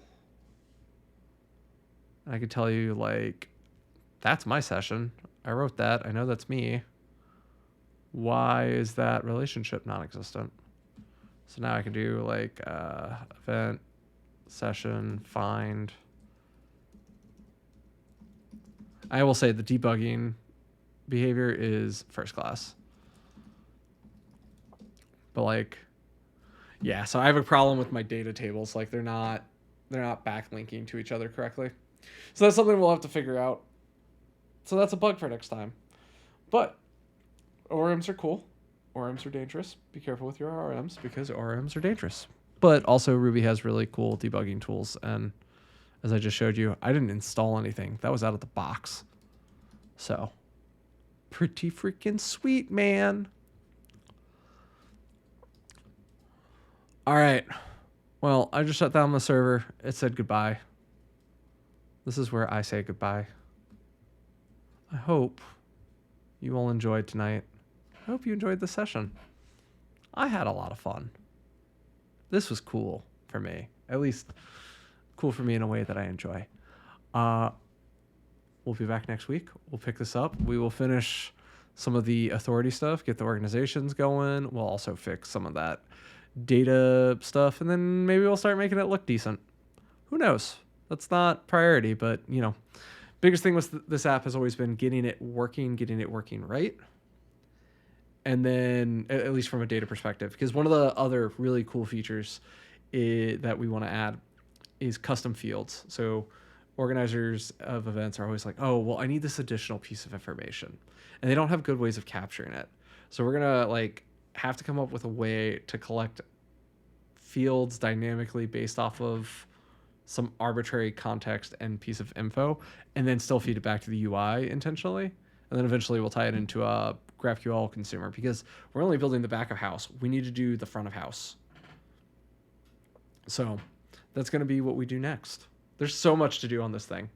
It's if anybody ever wants to hack on this with me, let me know. I'll put it up on a repo, and we can literally, there is work to be done.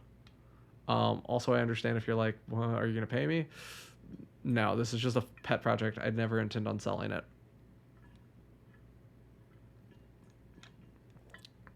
You had a thought? You had a question?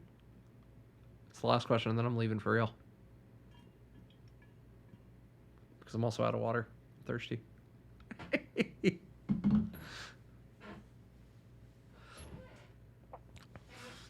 Are you Discording it to me? Did I miss something? No. Do I have any recommendations on Headless CRM? Ooh.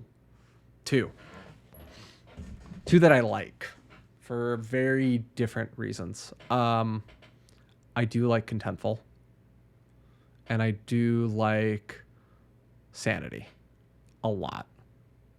I think they are both very excellent choices for different reasons, and it kind of depends on what you're building and why. Okay, hold on. We can okay. You asked a good question. You get a good answer. Okay,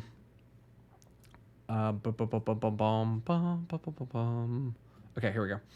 We're back. So this is Sanity. It's very similar to Contentful in a lot of the same ways. Their model's a little different, but their query language, the way that you kind of do composable stuff, is just excellent. I think they're higher. No, that's right. They're a little more free than Contentful, and that was one of the kind of the really nice things about them. So, nice part is you can get into both for free. A Sanity Studio is just kind of like a really nice place to work. I'm trying to see if there's like a good video of this without me having to show you things. But like they made workspaces and working together and like how data is organized really easy, and it's got a lot of the same power that Contentful does. I would say if you like, yeah, yeah, the pricing tier definitely goes up quite quickly and quite horridly on both. But I would say, you know, Jesse, so I'll just say you can talk to Jesse about this. He's used both in depth on different projects. I think he likes both for different reasons. I've never had the pleasure of using Sanity, but every time he walks me through it, I'm always like, man, I really like that, because like you can integrate third parties a lot easier. A lot of the studio features are really easy. I think you can even, if I'm reading this correctly and if I'm remembering correctly, this person is actually configuring what they want their no, this is Sanity Studio. That's right. So like they're configuring the configuration for the Sanity object and making it like adding plugins and doing things. So like it's highly customizable. So you can get like from 0 to a lot very quickly, and you can do it all from the browser. Also, developer first. So kind of depends on what you're working on. Definitely recommend it. I remember Cloudinary Media Jams was built on it. I think one of the weird like things just to be aware of. So they've got adapters for basically everything.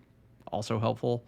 But something you just got to be careful with, and I always forget what it's called. I want to say it's called Grok, but I also kind of hope it's not called Grok for a lot of reasons.